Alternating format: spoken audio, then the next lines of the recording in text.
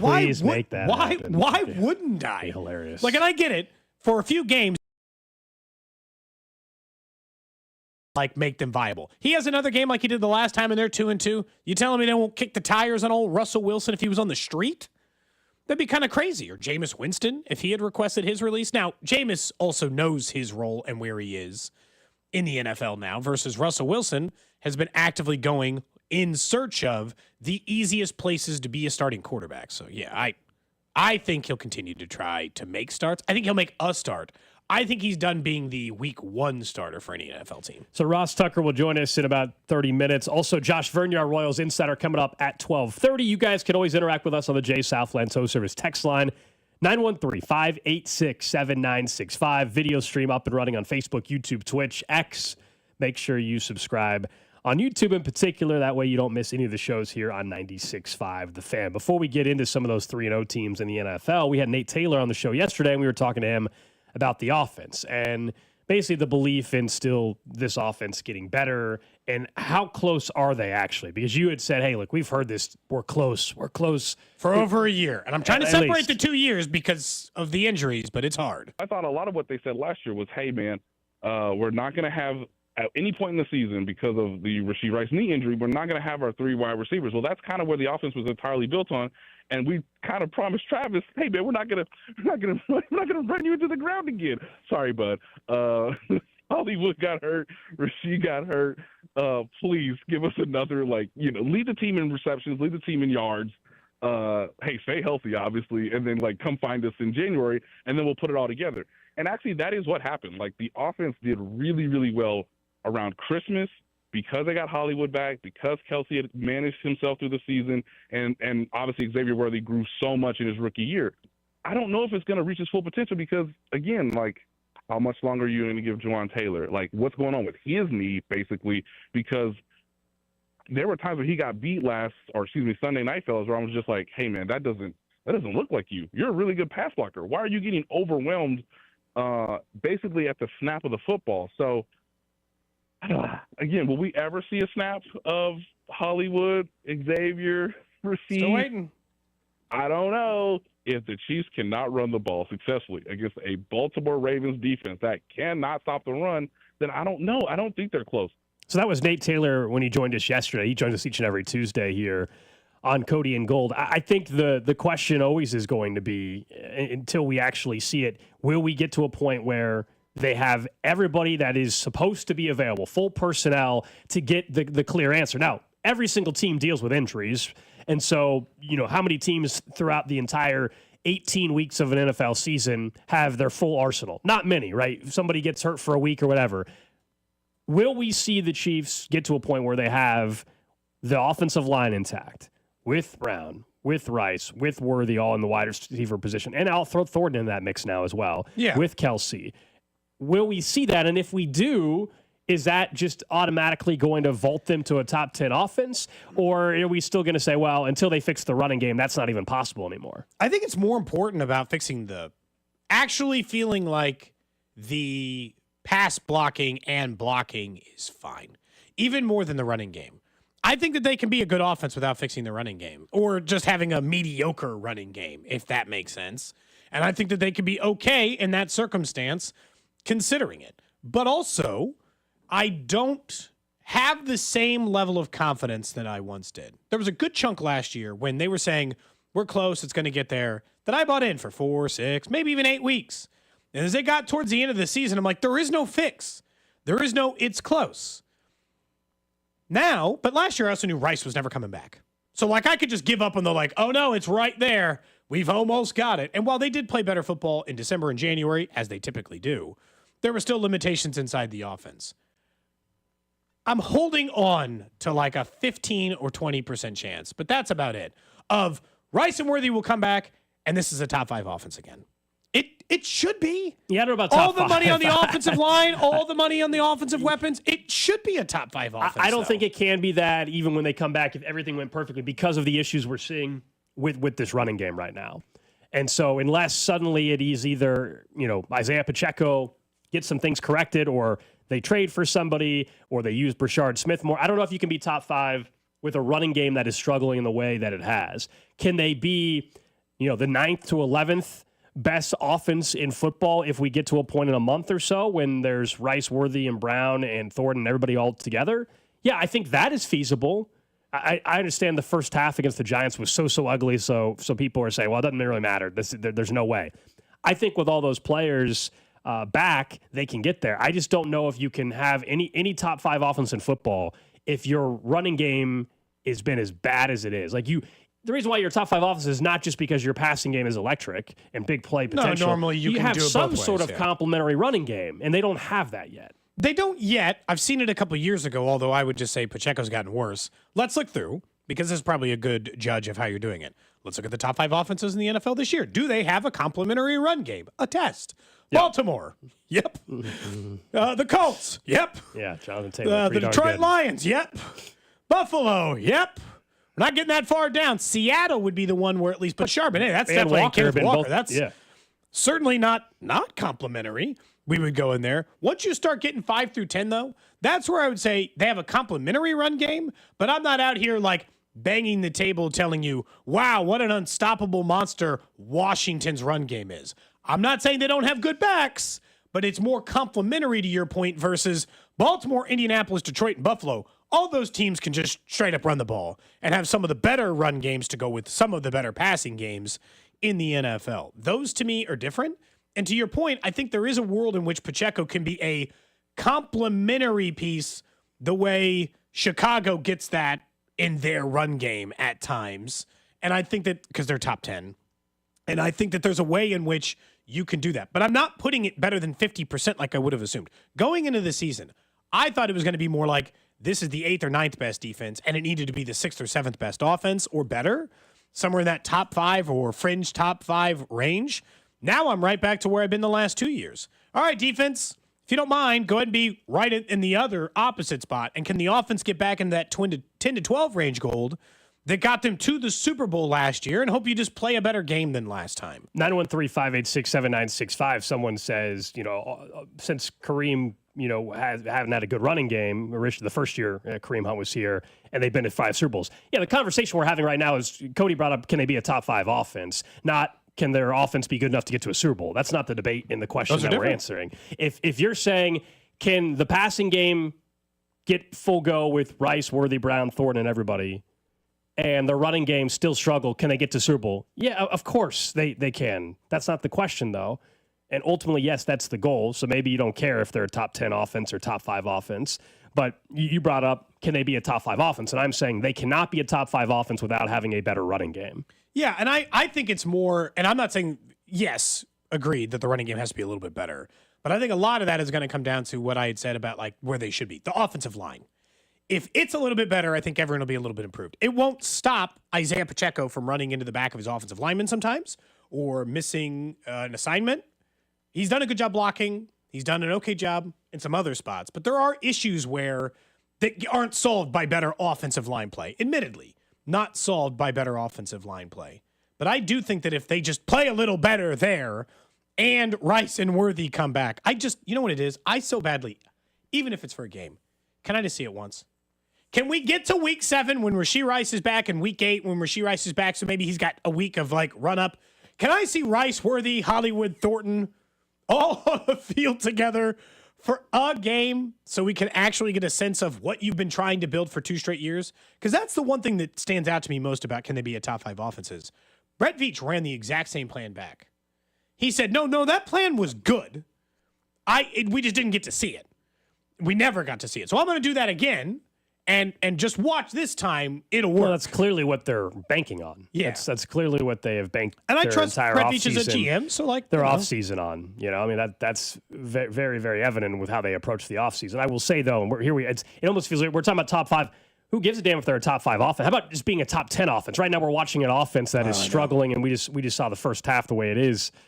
They're a very average offense right now. I know it feels like people watching them think they're the worst offense in football. They're not. No, they're Patrick not. Mahomes is like the 13th most efficient quarterback in the NFL. I'm like, it's really? Because of what we're used to in Kansas City. And so it feels like they're the worst offense in football, but I can promise you they are not. And I can promise you they're not even a bottom 5 offense in football. They're not. It just feels that way because of the expectation, understandably so, and it should be better. You have Patrick Mahomes, you have Andy Reid, you have Matt Nagy, you've got an offensive line you've invested all this money in. We mentioned the wide receivers. Now they haven't all been together yet. You've got too much invested in the offense for it not to be better than what it has. But I think sometimes we watch the game and because of what we have seen in the past and we know what championship caliber offense looks like, it feels like they're one of the worst offenses in football. They're just not. But it's not good enough to win a Super Bowl. It's not good enough to win a division right now. That's if these wide receivers aren't good enough to get them firmly in the top 10 and flirting with the top 5 offensively, well, it's time to put some real investment in wide receiver. To this point, the only thing they've done is draft pick selection. They paid no one. No one. They've made a first-round pick. That was the biggest investment they've made now in Worthy. A couple of second-round picks. One has obviously worked out when he plays in Rashee Rice, and one that it didn't work out in Sky Moore. I will say, part of this is, and this is a weird thing that I felt like we probably could have spent more time on, knowing that they're 1-2 with a chance to go 1-3 against Baltimore, it makes me angry at Rashee Rice's decision-making. It shouldn't be this hard, man. Thanks for setting us back. Some of it is like, oh, no doubt. He let the team down. There's no question. Now, I will also go back to the conversation we had last Tuesday, I think, where there was, I think it was Dan Graziano was mentioning how he was hearing that those inside the Chiefs organization were frustrated with the lack of availability of wide receivers. And we went one by one and like, hey, some of this was a little predictable. You drafted some frail guys. When you signed Hollywood Brown, you knew the injury risk and history. When you drafted Xavier Worthy, you knew what size he was, right? In terms of maybe the issues that in terms of staying healthy he could have. Now, in fairness to Worthy, we are literally talking about one injury since he's been in the league, I think. It's and he's missed 2 games, right. And he might be back this week. Be it. So. And then Rice, there were some teams that had him off the draft board because of some off-the-field stuff. So they can't be completely caught off guard. But you are right. Yes, did he let this team down? 1,000%. He let this team down with his decision-making, and he's paying the price for it on the football field right now. And obviously off the field, he's got some consequences he's going to have to deal with still as well. It doesn't work this way because you see the players on the field. We should give him as much gripe as any of the players on the field who you see, or more, that you see fail. All we do is talk about how Jawan Taylor keeps letting this team down. Rashee let him down more. He's not even available. Yeah, he can't even get a false start. He's not on the field. And so, that part, and it's hard because I get it, Gold. We're watching a football team. It's much easier to talk about the players who are letting you down in front of your eyes. I get all of that part. And, for Chris Jones, a couple years ago when it felt like he let the Chiefs down because he didn't play in a football game, but we understood it was business. It's also that was a weird visual. We don't see Rashee Rice sitting up in the box, hanging out, waiting for a suspension. He's out of sight, out of mind in a lot of ways. I'm still clinging, maybe mistakenly, to some hope.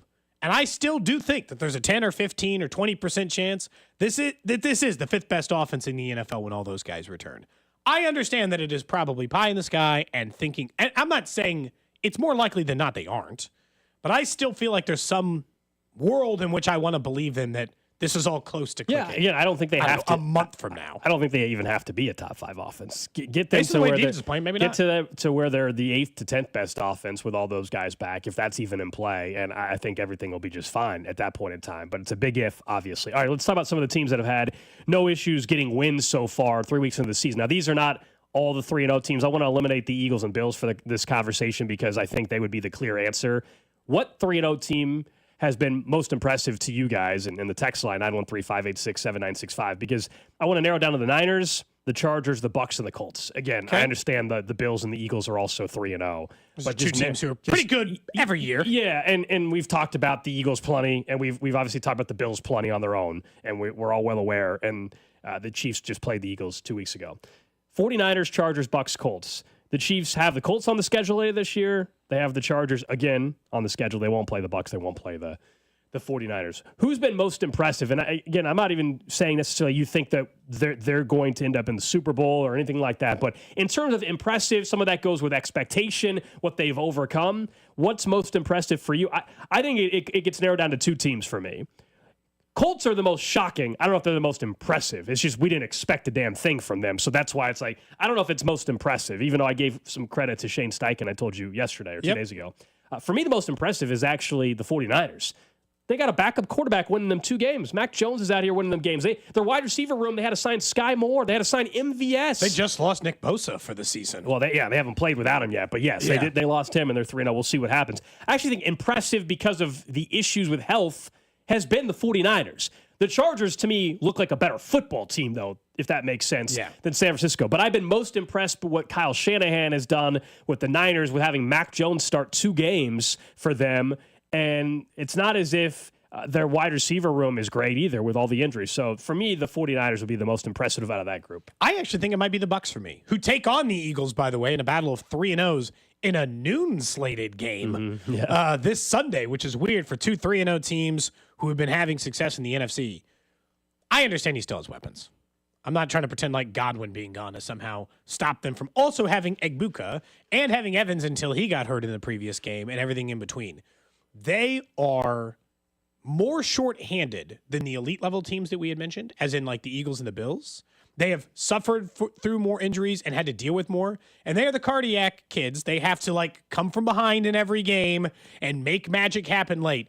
I think what's impressed me the most about them is Baker is firmly settled into a top 10 quarterback and one of arguably the most clutch quarterbacks in the NFL. He makes things happen that a lot of other quarterbacks don't. And that has consistently stood out to me amongst their ability to constantly find weapons. Bucky Irving and Luka. New OC. New OC. They just make guys work, roll guys in, have no trouble. I have been impressed by the 49ers' ability to win, but their schedule has been, I mean, not exactly murderer's row, has it? Yeah, I mean, the Bucs just played the Jets, but I hear you. I think the 49ers' schedule has definitely been softer. Now, they just had a divisional game against the Cardinals team that was playing well going in. They've played a divisional team in Seattle. And then, yes, the Saints would be the one you look at and say, okay. Yeah. But I guess I'm not overly blown away by those, but you're right. They did just face the Jets. The reason and the Texans, who are now 0-3, and the Falcons, who are. So it's not like their schedule's been tough either. My thing with the Bucs, I guess the reason why I probably don't answer most impressive is because I had very high expectation for them going in. I had Baker Mayfield as an MVP candidate. I have the Bucs in the NFC title game against the Packers preseason. So that's probably why I don't view them as the most impressive, because I think they're pretty damn good anyway heading into the year. The 49ers, I did not think they would be 3-0. Obviously, the Colts are the biggest shock. I don't think they're the most impressive because deep down, I feel I still don't believe it. I believe that they can compete and win their division. I don't believe with Daniel Jones, as great as he looks, and give him credit, he's been awesome, that they're actual threat in the AFC. And I don't know if you disagree, Drew, but that's where I'm at on the Colts. And then the Chargers, as I said, like I've been very, very impressed with them. They to me are the Chargers and the Bucs are the 2 best teams of this grouping.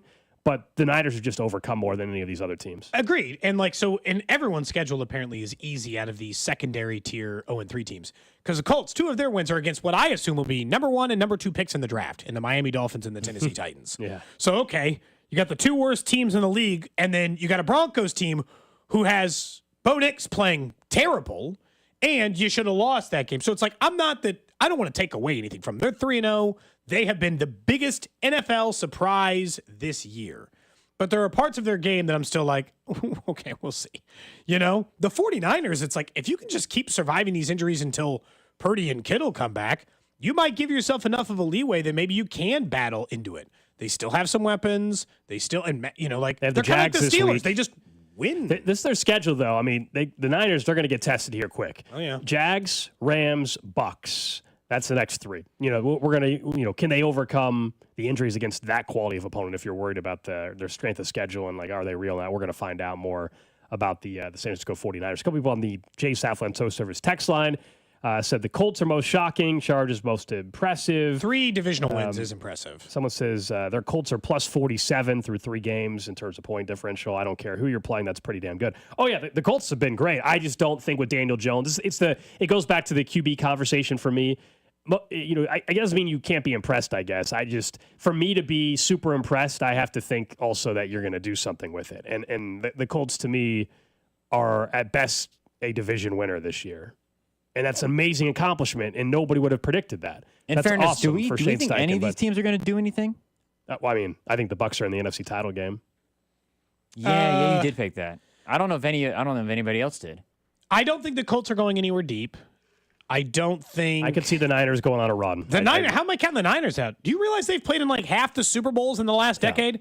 People forget about that because they didn't win any of them.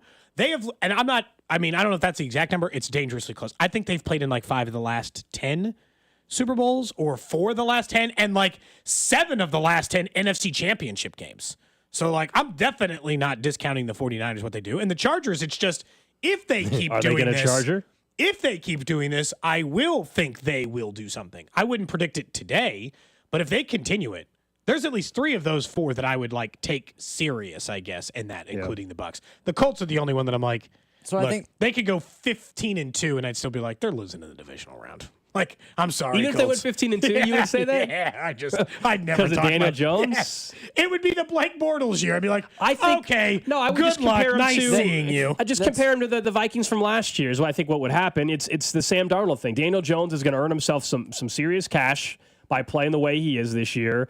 And there is still going to be, at some point when it matters most, either late in the year or if they make the playoffs in the first playoff game, there's a chance he turns back into a pumpkin. I just think that, so part of it, because originally I was going to say the Chargers, but I don't think you can include the Bucs as impressive in this conversation, Gold, because you picked them to go to the NFC title. Like, I don't think That's why I said I didn't choose them. Yeah. This is where you're just, not that this is what you expected, but this is kind of where it just falls into line with what your expectation was. So for me, I think it's between the Chargers and the Colts more, and I think it actually is. I've talked myself into the Colts. I was going to say Chargers, but the reason I say the Colts is Your hometown team. yes, yeah, they are the hometown team. I also think that Rise up, Indy. they're not only top, so they're tied for first in terms of points per game with the Lions. They also are top 4. They're 4th in passing yards per game. They're 3rd in rushing yards per game. They're like top 5 in total yards per game. So the fact that I know that this is Daniel Jones' turn, they might be like the Vikings. I don't know where they were offensively with Sam Darnold last year, but the fact that they're where they're at ranking-wise amidst the rest of the NFL, I think gives me more reason to say I'm actually impressed with the Colts compared to Dolphins, Broncos, Titans. They are surprising, The but Saints I think started 2-1 last year, and then it was a disaster. And the one loss was a really tight one to the Eagles. So you'd have been like saying the same thing about the Saints 3 games in, you know?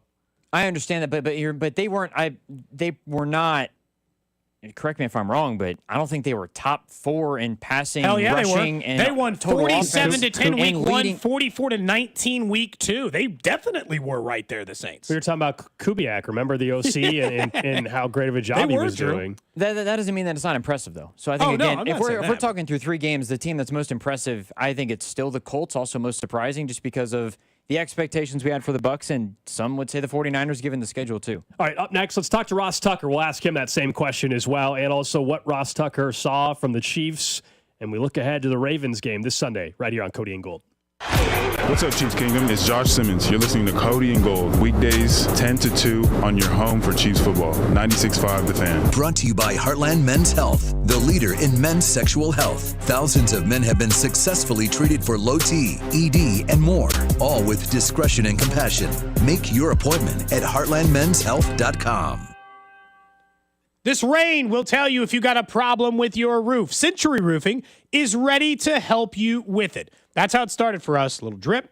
It's like, is that inside? Is that inside the fireplace? Where's that coming from? We had Century Roofing come look at it. A couple of small places that needed a repair. And we're going to stop that small problem from becoming a big problem. That's the thing you want to worry about. Water getting in places you don't want, creating mold issues or other problems that your roof being fixed can solve. Whether it be a full roof replacement or roof repairs, Century Roofing is the locally owned and operated company ready to help you. Over 35 years of experience, over 30,000 roofs in the Kansas City area, voted best roofing company in Kansas City.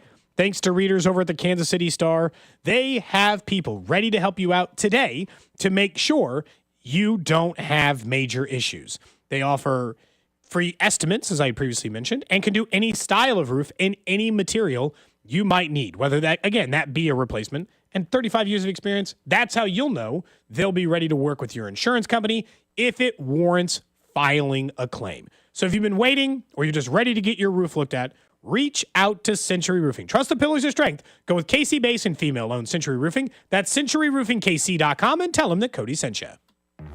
You're on the list for Macy's Fall VIP Sale. That means you're invited to save big on this season's top designer looks at prices you'll love. Like an extra 30% off Calvin Klein, Steve Madden, Hugo Boss, and more. Plus, Get 15% off beauty and fragrance from Estee Lauder, Lancome, and so many others. This only happens a few times a year. Don't miss the fall VIP sale tomorrow, only at Macy's. Savings off regular and already reduced prices. Exclusions apply.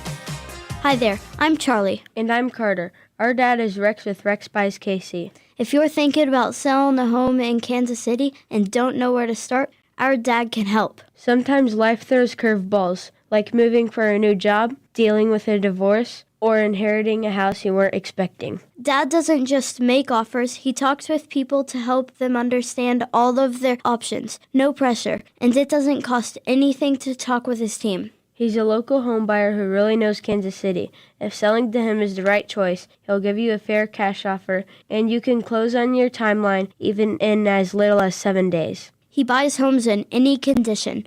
No need for repairs, no fees, no surprises. Just an honest, easy process so you feel good about your decision. Want to talk to him? Call 816-330-6000 or go to rexbuyskc.com. Rex Buys KC, helping people make smart choices one home at a time. From Kansas City to the capital city, Washburn University is close.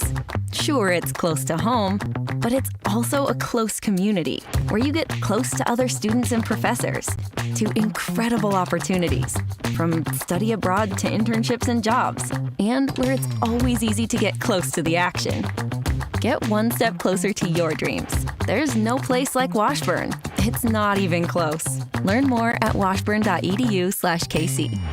Ring the bell! We've done it again! Golden Oak Lending has lowered rates to 4.875 fixed. Lower your monthly payment, get cash out, pay off credit cards, and best of all, make no mortgage payments for 2 months. Lock in this incredible 4.875 rate and get your cash in as little as 14 days. Call 913-890-GOLD. Golden Oak Lending cured my blues. 5.81 APR, FHA, 15-year, 20% equity qualified credit. Additional terms apply. NMLS 114937. This is the story of the one. As a custodial supervisor at a high school, he knows that during cold and flu season, germs spread fast. It's why he partners with Grainger to stay fully stocked on the products and supplies he needs, from tissues to disinfectants to floor scrubbers. All so that he can help students, staff, and teachers stay healthy and focused. Call 1-800-GRAINGER, click Grainger.com, or just stop by. Grainger, for the ones who get it done. Nationwide is so much more than a great insurance company. They're one of America's largest financial services companies. Like how I'm more than just Peyton Manning. I'm also motivating Manning. When I say insurance, you say financial services. Insurance. Financial services. Insurance. Financial services. Now when I say nationwide, you say is both. Nationwide. Is both. Nationwide. Is both. For your insurance and financial needs, Nationwide is on your side. Nationwide Investment Services Corporation, member FINRA, Columbus, Ohio. From pads and rotors to shocks and struts, coming to a full stop should never mean your business does too. At Napa, we are the pros that know brakes and suspension better than anyone. So when others are grinding their gears, our premium parts and exceptional service deliver results. Whether you're operating a local shop or managing a national fleet, Napa has exactly what you need, when and where you need it. Get the brake and suspension parts you're looking for right now at Napa. If Old Spice Deep Sea Super Hydration Body Wash were music, what would it sound like? Start with the deep sounds of Old Spice's ocean waves and kelp. Layer on the smooth, renewing moisture. You wouldn't hear any parabens or phthalates because Old Spice Deep Sea hasn't got any. But you would hear that vitamin B3 for healthier looking skin. So while your regular body wash sounds like this, Old Spice sounds like this. Sounds like it smells amazing. Chiefs coverage sponsored by Renner Garage Door, RENNER, forward and back. Hey, it's almost Andy Reid. Renner Garage Door has proudly served our community for decades. The best styles, technology, and family values. That's Renner. Get your free repair or replacement quote today. Forward and back. RENNER, RENNER. Hey guys, did you know that prostate cancer is the second most common cancer in American men? That's right. Prostate cancer is the second most common cancer in American men. 1 in 8 men will be diagnosed with prostate cancer in their lifetime. Early prostate cancer often has no symptoms, which makes regular screenings key. The 5-year survival rate is nearly 100% when caught early. So get checked early and often. If you're a man over 50 or 45 if African American or with a family history, you should talk to a doctor about screening. A prostate cancer diagnosis can be scary, but no one should fight alone. Join us in raising awareness and saving lives. Don't wait. Visit kcuc.com today. At KCUC, you see the best in KC. You're listening to 96.5 The Fan from the Mission Plumbing, Heating, and Cooling Studios.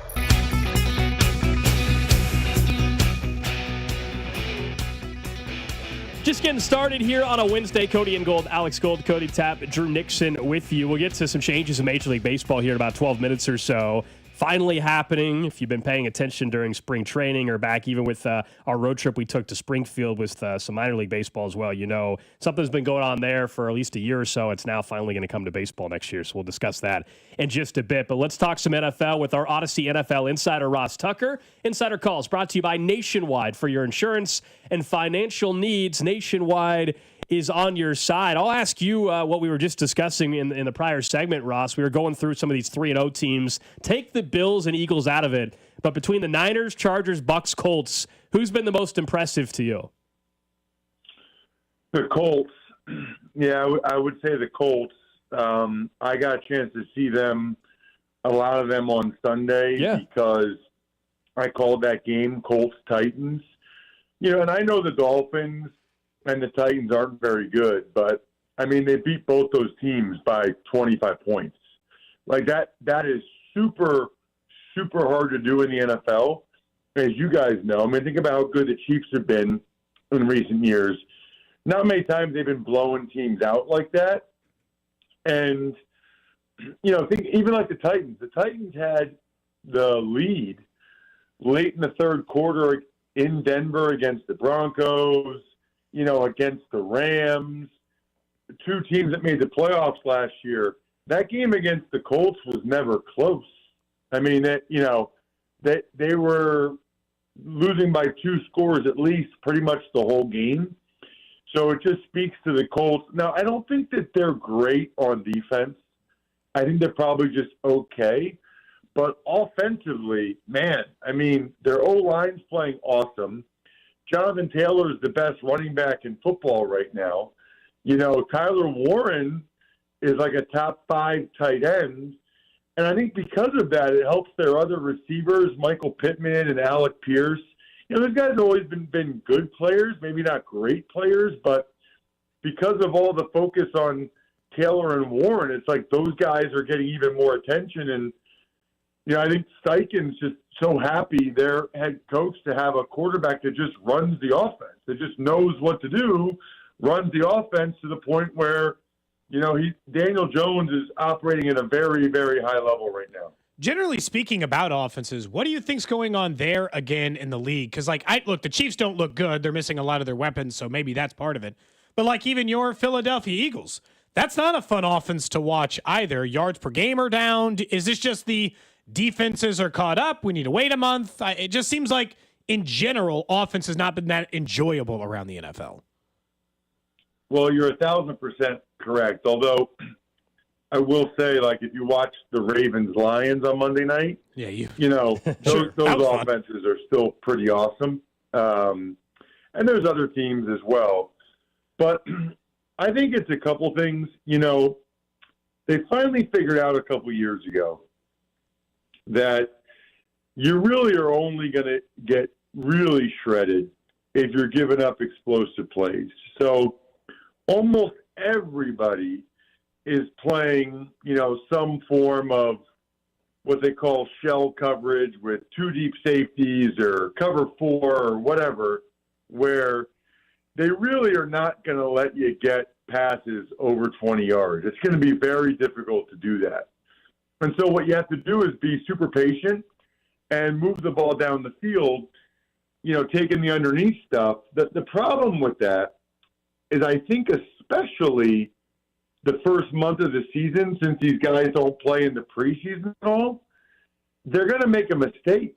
there's going to be a penalty, motion, or illegal shift, or a hold, or it really is hard to go 10-plus play drives, which is what they're now forcing you to do. So they're forcing you to go the long way, which a lot of teams aren't capable of doing. And then even if you are and you get down there, a lot of times they're doing a better job of making you settle for field goals. And so it's hard. It's really hard. We're talking to our Odyssey NFL insider, Ross Tucker, here on 96.5 The Fan. What did you make of the Chiefs' performance? An ugly first half, obviously, and then that opening drive to start the second half, they kind of settled in a little bit. Yeah, I mean, I guess what I thought of it was they finally at least got something going. And I think probably that maybe the best thing is that, this Thornton guy looks like a real guy. Mm-hmm. Kind of just in the nick of time where they need him. And I don't know when Worthy's coming back, maybe this week or whatever. And we know there's still a few weeks before Rashee Rice, but very valuable that Thornton actually looks like a player for them because they desperately need that to open up the stuff for Kelsey and Pacheco and those guys underneath a little bit more. When you look at what the Chiefs are doing, like we asked the question to ourselves, do you think it's still fair to say, hey, let's make a judgment on the Chiefs offense until Worthy and Rice come back? Or are they looking, struggling enough that that's a hard sentence to keep selling? Yeah, that's a great question. I think it's a combination of what I said about the first month of the season, although interestingly, as you know, the Chiefs actually play their starters more than almost every other team these days, which is wild. Because you think about it, of all teams, do the Chiefs only need to play in the preseason? It's the same guys in the same system this entire time, but yet they do. So you would think that they would be further ahead from that standpoint. But I do think every team, there's an ebb and flow with every team every season. If you remember, the Eagles were 2-2 after week 4 last year and had lost to the Bucs by 3 scores. Well, guys, they haven't lost a game that Jalen Hurts has finished since then. I mean, it's 20 games. It's a full year. They have not lost the game that Hurts finished since then. They've only lost one period. It was the Commanders game where he got hurt in the first quarter. All of which is to say, the concussion, the first month really means very, very little for how we feel about these teams at the end of the year. I really do think a lot of these times these teams are just trying to figure it out in the first month. And then, what you start to see the progress months 2, 3, and 4. I think that will naturally be the case with the Chiefs. And then obviously getting Worthy and Rice should have a big impact on it. You mentioned the Ravens a minute or so ago, and obviously that offense has been great despite a 1-2 start. The Chiefs are also 1-2, but it feels like the way everybody talks about the Chiefs is so much different than the Ravens. Why do you think that is? Is it because everybody loves offense and points? Like the Ravens' defense, of course, has been a problem. The Chiefs' offense has been a problem, but their defenses look good. Why do you feel like people discuss the Ravens as if everything's going to be all right, but with the Chiefs, there's way more concern? That's a great question. I do think it's because they see the Ravens still scoring 30 points in those losses and having, unfortunate, let's call them Derrick Henry fumbles. But it's like the Chiefs don't get credit for how well their defense has played for whatever reason. I think the Ravens are better than the Chiefs. I think the Ravens are a really, really good team. But you are what your record says you are. I don't care about the yards per play stats and all these metrics. The Ravens are always so great in all these metrics, and then they lose the games they need to win. Right. Yeah. Which is ultimately all that matters. Is anybody taking the Ravens over the Chiefs in a playoff game? I don't think so. I don't think anybody's taking the Ravens over the Bills in a playoff game. I don't have a great explanation for it because I feel like they have the talent and the personnel and the coaching and all that to do it, but they don't. They have some real issues on defense right now in Baltimore. they have too many good players to be this bad on defense. And so I don't know if they make a coaching change or what happens, but they got to figure that out. The biggest storyline that came out not involving the Chiefs out of that game was that Jackson Dart is going to make his debut for the New York Giants. Are you surprised they made the shift this early, or is it just after Russell Wilson put 3 into the seats, they didn't really have much of a choice there at the end of the game? Well, I guess they had a choice. You know, it's funny because the way I look at it is it's really just the head coach and the GM trying to figure out the best way to save their job. Right. Oh, yeah. I think initially it was, hey, we should have a pretty good defense. If Russell Wilson plays like he did in Pittsburgh, maybe we can go 500, right? And if that doesn't go well, then we could put Jackson Dart in. I think they wanted to try to give the Russell Wilson thing as much of a chance as they could, because I think they know with Jackson Dart, they're probably not going to be 500. They're probably not going to make the playoffs or have a great record.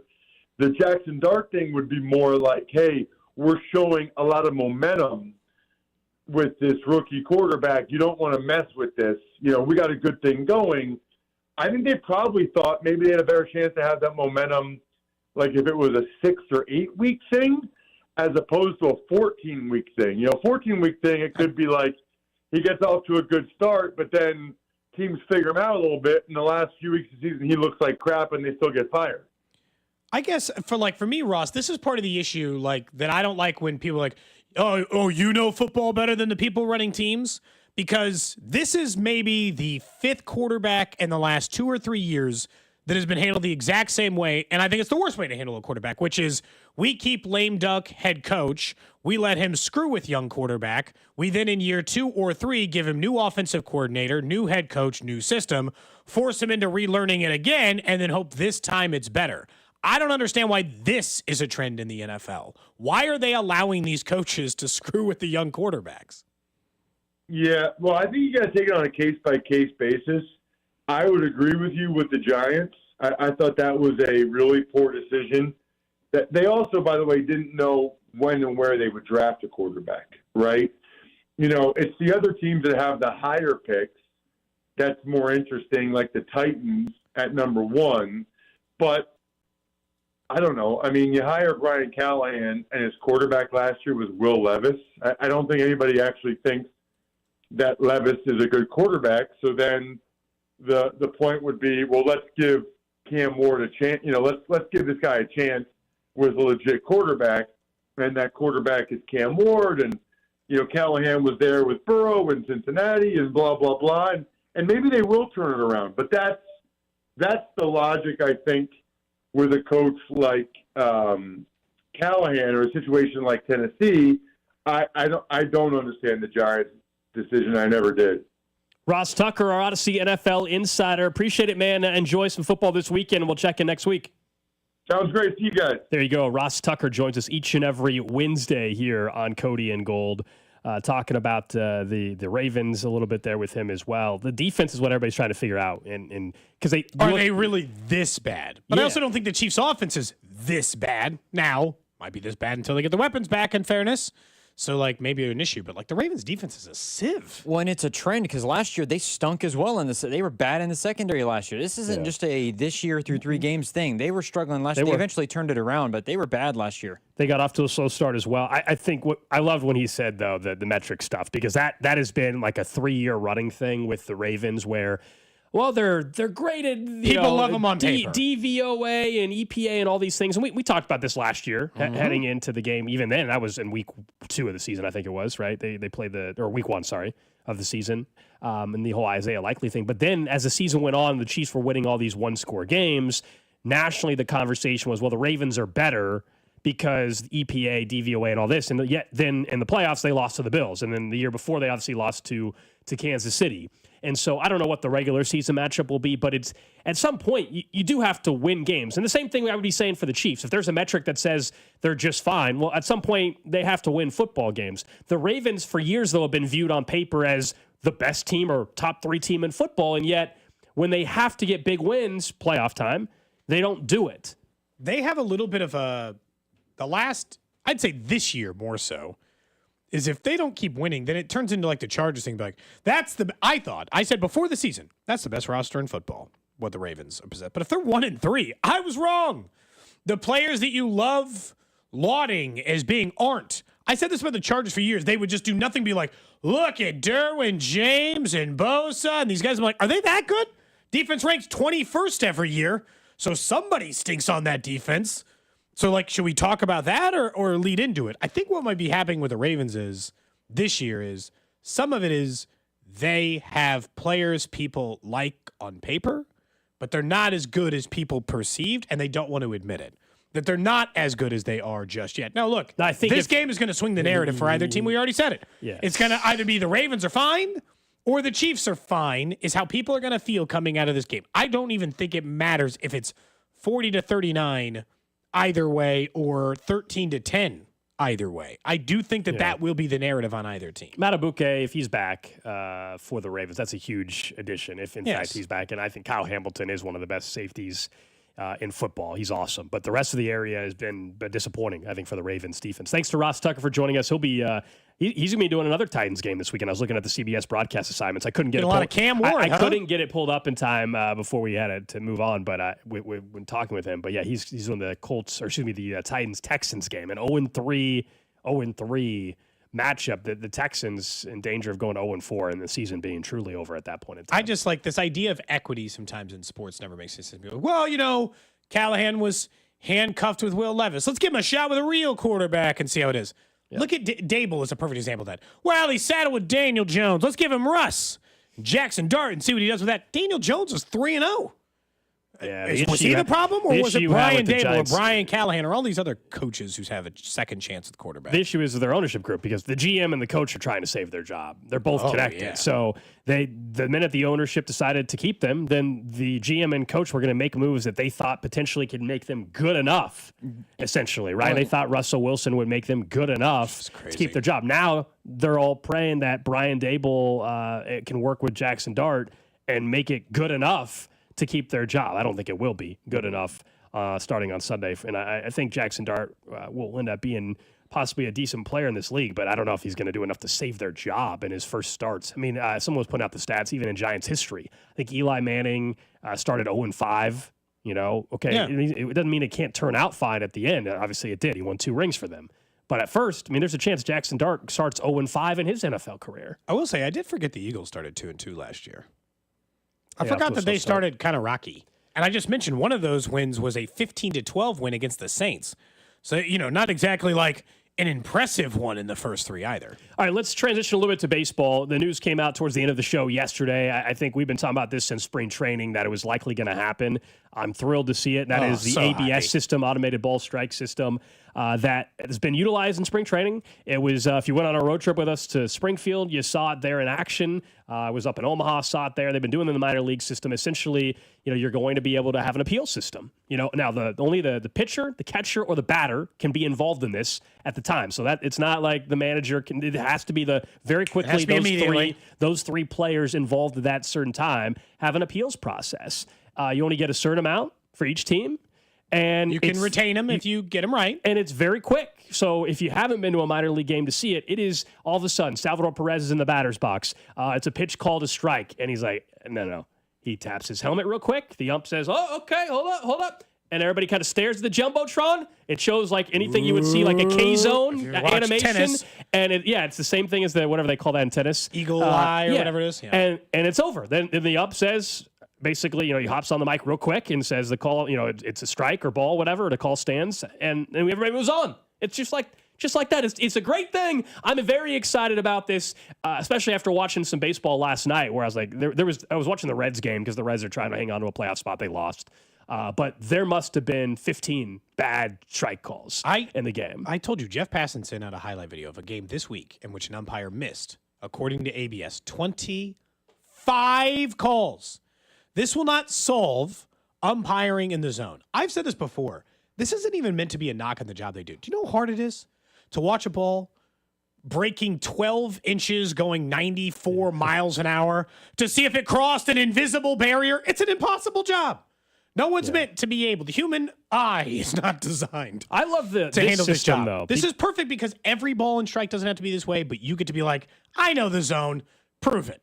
And then it adds drama and it adds intrigue, and you get to like other talking points. Let's just say a guy for the Tigers calls for it, and it's actually a ball. We're going to be like, what are you wasting? You don't even know the strike zone. Adds fodder to the game, which is actually important. Of those things. It's going to be great for Vern's postgame show next year. There's going to be someone calling in complaining that why did Vinny Pasquantino not challenge that one in the 5th inning and the bases were loaded or whatever, right? Like there's going to be those conversations which will be fun. I see a few people texting in say let the robot system. Everyone. I disagree with that. So this is where I'm at. I will say, as much as I love ABS, I really don't want it going a step further, and that would be the only thing. I want this to be it. I do not want us to get to a fully automated system because I still have talked about this. I've talked about the human element of sports, and I know we all want things to be right and perfect and everything like that. I still understand, as you described, how difficult it is to do. There is still a human element to baseball. Part of watching baseball and some of the controversy, is the controversy of us, bitching and moaning that it was a bad call or whatever. There is still some of that I want. So I like the appeal process because when it matters most, we can ensure they get it right? You can tap a helmet. Yeah. And the pitcher also, by the way, the pitcher thinks he got screwed. He can challenge too. We keep using it as a hitter thing, but the pitcher and catcher can say, no, we got squeezed or whatever it might be on that particular strike call As or ball call. I've moved away from replay is that I want less of it. Finally, a replay that actually rights a wrong. My problem with replay in general in sports has been it doesn't seem like it corrects the mistakes enough. As in, we're like, did he make a catch? Was the ball foul? I've watched them call a ball foul that was clearly fair for the Royals in replay in the last calendar year. So, my frustration was, are you getting it right enough? This one's pretty simple. It is black and white. It is right or wrong. There is no messing it up. I like that there's recourse for something to be wrong. Sure. That can be challenged. That you have a right on. If they went to full-time, I wouldn't throw a fit. Am I fine with this current system of everybody just taps their helmet a couple times a game? Yeah, it works for me. Big time moments, big time games. The idea that a 3-2 pitch is a borderline call or a 2-2 pitch that they call strike 3 and it's bases loaded in the 6th inning or the 8th inning of a tie baseball game and he gets to tap his helmet. He's like, no, it's actually 3-2. Ooh, I get the pitch again. I like the drama of it. That's the human element I like. It can add drama. Yeah, this is a great step forward. I'm just saying I really am not a fan if they went to full automated strike zone because then at that point you truly are almost just playing a video game at that point. Like there is no discrepancy. It is just black and white on that. And I know some people want that to be the case, I guess, for strikes and balls, but there is still part of it where I don't want a baseball game. There's basically, the ump is chilling back there. And he's never calling strikes and never calling balls. And it's just this automated system is just triggering. Like the ump is just going to have an earpiece in the future. And he has to go through the motions of emotionally calling a guy out. And he's not even the one that made the call technically. Like, what are we going to just all look at the Jumbotron after every pitch to find out? Like, I don't want it to be fully automated. This is perfect.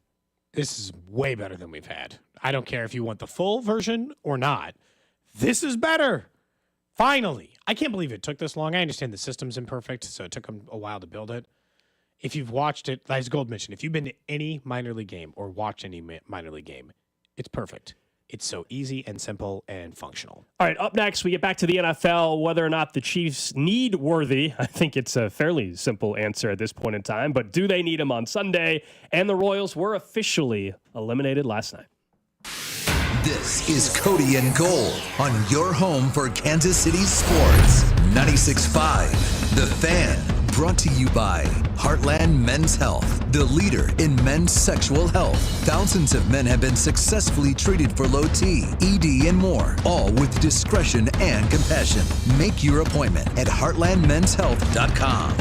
Every NFL Thursday is your chance to hit the jackpot on FanDuel. Because with FanDuel's Thursday touchdown jackpot, you can win a share of $2 million in bonus bets each week. To get in on this Thursday's action, all you have to do is place an anytime touchdown score bet before the game even kicks off. And if your player scores the first or last touchdown of the game, you'll win your bet plus a share of bonus bets. Just visit FanDuel.com/Alex to take that shot at the jackpot. That's FanDuel.com/Alex for your chance to win a share of $2 million in bonus bets. Play your game with FanDuel, an official sports betting partner of the NFL and 96.5 The Fan. 21 and present in Kansas. Opt-in required. Must apply profit boost token on select market. Prize pool to be split equally among all eligible participants who made the correct first or last touchdown pick. Bonus issued as non-withdrawable bonus bets, which expired 21 days after receipt. Restrictions apply. See terms at sportsbook.fanduel.com. FanDuel is offering online sports wagering in Kansas under agreement with Kansas Star Casino, LLC. Gambling problem? Getting help is your best bet. Call 1-800-522-4700 or visit ksgamblinghelp.com. This is Jeff for Heartland Men's Health, where we've successfully treated thousands of men for low testosterone and helped them feel like their old selves again. Please take a moment and listen to how we help this patient. Hi, this is Doug. I'm a patient with Heartland Men's Health. I've been doing low T treatment for just under a year now. I've always dedicated my life to work. I've always found the time to go to gym. I'm 46 years old. My energy level has been on a roller coaster. With work, when we would have like long, stressful meetings, I would notice that I was very exhausted and drained afterwards. And with the low T treatment, I'm not as stressed. I started to feel a lot more level-headed. The roller coaster kind of went away. I think Heartland Men's Health, they really have it figured out. The professional staff, I think it's a wonderful treatment for men of any age. And it's definitely a benefit I'm going to continue. Thank you. It's true. Your initial appointment includes blood work and a medical consult. And if you start on testosterone the day of your appointment, your visit is free. Call 844-447-6600 or go to heartlandmenshealth.com. Fall's the best time of year to clean up the outside of your home or business. And the best way to do that is with a fresh coat of paint from my friends at CertaPro Painters. You want your home or business to make a great impression, and that starts with the exterior. And when you choose CertaPro Painters, you're choosing the best in the business for your job. CertaPro Painters go the extra mile. If there's a way to save you money, they'll let you know. And they take care of every detail from start to cleanup. So do what we did and schedule your free estimate at CertaPro.com. That's Certa with a C. Each CertaPro Painter's business is independently owned and operated. Gear? Check. Snacks? Check. Tires? Not so much. I didn't have time to deal with this, so I asked my friend. Her answer was simple. Take it to Telly, she said, and I'm so glad I did. They didn't just take care of my tires, they took care of me. We got you, they said, and they did. Fast, friendly, and stress-free. Now I know when life throws you a red card, take it to Telly. Stay in the game. Take it to Telly. $5,000. That's the average amount of money people in the U.S. are now spending on gas in a year. $5,000. That's crazy. If you drive, you have to download Upside, the free app that gives you cash back every time you get gas. That's right. You can earn real cash back with Upside just by buying the gas you're already buying. You can literally start earning cash back today. I use Upside every time I fill up, and I've already made around $300. You're putting gas in your car anyway. Why not get real cash back? If you like free money, download Upside. I'm saving the cash I earn from using Upside to help pay for a vacation later this year. Download the free Upside app now to earn cash back every time you buy gas. Use promo code CODE to get an extra 35 cents per gallon on your first tank. You can cash out anytime right to your bank, PayPal, or a gift card for Amazon and other brands. Just download the free Upside app and use promo code CODE for a 35 cents per gallon bonus on your first tank. That's code CODE for a 35 cents per gallon bonus. Do Crohn's disease or ulcerative colitis symptoms keep coming back? Tremfya, guselkumab, may help, with rapid remission achieved at 12 weeks and lasting clinical remission at 1 year. Some even saw visible improvement of their intestinal lining at 12 weeks and 1 year. Tremfya is a prescription medicine used to treat adults with moderately to severely active Crohn's disease and adults with moderately to severely active ulcerative colitis. Serious allergic reactions and increased risk of infections and liver problems may occur. Before treatment, your doctor should check you for infections and tuberculosis. Tell your doctor if you have an infection, flu-like symptoms, or if you need a vaccine. Healing is possible with Tremfya. Approximately 3 out of 10 patients were in endoscopic remission at 1 year, based on areas visualized on colonoscopy, which may not represent the deeper bowel layer or entire GI tract. Individual results may vary. Ask your doctor about Tremfya today. Call 1-800-526-7736 to learn more or visit tremfyaradio.com. Your home is more than just another listing. It's your life's work. Dawn and the Sharp Homes team treat every property as their own, employing innovative marketing strategies and providing personal attention that transforms for sale signs into sold celebrations. The Sharp Homes team can also give you options. Do you want to skip the showings and open houses and go straight to sold? Then contact the only agent I would trust to sell my home. Dawn Sharp and the Sharp Homes team, brokered by Epic Realty. Google Sharp Homes Team. That's Sharp Homes Team today. At Straight Talk, we get it. You say no a lot. Mom, can I get a tarantula? No. Coffee? No. So we're giving you more reasons to say yes, like a free 5G phone with real unlimited data with select plan activation. Can I use the free phone? Yes. See? Doesn't it feel good to say yes to more? Absolutely. Face tattoo? Absolutely not. Available at straighttalk.com and Walmart. Taxes and fees apply. In-store activation of Gold Unlimited plan or higher required. For network management practices, visit straighttalk.com. My ride smells just right, just right, just right, just right. Y'all gotta try that Febreze car. Just right, just right, just right. Yeah. La la la la la.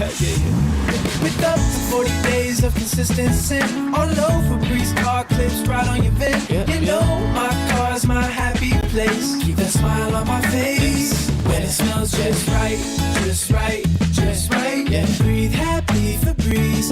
La la la la. From pads and rotors to shocks and struts, coming to a full stop should never mean your business does too. At Napa, we are the pros that know brakes and suspension better than anyone. So when others are grinding their gears, our premium parts and exceptional service deliver results. Whether you're operating a local shop or managing a national fleet, Napa has exactly what you need, when and where you need it. Get the brake and suspension parts you're looking for right now at Napa. If Old Spice Deep Sea Super Hydration Body Wash were music, what would it sound like? Start with the deep sounds of Old Spice's ocean waves and kelp. Layer on the smooth, renewing moisture. You wouldn't hear any parabens or phthalates because Old Spice Deep Sea hasn't got any. But you would hear that vitamin B3 for healthier looking skin. So while your regular body wash sounds like this, Old Spice sounds like this. Sounds like it smells amazing. Jefferson's Wings, Burgers, and Oysters, located in Lenexa, North KC, Lawrence, Topeka, and Joplin. What's up, Kansas City? It's Nick Bolton. Tune in on game days to hear the play-by-play with Mitch, Danon, and Kling on your home for Chiefs football, 96.5 The Fan. KFNC FM and AM, HD1 and HD2, Kansas City, an Odyssey sports station. 11 o'clock hour. Cody and Gold, Alex Gold, Cody Tapp, Drew Nixon with you. Coming up in about 15 minutes, we will get to a trash of the day today. We are going to Thailand for the trash of the day today. Interesting. Where's that on your list of like if places to go? If I gave you unlimited funds, you could go to 20 places in the world. That doesn't make the top 20. No chance. I don't think so. Probably not. No chance. It's not that I'm disinterested in ever traveling. It's there. way I'd like down to travel the list. lots of places. Way down the list though for me. I think a place that I want to go. I don't know if it's way down the list for me. Well, if it's not in the top 20, it's way down the list. There's a lot of countries. Yeah. I could name a lot of destinations before I would get to Thailand, I think. I would eventually get on that list, but there's a lot of countries below Thailand. Of course. I looked up the most popular I'm not trying to place get a in Thailand, and some of these destinations look very nice. Yeah. I will say. Yeah, they look cool. Yeah. And for somebody who likes the beach as much as you do, I can't believe Thailand's as far down your list. There's lots of places. The only problem with that sentence is, I'm surprised you don't like because of beaches. There's thousands of beaches I can go to. Yeah, I know. You acted like Thailand's one of only 5 countries I can go on a beach. It also has places that you can sit on a warm beach and have a cocktail. Sure. I'm going to be honest. The fact that I just looked up this list, Thailand actually might enter the top 20 in terms of places I would go. Okay, so we'll get to this during Trash of the Day. We'll get to this during Trash of the Day. Yeah. Someone says, "What's the capital of Thailand?" I don't know. Drew, do you know? Is it Phuket? No, don't. Drew, I couldn't tell you. Yes, you know. You were just looking. You know the capital. No. I looked up places. No, the capital, Drew. You know the capital. Places. You know. Just say it. I have no idea. Just say it. Bangkok. He didn't want to say it. I didn't know that was in Thailand. Anyway. What a dumb conversation all of a sudden it's about to turn into. Wasn't planning. Let's move on. That's why we're setting it aside for a minute. With Xavier Worthy potentially coming back this week, and I don't know that he'll come back this week. I thought he'd come back last week, and they ended up calling him out by Saturday. So I'm not overly optimistic until I see my first practice report Wednesday, Thursday, Friday. And if he says full participant, I'll assume he's available for Sunday. If he continues to be a limited participant, I think we have to wait. I'll ask a simple question to 913-586-7965. Twitch, Twitter, YouTube, Facebook. You can answer it on the live streams as well. Do they need Xavier Worthy back to beat the Ravens? Because my answer is yes, they do. I'm not saying it's a 0%. Don't get me locked into 100% chance they lose without Xavier Worthy. But if I'm asking, do they need him to win? Yes, they do. There's a significant swing in what they're able to do offensively, and more importantly, the way they're able to take advantage of a bad Ravens defense if Xavier Worthy is back. I am not going to predict them to win if Xavier Worthy is not playing the Chiefs. I will be predicting the Ravens to win if Xavier Worthy is ineligible to play or just not available to play come Sunday. Yeah, so I think hopefully part of the thought process, along with protecting Worthy by not playing him this past week, was, hey, the benefit you might get heading into a game like this against Baltimore, which is, hey, there's only 3 plays in 2025 that anybody has seen Xavier Worthy on the football field. Yes, they have last year's film, but any new wrinkle you have, anything like that, there's no film on what Xavier Worthy's role is in 2025. No, you haven't had any plays drawn up for him. You haven't had any specific formations that feature him. And so I think there is somewhat of a competitive advantage going into a game like that. So I agree. It gives them a better chance to win this football game. Absolutely. We will hear from Andy Reid and Patrick Mahomes coming up at 11:45, so maybe we get some more insight from Andy. It sounded like Nate Taylor yesterday did not think that he mentioned him being limited. I don't know if he has to be a full go to make it where that's the only way he can play. No, I'm just saying I won't be sure he's playing until they put FP next to him in a practice before Friday, or they just tell me he's playing. If he's just a limited participant, I feel like there's a chance they're going to pull the rug out again. Their odds of winning, to me, of course, go up if Worthy's on the football field. But I don't think, if we think this is a game where you have a Ravens defense that has struggled, a Chiefs offense that has struggled, but a Chiefs defense that has been very, very good the last 8 quarters in particular, and they have had a history with Spags having a nice game plan around Lamar Jackson. They really have. The Ravens in general. Doesn't mean that Lamar can't still make a great play, but they've had a nice plan, especially adjustments in game against Baltimore in big-time matchups. Then, Worthy is more useful if you think they need to get to 30 to win. If you think that it's, first to 24 wins, okay, does that mean the Worthy is 100% necessity? I don't necessarily know if that's the case. It depends. If you think the Chiefs have to score 28 to win this game Sunday, well then, Worthy has to be in this game. Look, I do think that they're going to have to get into the mid-20s. At bare minimum, I think the bar to win against the Ravens is 24. I think that is the lowest number you can score and win. I think it'll likely land between 24 and 27 for them to do it. But they are going to have to score some points. Mm-hmm. I just think the way I look at it is the way we kind of talked about it on Monday, which is, do I think the Chiefs are equipped to take advantage of an absolutely garbage defense from the Ravens so far this year without Worthy? I don't know. The teams lighting them up have some weapons, have an advantage. That's the whole thing. People are like, well, maybe the Ravens defense isn't as bad. It's the Bills and the Lions taking advantage of them. Well, they have guys like Laporta, Amon-Ra St. Brown, Jahmyr Gibbs. They, and likely to the Bills, they have Cook and all these other guys who can take some advantage of those spots. I think Worthy's an important. I don't think you can just attack the Ravens with Thornton all day. And I think the text lines point a little bit. Maybe this is a conversation we have later in the year because, again, I'd like to see him as the full version of their offense and the way they look. Hollywood Brown has looked like a possession receiver. He looks like younger Juju explosiveness is what the text line said, which is actually not a total off. That's not an off comment. That's pretty close to how he has cooked. Gold, you're right. He has not looked explosive.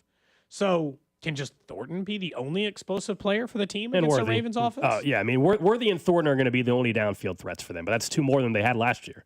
No, but Worthy that's why really I'm asking, do they need downfield Worthy threat for later. this game? Yeah. No, I clearly they have a much better chance of winning.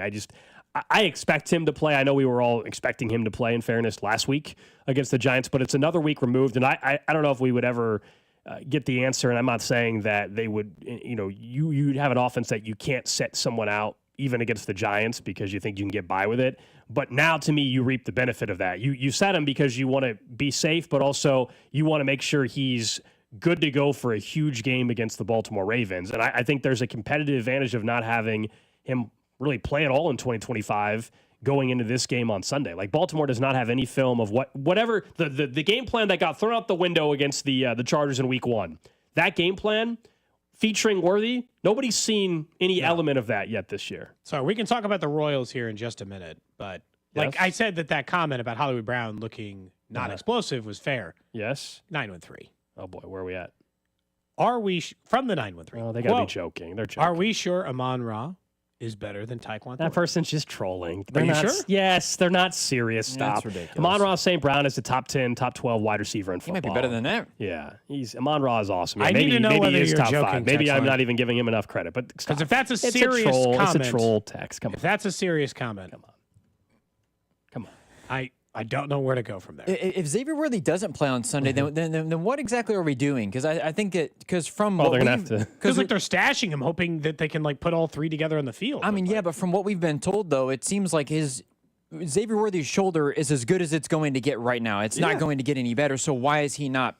Why would he not play in this game? I think that's because I understand you don't want to risk him getting hurt again, and then you actually don't see the three of them together. But if it's not going to get any better, he needs to be on the field. Given the situation. I could hear the argument for let's not risk it against the Giants. We can beat the Giants without Xavier Worthy.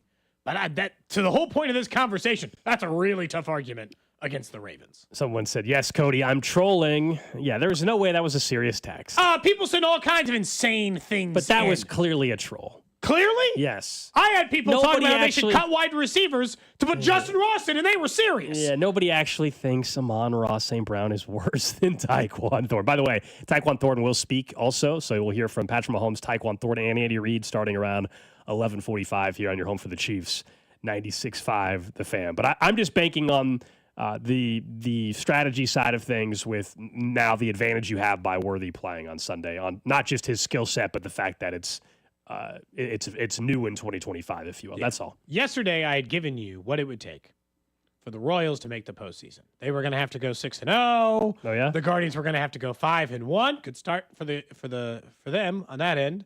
And then a couple of other teams were going to have to go winless in order for this to happen. It did not happen. It immediately ended last night. Officially eliminated. The Royals were officially eliminated from the postseason. So this is a good time to have the Royals debrief on how we'll view it. I'm going to put it in a couple of quick terms, and then I'm curious where you are, Gold. I am not unimpressed by their ability to claw, scratch, fight, whatever the hell it's been, to have been missing the entire starting rotation at some point this year, and to overcome what was an absolutely abysmal offensive performance for the entire first half of the season. Overcoming that and waiting until September 23rd to be eliminated, I'll give them some credit for. I will judge this season based on what they do next year. And you're going to say, well, how does that make any sense? This season won't feel bad to me. I will hold my stance of not bad, all things considered, and where you were and all the things you had to fight through. Now, the offensive stuff is your own doing, so I don't really give you credit for that as much as overcoming the offensive injuries. If next year's a playoff year, and this was just a step back because injuries gotcha and you couldn't overcome it and whatever, and next year is back to we're competing for the AL Central, you're an actual fundamental team, and you're a playoff team, I'll let this year go. If this is just the season before you do this again, well, then you're heading in the wrong direction and we have problems. In a weird way, I don't feel like I want to give my official report card on this season and how I feel about it until you tell me what next year's Royals team does. Because I could take this as back-to-back winning seasons. You stay competitive till the 23rd, I'll take it. But only if it's leading to something for me. Right. I mean, look, I'm excited for the future of the team. I think they have positioned themselves nicely if they're willing to trade some pitchers to go and help fix this outfield problem. I think Carter Jensen has shown some signs that he can be maybe special next year for them. I still have faith that Jack Caglione at some point will turn into at least close to the player that everybody was hoping would be. I think it's still too early to act like we just know what he is. It has obviously been very, very disappointing. There's no doubt. We, I think, all obviously had a very high bar, and he hasn't come close to it. That's just the reality. I will say this, and you're right, the injuries, while they were so healthy a year ago, it came back in a strong way, and the regression to the mean and some. Look at Reagan's last night. Not tell me that if he pitched the entire year for this team, they're not 3 or 4 or 5 games better. I am with you on the injury front, and it could have ended up being a lot worse.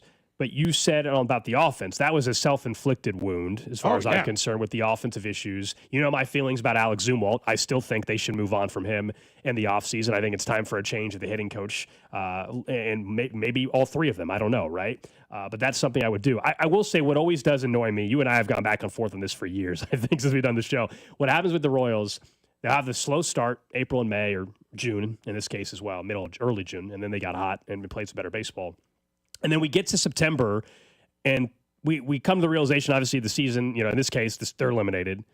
And then we try to go back and be like, well, actually, but this and that. And it really wasn't that bad of a season. No, we had expectations for them to make the playoffs. They came up short of their expectations. Yeah, we had expectations for them to make the playoffs. Hell, to compete to win the division. And it's even more frustrating now seeing the Tigers fall apart and the Guardians to see them collapse and come back, that knowing it wasn't going to take 94 wins to win this division like we all thought. It was trending in that direction, but it's not going to. I don't know what the final probably. record. Yeah, maybe 90 gets They're it done both now. 84, 85 wins. Yeah, so 88 to 90 is going to win the division after all this. I'm just saying that, this is still a ball club that had real expectations. They failed to meet them. You can be excited about the future, but also we don't need to use, basically kid gloves on the organization and be like, well, shucks, it was just a tough year for them. They tried so hard and almost still did it. That's a Major League Baseball team. There is a real expectation. They failed to meet those. Both things can be true. Yeah, but I also I'm not treating it as oh, shucks, the way we might have said about a team in 2006. Yeah. Or the different versions of teams where it's easier to be that way. I'm not denying the fact they should have been a playoff team and they weren't. But I'm also just for this year's team, I'm viewing it a lot like how we're talking about the Chiefs through 1 and 2. I know why they came up short. One is their own self-inflicted wound. They stunk on offense, and their offseason plan on offense stunk. And as a result of that, they came up short. Then I got to watch Cole Reagans, and I'm like, damn, they got absolutely beat to death in the pitching injury department, and they did not overcome it, and they're not in a position as an organization to overcome it. And yes, some of it, it's not even kid gloves. Some of it is, I do have, we talk about this with expectations for the Chiefs. The reason why we killed them worse for 1 and 2 is the Royals still, for 98% of my life, have been a laughing stock. So I will, and this is not meant to kitty glove it, I'll take an above 500 season 2 years in a row, just as long as it's building towards something, right? Yep. I won't take it forever. Gold, we talked about this like you're the Steelers. If you're the Panthers, you'll take 2 9-8 seasons in a row because maybe you're heading somewhere. Maybe the Royals are heading somewhere. They were a playoff team, and then maybe they'll finish above 500. Maybe that means something, like they are a functional organization. I won't take it for a decade, but I'll take it this year as in, right, but fine, you said it. But you said it there. Be something. Be relevant. Be competitive. I'll take in the early part of where the Royals are, which is what they are. They're in the early part of relevancy. Yeah, we used the Steelers example early in the year when people were, complaining that, hey, they're going to make the playoffs, but they're not going to do anything. Oh, I know. That's when I use that. They're going to come up short. That's when I use that. We haven't seen the success enough in this city on the baseball front to say, oh, well, they're going to make the playoffs and they're going to lose anyway. What's the point? That's where I got irritated by it because that, to me, that's crazy. I don't think it's the same thing as what I'm saying here. They didn't make the playoffs. So, no, I'm not good at it's not good enough to just say, hey, they missed the playoffs and because they haven't even come close. No, they came up short. This season wasn't good enough. I'm not saying I disagree with the notion that, hey, making the playoffs and losing early, who cares? To me, that's a crazy sentiment if they to be upset if they make the playoffs and then lose it. What I don't think is crazy to say it's not good enough to just be close and wow, we made it to September 20th and they weren't 23rd and they weren't eliminated. Yay. I'm done with that crap. I'm done with that. That's not what this organization should be given the talent that they have on the roster right now. And frankly, where the expectation is you follow up a playoff appearance with a disappointing season. That is still what happened here. Oh yeah. And it happens in baseball all the time. I'm not saying they're unique, but I don't think I get annoyed with this. I also just think there's different constraints in baseball that people are willing to, and I'm not going to ignore.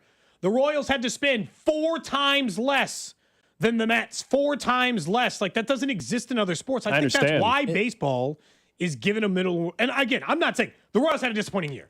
They did not live up to expectations. I said it'd be a disappointing year if they didn't make the playoffs. They didn't. I'm not saying I expect them to go to the playoffs 4 straight years. Not with the dynamics of, that's why of baseball. Next year changes a little bit. If they go to the playoffs again next year, then they are still doing the things organizationally that I am okay with. What's going to piss me off at the end of this, and what's going to really suck is they're going to finish with 82 wins, and the division winner is going to finish with 87. And in 162 games, 5 wins is going to be what kept you from winning the division or going to the playoffs. 5 wins that you gave away in April and May. Sure, but every team can play that game. No, you know I'm not. I mean? This is not an excuse. I'm saying that's going to piss me off. Yeah. I'm going to be annoyed that you were a bad baseball team for the first 2.5 months of the season. I'm not saying I'm just saying that's what sucks about it is you gave it away. It wasn't like the injuries held you, like they did hold you back and all that other stuff. But I'm going to be most mad because you gave it away by just playing miserable offensive baseball for the first 85 games of the season. And if you had just found a way, they're going to finish as an average team. To be team. a mediocre offensive team, you probably get those 5 wins and you're a playoff team. Not as in like, and yeah, like the going into next year, I do still think they have a lot of talent and they should be a playoff team. And my expectations will be very similar. Next year's Royals team should be competing for the division and be in the playoffs. Absolutely. Like there's no that should be the standard next year. It sounds like if you had a title for the way you feel, Cody, it's disappointing but not discouraging. Yeah, is the way that you would. I'm not just the way that you would. On it, I guess, if that makes sense. But it's also like I'm not saying other people aren't. I'm trying to pacify their season. Trash of the day. All right, let's go to Thailand. We were briefly touching on that earlier. That's right. A Dutchman was arrested in Thailand for stealing an entire ATM. Cody, this is something that happened to me. You have experience in. Well, when I was working at UMB, somebody backed up a truck, loaded the whole thing up and stole it. When we said, did you get video of them? They said the only camera on the backside of the building was in the ATM, as in like hard camera footage inside the ATM. So the 60-year-old man was arrested in Thailand for stealing an entire ATM by chaining it to his pickup truck and dragging it through the streets. The incident happened early Sunday morning when he had a chain hoist to pull the commercial bank ATM from its mounting and towed it about 20 meters before being caught. That's it? Yeah. He only got 20 meters? Yeah. He lived in Thailand for 6 years, invested $10 million, which is about $267,000, with his 37-year-old Thai wife in a restaurant business that failed. Financial stress mounting debts led to arguments with his wife, and after a dispute Saturday night, he told her he was visiting friends, but instead went and attempted to steal an ATM. That's quite the turn of events. I'll just tell you right now, there's not $267,000 in an ATM. He faces charges for, this is interesting in Thailand. So there's theft, but they call it specifically for nighttime theft. They charge you get charged for a more serious crime if it's at night. I don't know. Property damage and using a vehicle in a crime. Nighttime theft. It's what it says, nighttime theft. Potentially facing up to 10.5 years in prison. He didn't think this one through. All right, I'm going to chain the ATM. I'm going to get it out of its brackets. Nobody's going to notice anything. I'm just going to have it chained behind my pickup truck for miles, or meters in this case. And then I'm going to still have to figure out how to open up the ATM. If people wanted the conversion rate of meters to, like, let's say feet, familiar feet, 65 feet. That man only made it 65 feet. He might go to jail for 20 years. You got to get more than 60 10 feet. years. Most ATMs in the United States hold between $10,000 and $20,000 in cash. According to most recent, some casinos can hold up to 50 to 200 or even. We were doing our show and they were filling the ATM next to us. Yeah. We were out of the and Hollywood. it definitely had more than 10 to 20,000 in it. It had more in that like $200,000 range in it. Oh, I don't know about but even that. Well, they said ATMs in casinos can hold 50 to 200,000. I don't know if the one next to us had $200,000 in it. 200,000 is less, you think. It might have had 20. It might have had 20 to 30. I'm just saying, if you're going to go through this trouble and plan all this, you got to get more than 65 feet. Your plan better be better than I get 65 feet away. That's not even out of the parking lot. Yeah. Like you didn't even get. That's not even that far. As far as I know, he told his wife that he was going to hang out with some friends. Meanwhile, his friend is not money. Yeah. Based on the story. In fairness, I only worked at the bank that had the ATM stolen like that for 6 months, and it happened in the first months I was there. In the time I worked there, they never found the person who stole our ATM. Don't know if that person ever got caught, but they did not find them in the time in which I worked at the person's bank. Still trying to figure out how to open the ATM. I don't know. Like, it was, and I just still can't believe that at the time that the only camera they had in the entire bank of the drive-through part, I'm sure they've installed some since, that the only camera they had was a hard server camera inside the ATM as well. So they didn't have any video of the truck? Zero video. They don't have any idea. That would never fly in the year 2025. There's no way there would not be video of this truck. No, this was many, many, many years ago. Huh, that is no the trash video of the day. evidence of the person stealing it at the time. Up next, a guest this morning on Fesco and Dusty had some interesting words to say about the Chiefs dynasty. Then we're going to hear from Andy Reid, Patrick Mahomes, Tyquan Thornton. Coming up next here on Cody and Gold. What's up, Chiefs Kingdom? It's Trey Smith. You're listening to Cody and Gold weekdays 10 to 2 on your home for Chiefs football. 96.5 The Fan. Brought to you by Heartland Men's Health, the leader in men's sexual health. Thousands of men have been successfully treated for low T, ED, and more, all with discretion and compassion. Make your appointment at heartlandmenshealth.com. It's football season, and the best place to catch every play is Jefferson's. With great daily specials, an unbeatable happy hour, and plenty of TVs. Every seat is the best seat in the house. Bring your friends, bring your family, and bring your appetite. From legendary wings to juicy burgers to fresh oysters, Jefferson's has your game day covered. With locations in Lenexa, North KC, Lawrence, Topeka, and Joplin, Jefferson's is your ultimate game day destination. Jefferson's, wings, burgers, oysters. You're on the list for Macy's Fall VIP Sale. That means you're invited to save big on this season's top designer looks at prices you'll love. Like an extra 30% off Calvin Klein, Steve Madden, Hugo Boss, and more. Plus, get 15% off beauty and fragrance from Estee Lauder, Lancome, and so many others. This only happens a few times a year. Don't miss the Fall VIP Sale tomorrow, only at Macy's. Savings off regular and already reduced prices. Exclusions apply. This is the story of the one. As a maintenance supervisor at a manufacturing facility, he knows keeping the line up and running is a top priority. That's why he chooses Grainger. Because when a drive belt gets damaged, Grainger makes it easy to find the exact specs for the replacement product he needs. And next day delivery helps ensure he'll have everything in place and running like clockwork. Call 1-800-GRAINGER, click Grainger.com, or just stop by. Grainger, for the ones who get it done. Hi, I'm Dustin, your friend and jeweler at Shane Company. As director of diamond sourcing, it's my job to make sure every single diamond is worthy of a Shane Company engagement ring. Our team travels the world to see diamonds in person and handpick each one. That type of dedication only comes from working for a company that's been a family business since 1929. No matter your budget, your diamond is guaranteed to be the most beautiful because a friend wants you to pick from only the best. Drop by your store or shaneco.com and see for yourself. Shane Company, your friend and jeweler. Race weekend returns to Hollywood Casino at Kansas Speedway with over $60,000 in prize giveaways. Friday night, stay cool with the Pin Play app and pick up a 12-pack of Coca-Cola while supplies last. Saturday is a day of winners with a winner every 15 minutes. And on Sunday, win up to $2,500 in Penn bonus play with the Hollywood Casino 400 even or odd drawing. Find your fun at Hollywood Casino. Must be 21. Gambling problem? Getting help is your best bet. Call 1-800-GAMBLER or visit ksgamblinghelp.com. Sailor Jerry's Run presents FAC 31. Saturday, October 4th at Cable Dahmer Arena. Witness a full night of MMA action. Stream live worldwide. The main event is champ on champ when Jose Hernandez takes on Ray Hayes. Zach Scroggin will battle Alonzo Martinez in the co-main event. Tickets for FAC 31 are on sale now through Ticketmaster or the Cable Dahmer Arena box office. Sponsored by Gary Crossley Ford, Healthy Looks Pet Spawn Wellness, Trade Machine Motorsports, Apple Roofing, and Tentmaster. It's time for the pro to get everything for the job delivered. Large orders of lumber, doors, windows, paint, plumbing, anything the job needs, all from one partner. Get it today with same-day delivery. Get it tomorrow with next-day delivery on 50,000 plus products. Or get it on your timeline with scheduled delivery on everything from framing to flooring. It's time to get your whole job, all your jobs delivered. Ask about all our new delivery options at the Pro Desk. The Home Depot Pro, it's about time. Life insurance. Why are you putting it off? Can't afford it? Too much hassle? Think you don't need it? There's lots of excuses for putting off life insurance. But if you weren't there, who would pay the mortgage and other bills? With Ethos, you could be covered in 10 minutes and boom, family protected. Ethos, fast and easy online term life insurance. Up to $2 million in coverage with no medical exam. Some policies as low as $1 a day. Answer a few health questions and get your free quote at ethos.com/radio. That's ethos.com/radio.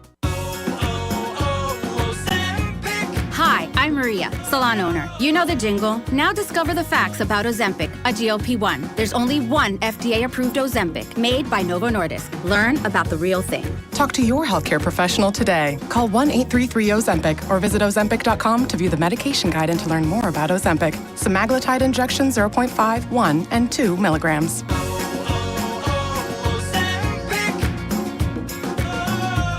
Ready to kick off the fun? Chumba Casino is your go-to game plan during halftime or overtime. From spinning slots to instant scratch-style cards, it's like running the perfect play, all from home. New players score a free welcome bonus and daily logins with a shot at some serious prizes every time you play. Get in the game and visit ChumbaCasino.com today. Let's Chumba. Sponsored by VGW Group. No purchase necessary. See terms at ChumbaCasino.com. Must be over 21 and present in a state where it's legal to play.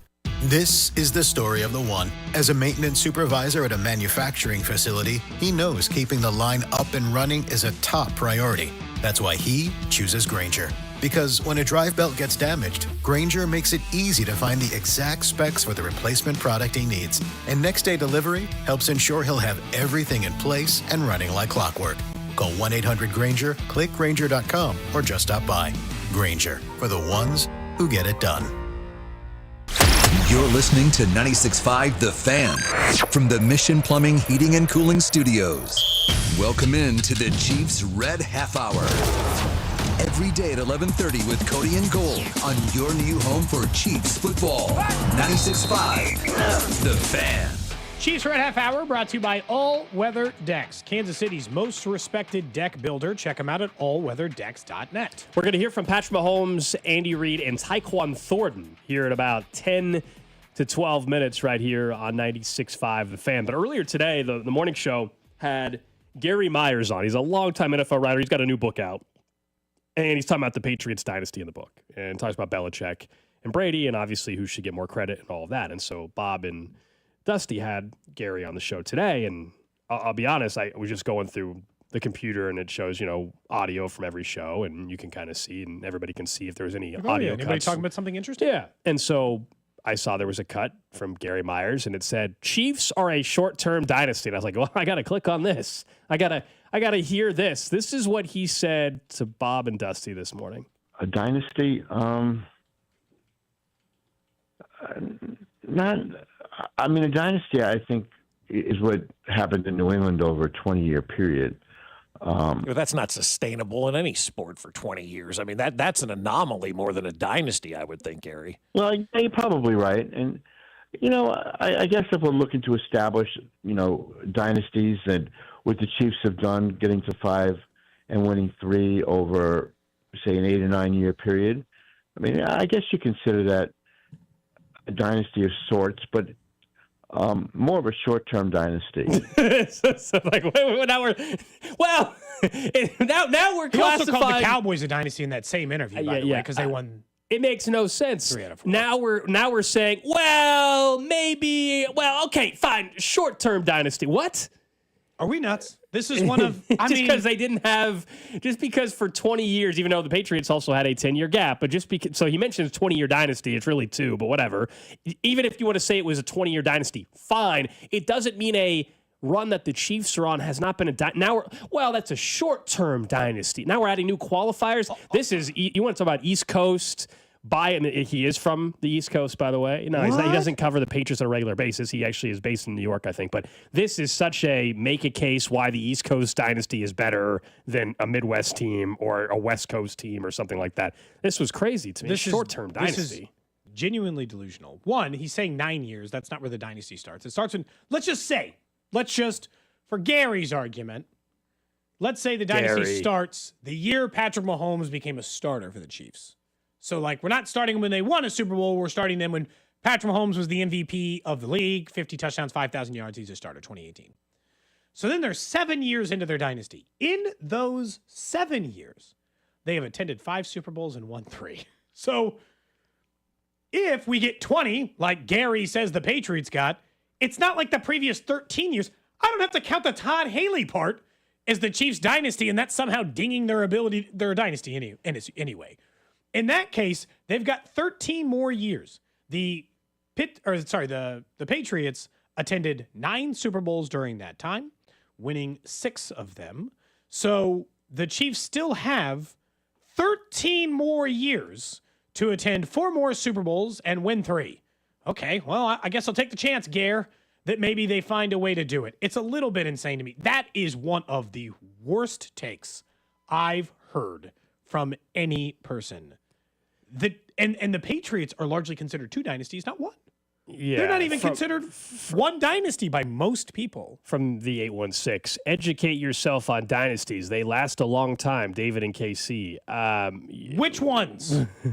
Give me any other football dynasty besides. So the Patriots are the only dynasty in the NFL? That's it? This idea that you have to be going for 15 years to like 8 Super Bowls in 15 years. One, that doesn't happen other than the Patriots. They didn't even do it in 15 years. It took them 20. This idea now we're acting like they don't exist in a current dynasty. I would firmly disagree. They last for a long time. I mean, we can go if we want to play the game of going and looking up every single sport and some of these dynasties. There are some that are longer. There's no question. There's some that are also the Chiefs dynasty run. It's not by that logic. It's not over yet, though. Either. It's also comp by sports is really unfair. Like the Bulls dynasty only really ran like 90 to 98. They're not. You're telling me by this argument, the Bulls are not a dynasty or barely. The Edmonton Oilers. Now they won 5 and fair. They didn't just go. They won 5 in 7 years. But my point is that wasn't a 15-year run. So the Oilers were a short-term dynasty too because it was only a 7-year run. That's a short-term. No, it was a dynasty. The Bulls won 6, but they only did it in 8 years, so only doesn't count. Or because they won more championships. Well, then the Patriots don't count because it took them 20 years to win the amount that they won. The dynasties are not as long as you think. I'll just be honest with you. Maybe the Minneapolis Lakers in the 50s or whatever. Maybe there's some that are long. I'm not saying that there aren't some that extended longer. Also, but the thing is, years, if that's the case, then what if the Chiefs go to 2 Super Bowls over the next 6 years? Well, then their dynasty just got extended because we're not cutting off the one from before, based on the same logic. I just thought it was a bad take. I don't think Gary Myers this morning. You can't put terms on a dynasty. A dynasty is a dynasty. It doesn't matter whether it's short. If there's a consistent period of time that's dominant and there's and everything runs through them, then it's a dynasty. And they have it doesn't matter whether it's 5 years or whether it's 10 years. And a bunch of championships in the NFL is 3. That's a ton of championships in the NFL. The Cowboys haven't even made an NFC title game since they finished their dynasty. They're not easy to come by. A dynasty of sorts, but more of a short-term dynasty. Adding qualifiers to dynasties now. Like between that and Tom Brady's stance today on how he doesn't have a conflict, done with the East Coast for today. Like that's it for me. And Tom Brady sent out the most self-righteous bunch of BS in an ESPN article talking about how he doesn't have a dynasty, thinks he doesn't even believe today that I can't do it. Tom Brady called us paranoid and distrustful to believe that there's a conflict of interest. Here's a quote today from his article. And with all the successes football has given me, I feel I have a moral and ethical duty to the sport, which is why I point where my roles and the intersect is not an actual point of conflict, despite what the paranoid and distrustful might believe. Rather, it is my place from which my ethical duty emerges to grow, evolve, and improve the game. Is he given that has given me everything. Address? What? Just language? Can we just have like a sound effect where he's playing like a large fart noise after nonsense like this or what Gary said? He doesn't even believe the things he's writing there. Get out of here, Tom. Yeah, I've told you. I'm the whole Tom Brady. It's the most over discussed thing in the last 3 weeks. I'm just saying this so is self-righteous. Yeah, take out the is it a conflict? Yeah.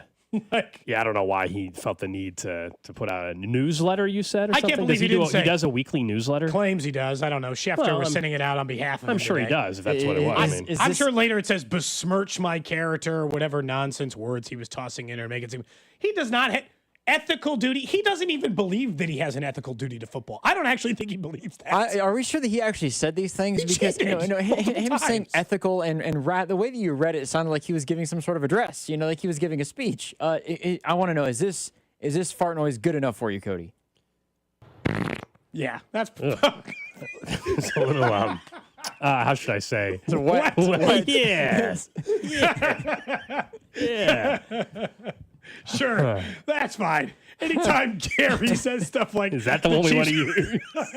Is that really the? What was it? One more time, Drew.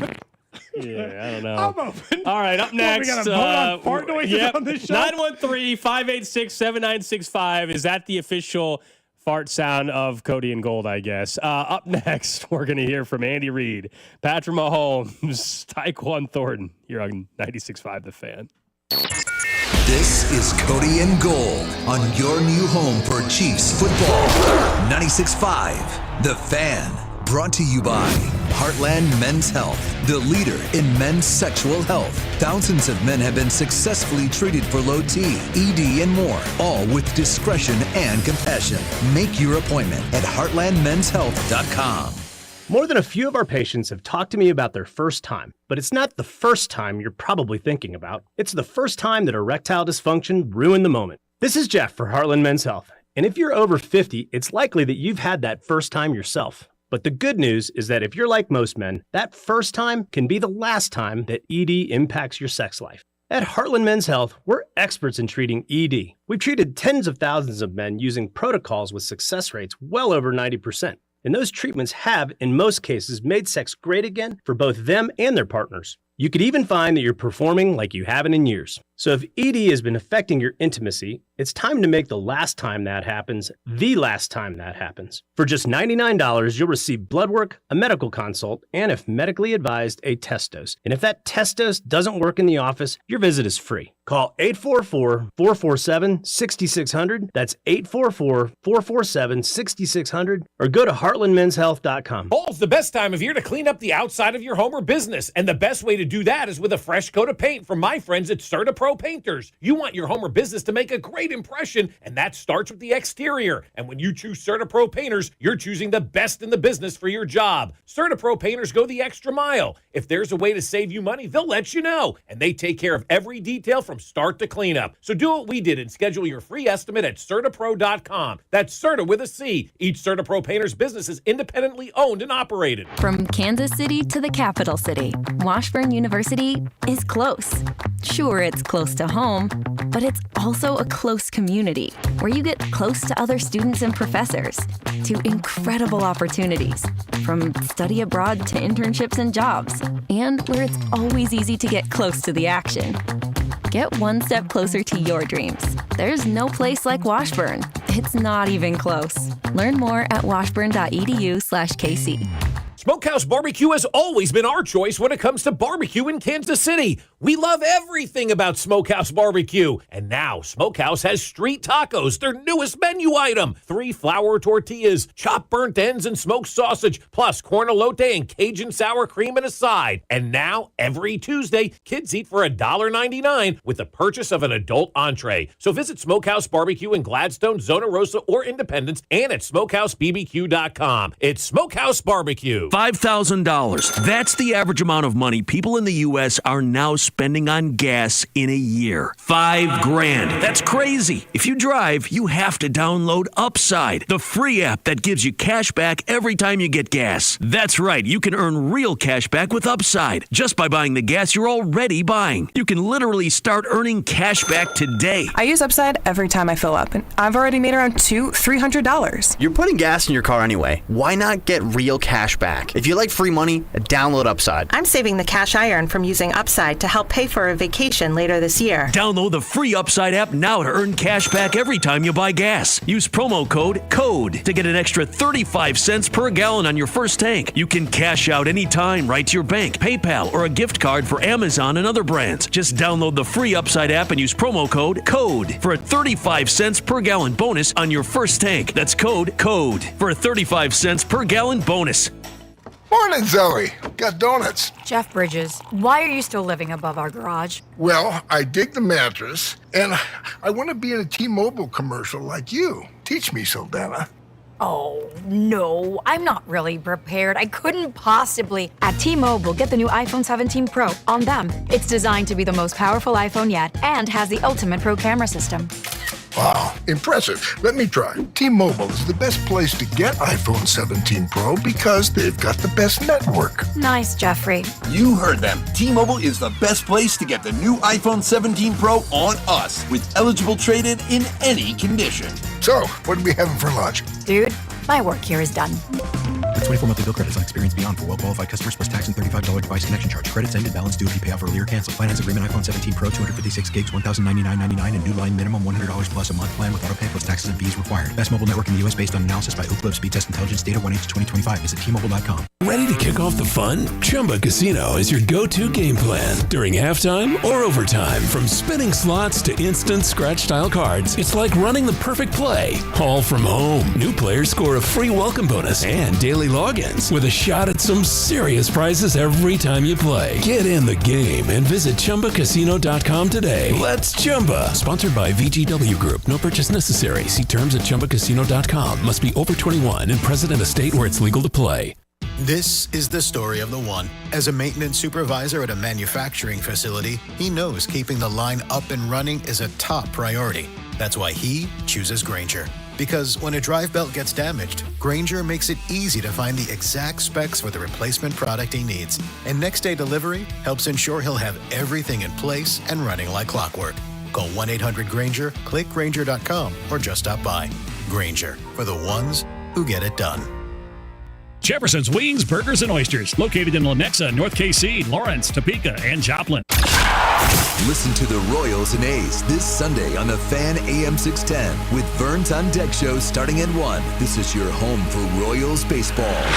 96.5 The Fan, KFNC FM and AM, HD1 and HD2, Kansas City, and Odyssey Sports Station. All right, we're awaiting Andy Reid, Patrick Mahomes, Tyquan Thornton. When they head up to the podium, we'll go live out to Arrowhead. We did, based on the vote, on the text line, I think we found the official fart of Cody and Gold. Oh, yeah, jeez. The official fart sound, Drew. Nailed it, first try. Way to go, Drew. Hey, well, look, way to go. When you talk to your wife, how was work today? You can say, you know what? Real productive day. Okay. All right. All right. All right. All right. All right. Enough. Only when people say really stupid things. Yes. I was thinking like a longer sound in my head All right. when I had suggested it, but it works. Yeah, it does. It definitely does. It works. What can I say? Yeah. It's just like some random consultant is gonna. We don't know. They have a consultant listening to the show today. We're gonna find out 3 months from now. Be like, I was listening to your show one day. Too many noises that sounded like farts on your show for that 3-minute period. Sir, a huge chunk of our audience enjoyed is it. men from 25 to 54, and I got to be honest. Yeah. Everybody likes it. Men, women, children, everybody likes a fart joke. I don't know about that. Everyone likes a fart joke. Farts are funny for every person on the planet. Yeah. The text line will universally agree with me on this. I'm convinced. Mm-hmm. It's always funny. Makes people laugh. Yeah. Put a little levity in your day. Someone says every man listening is laughing. There you go. I'll be curious to see what Andy says about Xavier Worthy. Obviously, he was asked about it in postgame, and they just said they wanted to sit on it a little bit. But the truth is that there's nothing new with the injury. He is participating. He has been participating. It's always going to be a risk. Is the hope that you get a couple of games with him and Hollywood and Rice together? Because you can't afford, this is the problem, you can't really afford to lose a lot of games while you wait for the magical moment for Worthy to come back. And so if you thought we can beat the Giants without him, I'll listen to it. But if nothing's changed in the injury front, Drew's right. He has to be available for this game against the Ravens on Sunday. It is a huge swing game for where you are as a team, the season, the record, the division. It's got way too many things on the line. It sets it up so you can lose to the Lions and be okay, not lose to the Jags, but lose to the Lions and be okay. Well, it takes a little pressure off. It takes a little pressure off. Everybody, all of a sudden you stack a win or you stack 2 wins together. You feel like, okay, we've stabilized the ship. Ideally, you hope that some of the things maybe you figured out in the second half offensively continue to build on that. Whatever other shifts that they make. But Xavier Worthy, along with Tyquan Thornton, would be the 2 most explosive players they've had on the football field this year, if in fact we get to that point, if that happens on Sunday.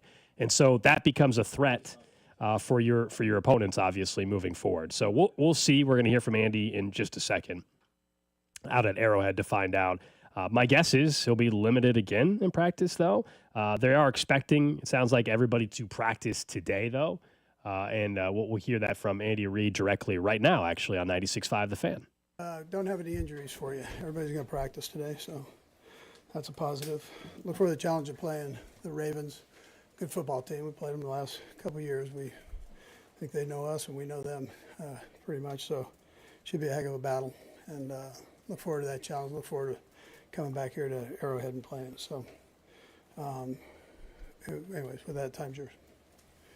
Coach, the play to Isaiah Pacheco, where he's coming back, obviously something was going wrong. Can you kind of explain how he ended up behind, and are you trying for a lateral there, or did it just kind of get blown up by what the defense was? Yeah, it was the release on it. Yeah, we weren't trying to, not once or twice, so we don't want that. But he was trying to chip on the tackle and got caught up in there, and it bumped him out too wide. So we'll fix that. Have you seen enough from Xavier that the optimism level has grown for a return potentially this week? Yeah. How important is it just to see him in practice and being more than limited to get him out there on Yeah, well, I mean, we'll just evaluate him and take it day by day, but he feels good, so we'll see. How have you been going across just, this offense with, you have Taekwondo, Juju, and now you bring Xavier back, and then in the preseason you're doing it with Rashid. Just how have you guys just adjusted, basically week to week, having kind of... Yeah, sure. I think one of the great things is that Pat's been able to get some game time with a couple guys that he didn't have a lot of game time with, between Hollywood and 80. So, I mean, I think it's a positive thing. And then when the other guys come in, then he's got experience with them. So I look at the production of the other two guys, Hollywood and Thornton, and I think that's a real positive for the team going down the road here. Andy, Pat talked in the offseason about how you told him to throw deeper, but what does it say to you about him that he's gone out there and worked on it and now he's doing it and has had success with that in games? Yeah, well, we practiced it, so he could. You've got to practice that. The percentages go down on long balls anyways compared to the short intermediate game. So the further you go down the field, so you've got to put in the time there and practice it. And as coaches, we've got to make sure we give him an opportunity to do that before game time. So we spent a little bit more time with that, so it'd be part of the offense, and then he could get used to these guys, doing their routes. Coach, I heard a little bit of Travis's podcast today. So he said he's confident. The momentum's going the right way with the offense. Did you feel like after halftime, and you came back and watched everything, you guys got some good things going and brighter days ahead, regardless of who's out there with the receivers and all? Yeah, I thought it was better the second half, for sure. Yeah, ended on you end on a good note that way, but you got to build on that. So that's you're going against a good defense, so you got to make sure take care of business this week. Make sure we detail our work. Coach, thoughts about that Ravens defense? They're obviously not happy to be 1-2 either. This is, neither one of you thought you'd be right here, but what did you see from them in recent study on what they have defensively for you guys? Yeah, well, Orr he's a good one. So defensive coordinator, and he brings guys from all over when needed, and at the same time they play good sound defense. On top of that, they've got good players. I'm sure he'll have some change-ups from what he did with us last time, which is, we'll just have to adjust to it. So, but he does a nice job with that defense. He's got a lot of flexibility there with what he can do and with the players. What do you expect from them? I mean, they got their backs to the wall. That's the way they structured it. Yeah, sure. They're a tough football team. It should be a good, tough football game, and that's the way you prepare yourself. Sure. Coach, Juwan had another penalty the other night, and obviously it looks like that immediate ankle injury has been an issue for him too. Is there any point where he might need a break, or do you still have complete confidence in his health and his status right now? When he doesn't have the penalties, his percentage has been good.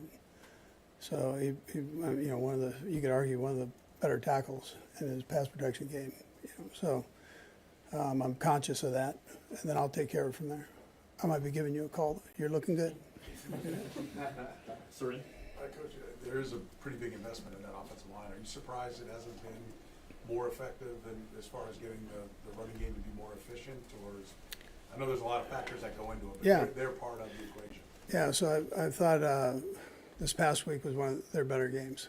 Yeah, so I thought they came together there and did some good things, run game and pass. Yeah. Steve? Coach, Juju has been pretty consistent for you guys, kind of flown under the radar a little bit. What does he bring to the Yeah, he's great in the room as a leader, good man, and works hard, does things the right way. He's not afraid to speak up when he sees something, which is great for the young guys to hear. And then he's a good football player. He understands space. Big body. He's not afraid to go anywhere on the football field or anybody. So that's his benefit there. Okay, thanks, Coach. Yep. All right, so that was Andy Reid. We're going to hear from Patrick Mahomes in just a second. The final minute and a half was kind of interesting there. He was asked about Juwan Taylor. We all know we've been discussing, hey, would they eventually make the switch to a Jalen Moore, even if it's not this week, would they do it down the road? Well, that sounded like a head coach that believes, hey, when he's not, I think the quote was, when he's not committing the penalties, he's pretty damn good. You could argue he's one of the best pass blockers in the NFL, is what he said. Juwan Taylor is still going to be the right tackle for this football team for the foreseeable future. That should be pretty clear now. I think that might be a mistake, and I understand for the first couple of weeks I was even defending it, and that Juwan Taylor was doing some things okay when he wasn't making the mistakes that Andy was talking about. Last week, he was bad at both.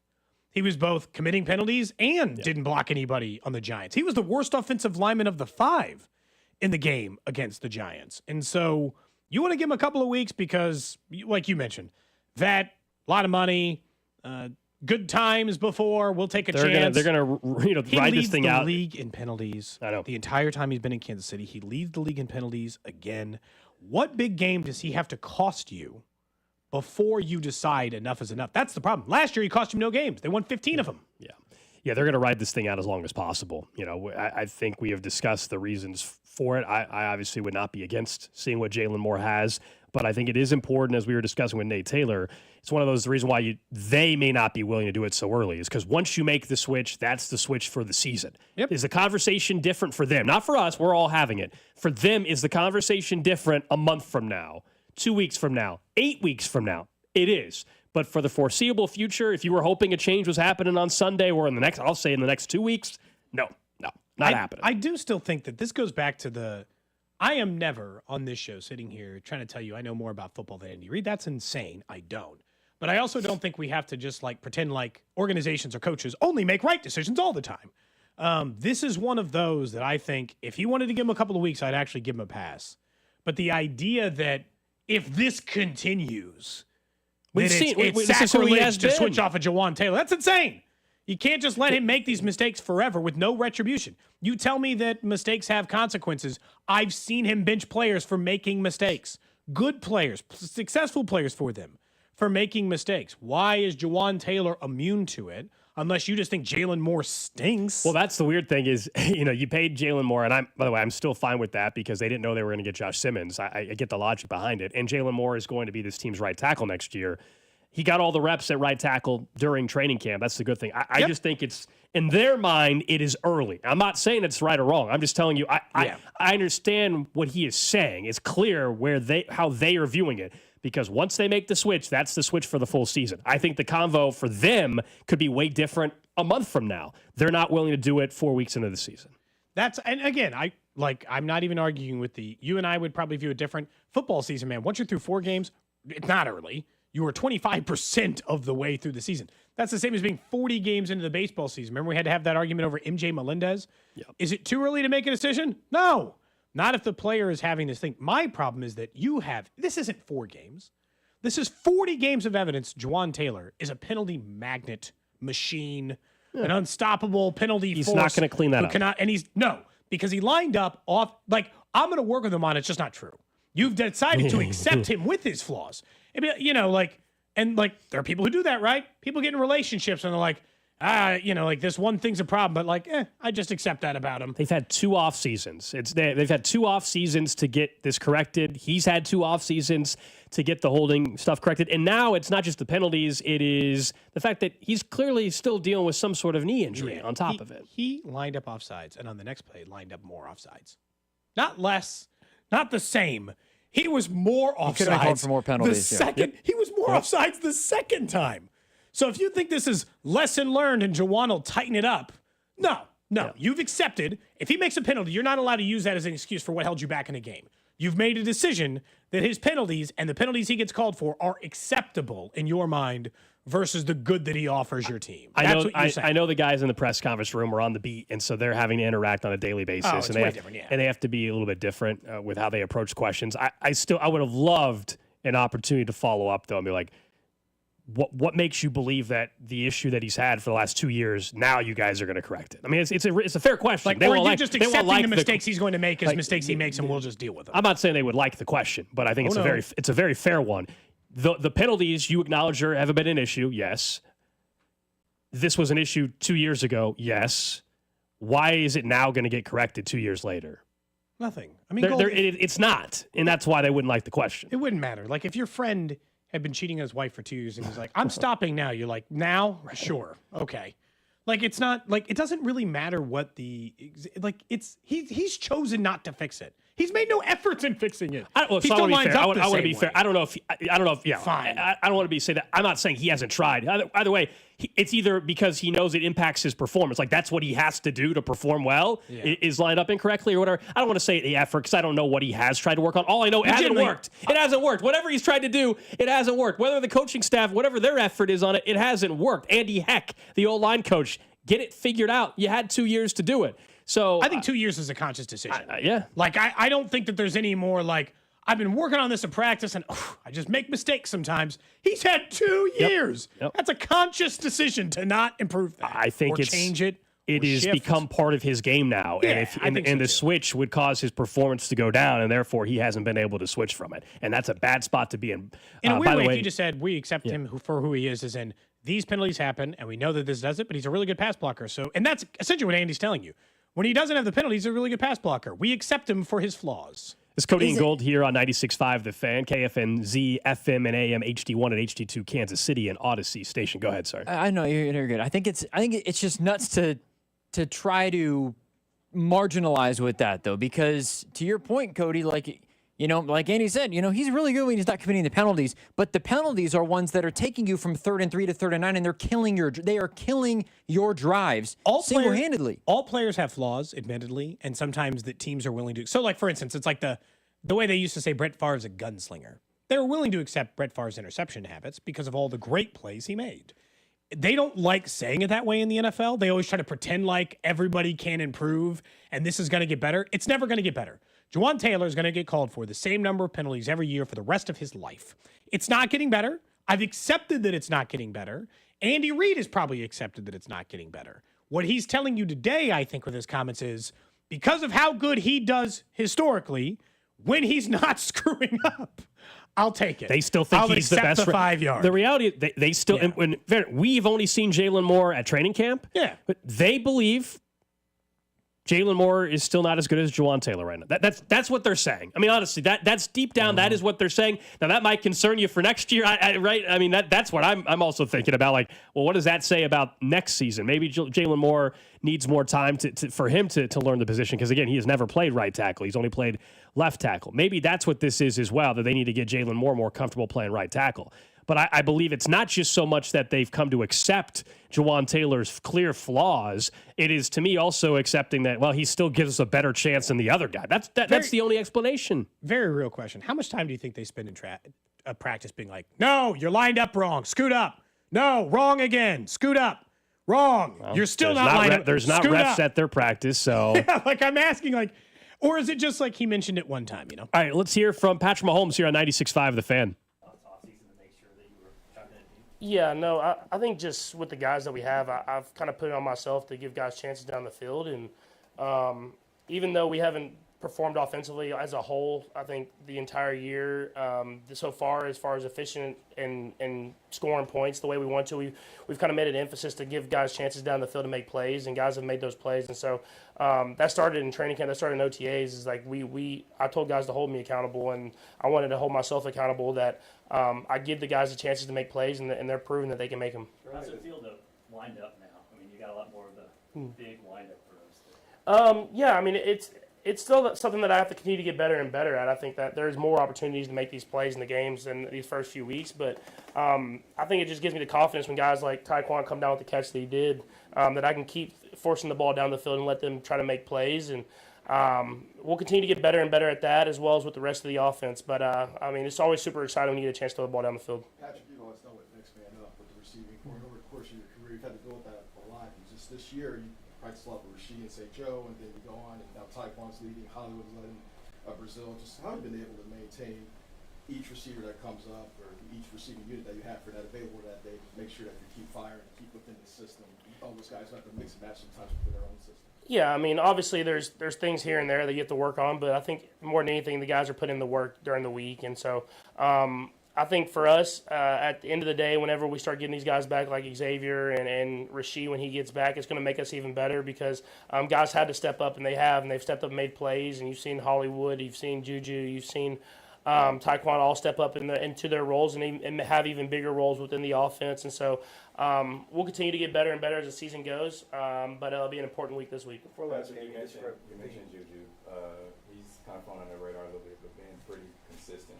What's he mean for that wide receiver? Yeah, I mean, he's kind of like the leader of those guys, man. I mean, he's someone who's been there and done it. You know, he's won the Super Bowl. He's had big 1,000-yard receiving seasons. He's kind of been in all different types of offenses, and so he can be that guy that they can lean on. They can ask questions to, and then I think he does a great job when his number gets called in the game to make the plays happen and being available whenever I need someone to throw to, and has a good feel for the defenses and what the defenses are presenting. And so he's someone that's super important to that room just in general, but he stepped up whenever we needed him to these first few weeks and made plays happen. Before last game, you described the offense as close. As you reviewed, what signs in the second half did you see that maybe it's even getting closer to what you wanted? Yeah, I think just the execution. You know, we cleaned up our execution. I got the ball out. I made the right decisions, made the right throws. I think that's the most important thing. It's like just making the throws. You know, making the throws whenever they're there, getting the ball out of my hand, letting guys make plays happen. And I did that in the second half. And I mean, the only drive that we didn't score was the one that I missed Taekwon. So I mean, it just proves that if you make the throws, that the offense can be productive and can have the progress that we want. I just got to go out there and make the plays happen. Patrick, I know you've been blitzed more than you typically have been. What's that been like, and what's the adjustment like? Yeah, I mean, I think you see that we're able to throw the ball down the field a little bit more now because of that. But I think it's just it's a product of the teams that we played and them testing our young offensive linemen. But I think our offensive line have done a great job of picking up those blitzes and giving me opportunities. And that's why you've been able to see some of these deep shots down the field. And you got to be able to execute and showcase that you can hit those throws. And if you do that, they'll adjust, and then we have to adjust as well. And so that's what's beautiful about the NFL is you have to be able to adjust on the fly and make things happen. Patrick, I know you get together with the coaches on the night and go through the plays that are there. Andy gives you input. I mean, how much do you take out or put in, and how much is really your choice on what plays end up going into the actual game? Yeah, I mean, Coach Reed gives me kind of free roam. If I don't like plays, just tell him. He'll take them out of there, and we do a good job. They communicate with me throughout the week. I mean, it starts yesterday or even the day before on Monday. Of just kind of talking about stuff that they're thinking about, and then I communicate kind of what I'm seeing, and then I trust in Coach Reed that he's going to make the game plan the way that he has done for a long time now, and he always makes great ones. And so I think more than anything is trusting in him and then telling him whenever I'm not feeling the play that I'm not feeling. Has it evolved over time? I mean, when you first got here, everything's a pass, everything's wide open, and maybe now you're a little more cerebral in what you're picking out? Or? Stuff evolves for sure just because I've seen more and more defenses and know the team more and more and know what we're trying to do. I think more than anything, I think the trust that he has with me has gotten even more and more just throughout the years. And a lot of those times, especially when I go to the sideline there before like a timeout or kind of like the review with the Taekwon play, and then we talk about it, and I tell him a play that I like, he'll call it, and he has that trust in me that I'm seeing it right out on the football field, and he gives me the chance to go out there and make it happen. What kind of boost is it to have Rasheed back in the building? It's huge. I think just having a guy that you work with every single week, all training camp, all off season, and then having him back in the building, he always has a smile on his face, and you can tell the guys they like him. And kind of like Juju, he's kind of been one of those guys that's been here and he's won a Super Bowl, and even though he's young, he can kind of be a leader for those guys in the room of how we work and how we get after things. And so obviously he can't practice, but he can be in the meetings and listen to the stuff that we're working on, and it definitely gives a boost to the whole receiving room and the whole offense. Patrick, you're one of the more veteran guys in the league now, and I know this is a little bit off topic, but you spend a lot of time in between the games or talking to the referees. I just wonder what's your conversations like with the referees, and what are those back and forth nature in the middle of a game? Yeah, I think more than anything, they're just communicating different things that you're seeing, and you might ask kind of like the alignment stuff or like the motion type things and timings and stuff like that, just to making sure that we're doing everything the right way and doing everything the way that we're supposed to. And so that's stuff that we continue to get better and better at. But just keeping an open dialogue, because those guys are trying to to make the game go as smoothly as possible and want us to go out there and let the players dictate the game. And so we try to just have that open communication with them. And I think that's kind of like every QB in the league is that you have those communications like that. Lebo, you guys ran the ball a little more efficiently with the running backs this past week, and we watched the Ravens on Monday. They were a little susceptible to run. Maybe I mean, it's just I know it's cat and mouse every week. It's going to be a little bit different here and there, but you feel like the run game has some momentum and can be a bigger part of having success and balancing everything out. Yeah, I mean, we want to be balanced. I mean, I think every team in the NFL does, and I thought this last week we did a better job of running the ball, and I thought the offensive line did a good job of doing the run blocking together and the chemistry building between them. And I know that you saw Monday night with the Ravens, but they're a prideful group, man. I don't think they're going to be very happy with the film, and they're going to come out with the mentality of stopping the run. So it'll be a great test for us. And so they'll be able to go up there and be able to run the football and then be able to pass off of it. Will be important to us. Stay balanced and go up against a team that's going to be as hungry as we are. So it'll be a great football game this weekend. Matt, how much, Patrick, in the last 3 games, and especially in the second half, have you felt that you talked about the offensive line and the job they've been doing in pass protection, that you've been allowed the ability to push your eyes downfield and maybe look for some of those targets? Do you feel that increasing in your trust in that ability? 100%. I mean, I think that's been huge. This last defensive line that we played had all type of first rounders, all type of talent, and I thought the offensive line did a great job of giving me time to throw the ball down the field. And it's my feet, you tell, are a little bit more calm because I understand that these guys can protect and they can give me time to make these throws, and I'll continue to get better and better at that and try to make some of these throws more accurate down the field, and instead of hitting 1 to 2 a game, making that 3 to 4 and then 5 to 6, and then defense will back up and it'll help us out with other stuff within the offense. And so I'm just excited for where this offense is going. I know it hasn't been the perfect product that we've put out there so far, but there's a lot of good too.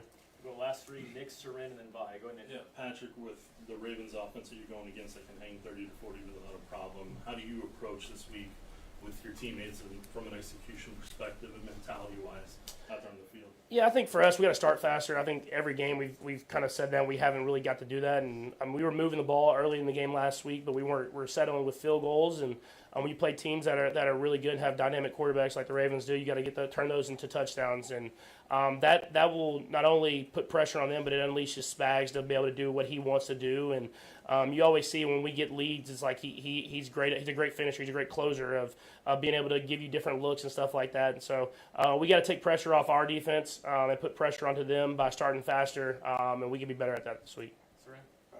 The play where the ball goes backwards to Isaiah Pacheco, is that in your head? You know he's there, and you're just looking to flip it out there, and as you turned around and the moment of having to get it out, there's almost like, whoa, you try to pull it back as you're letting it go. Like, just what was going through your head as that is evolving? Yeah, I mean, I got to see where I'm throwing before I throw it. We had called a play, and you don't want those short completions in that 2-minute type tempo, and so you kind of take the incompletion, and so I kind of had went to burn it at his feet.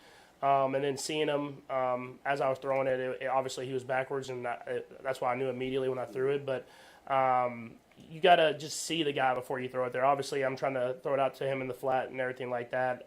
But I got to see where he's at. He's trying to chip and give me time to throw the ball down the field. And so luckily I was able to get the ball back, and then the defense was able to get a huge stop for us there and into the half. But I got to be better at not just throwing it blindly, just kind of knowing where those guys are before I burn it at their feet. Patrick, on the intermediate and deep passes, when you haven't connected, how much are you seeing passes you wanted back and versus maybe just a matter of communication?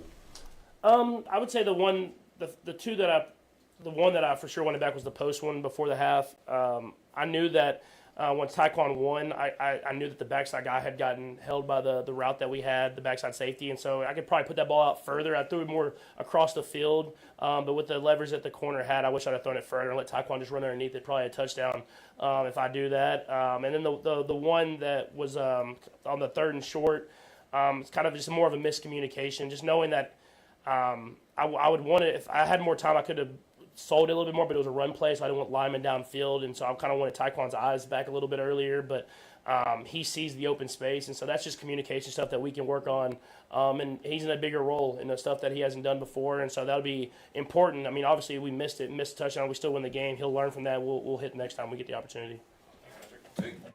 All right, so that was Patrick Mahomes speaking to the media. We are expected to hear from Tyquan Thornton here in just a second. Cody and I were talking off air right before Mahomes wrapped up. Just, it puts things in perspective. You appreciate just how detailed, we know this, but to hear him once again, he's breaking down 2 particular throws and 3 or 4 different things on that play that he could have done differently or saw. Just it puts in perspective just how detailed these guys are. He's like, I wish I'd have just put a little more air under it because I knew I had to get it out quick because it was it was a play action, so I didn't want the lineman to get downfield.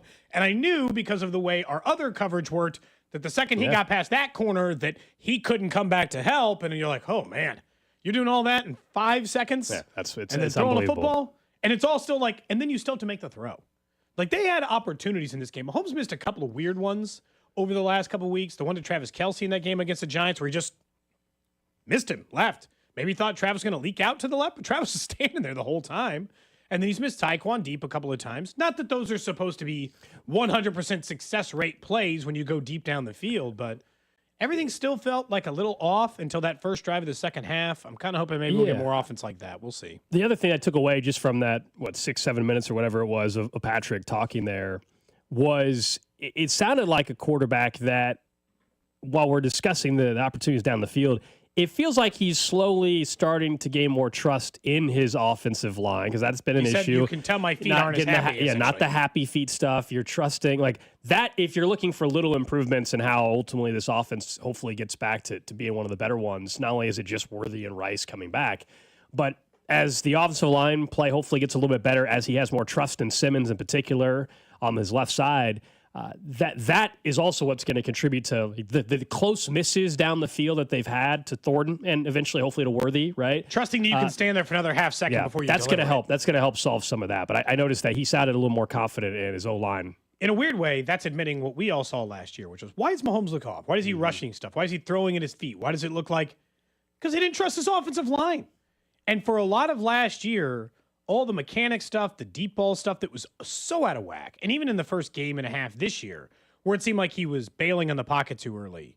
The longer he stays in, the more likely those deep passes are to go. They have to hold up, obviously, to make that all work. I think he's getting much closer, much closer to that. Of course, on Wednesdays, our lunch partner, our friends over at Jefferson's. It's football season. There's no better place to watch your favorite team than Jefferson's. They've got great daily specials. Of course, a great happy hour locations in Lenexa, North KC, Lawrence, Topeka, and Joplin. So bring your friends and family out to Jefferson's for the ultimate game day experience. Jefferson's, wings, burgers, oysters. Yeah, I want to wait on the offense. But I also would like, you know what it is? For me to think that Worthy and Rice together with Tyquan and everybody is going to like make this offense back to not the glory days. I'm not looking for 50 touchdowns and 5,000 yards, but back to when they are a respected offense in the NFL and people actually fear what they're capable of doing. I actually need like proof of life before that. Like this week when it's let's say Worthy comes back, it's just Worthy and Hollywood and Thornton. Show me something. That's a bad defense playing bad. Show me something. Show me that you can take advantage of some of these areas. I'm not saying drop 40 on the Ravens, but show that you can do some of those things offensively and do some of the things you claim you're getting better at. Time in the pocket, that's going to go a long way. Mahomes has never had one of the 5 best offensive lines in football. Like, in all the time. And I'm not, like, that's not revisionist history. He has had good offensive lines. He's had top 5 players in their position. Like, Mitchell Schwartz was probably the best right tackle. Joe Tooney was probably the best left guard at the times in which he's had him. But they've always had good offensive lines when their offense was great. As in, like, we're a respectable unit who can do the job. The last 2 years before this one, it was getting bleak, Gold. To the point that I think it did throw off his mechanics and his system and his process. But ultimately, for it to get to where this offensive line is considered a major strength, and there's no reason why it shouldn't be based on what they've invested. Creed Humphrey, Trey Smith, we talked about it a week ago as well. It's got to be one of the better offensive lines. Those two in particular have to play better. We mentioned it last week with Nate Taylor when he joined us in studio, and he agreed that those two guys are not off to their best starts of their career. And I think you brought up yesterday. Mitchell Schwartz is questioning the health of Trey Smith, and now Andy Reid. As far as we're going off of what they tell us, right? We Nothing on the injury report. By the way, everybody's practicing today. Fulton too. It's weird. This team is 1-2, and of course you'd rather have an extra win or two. But this is as healthy like as a unit, as the 53-man roster has been heading into week 4 in a while. They've always had some other, like Christian Fulton, I don't know if he's going to play or not, but I don't know if Dan will play either. It doesn't mean that he's going to be a full participant. It doesn't mean that Xavier Worthy's going to be a full participant, but Dana's back at practice. Fulton's back at practice. Royals obviously continues to practice. Worthy's back at practice. Like, they're in a good spot when it comes to that compared to where they've been in recent history. That's all. Going back to the Royals comps earlier in the year, this is kind of how I feel about it, and this is how I think they should approach it too. It's about keeping your head above water. Remember when the Royals lost Cole Reagans and Lugones, everybody, and we were looking at their schedule and we're like, hey, can you go 500? That's genuinely what my stance is until you get Rice back. Can you get to 3-3? Can you just be 3-3 by the time that Week 7 match was at Denver? Who do they face in Week 7? I do not know. I paid so much attention to the first 6 games because of how hard they are. Now I can't remember the exact Game 7. So hold, please, while I look it up. It is the Raiders. Sorry, different divisional opponent. The Raiders in Week 7. Can you be 500 before you take on the Ravens, Commanders, and Bills? Okay, can you just stay afloat? Keep your head above water. And I don't say that often about a Chiefs team, but when you've been dealing with the injuries and the suspensions for Rashee Rice that they have been, there is this big impetus of just like, can you just stay afloat for a little while you're still figuring these things out? That's still why this Ravens game, I don't want them to have to beat the Jags and the Lions. I don't really care they get to the 3-3. I'll say the same thing going into that Raiders week if they get to 3-3, whether it's lose to the Ravens, they're 1-3, and then beat the Jags and the Lions. But I prefer that they have the wiggle room, Gold. Just go ahead and get the win this Sunday and not have to worry about it. Well, and it's got major implications, as we've discussed, from a tie-breaking standpoint. Now, maybe it doesn't matter as much depending on if you believe the Ravens and or Chiefs can still win their divisions and will win their divisions. But for the Bills and the tiebreakers, the Bills already have one over the Ravens. The Ravens don't have the tiebreaker over the Bills.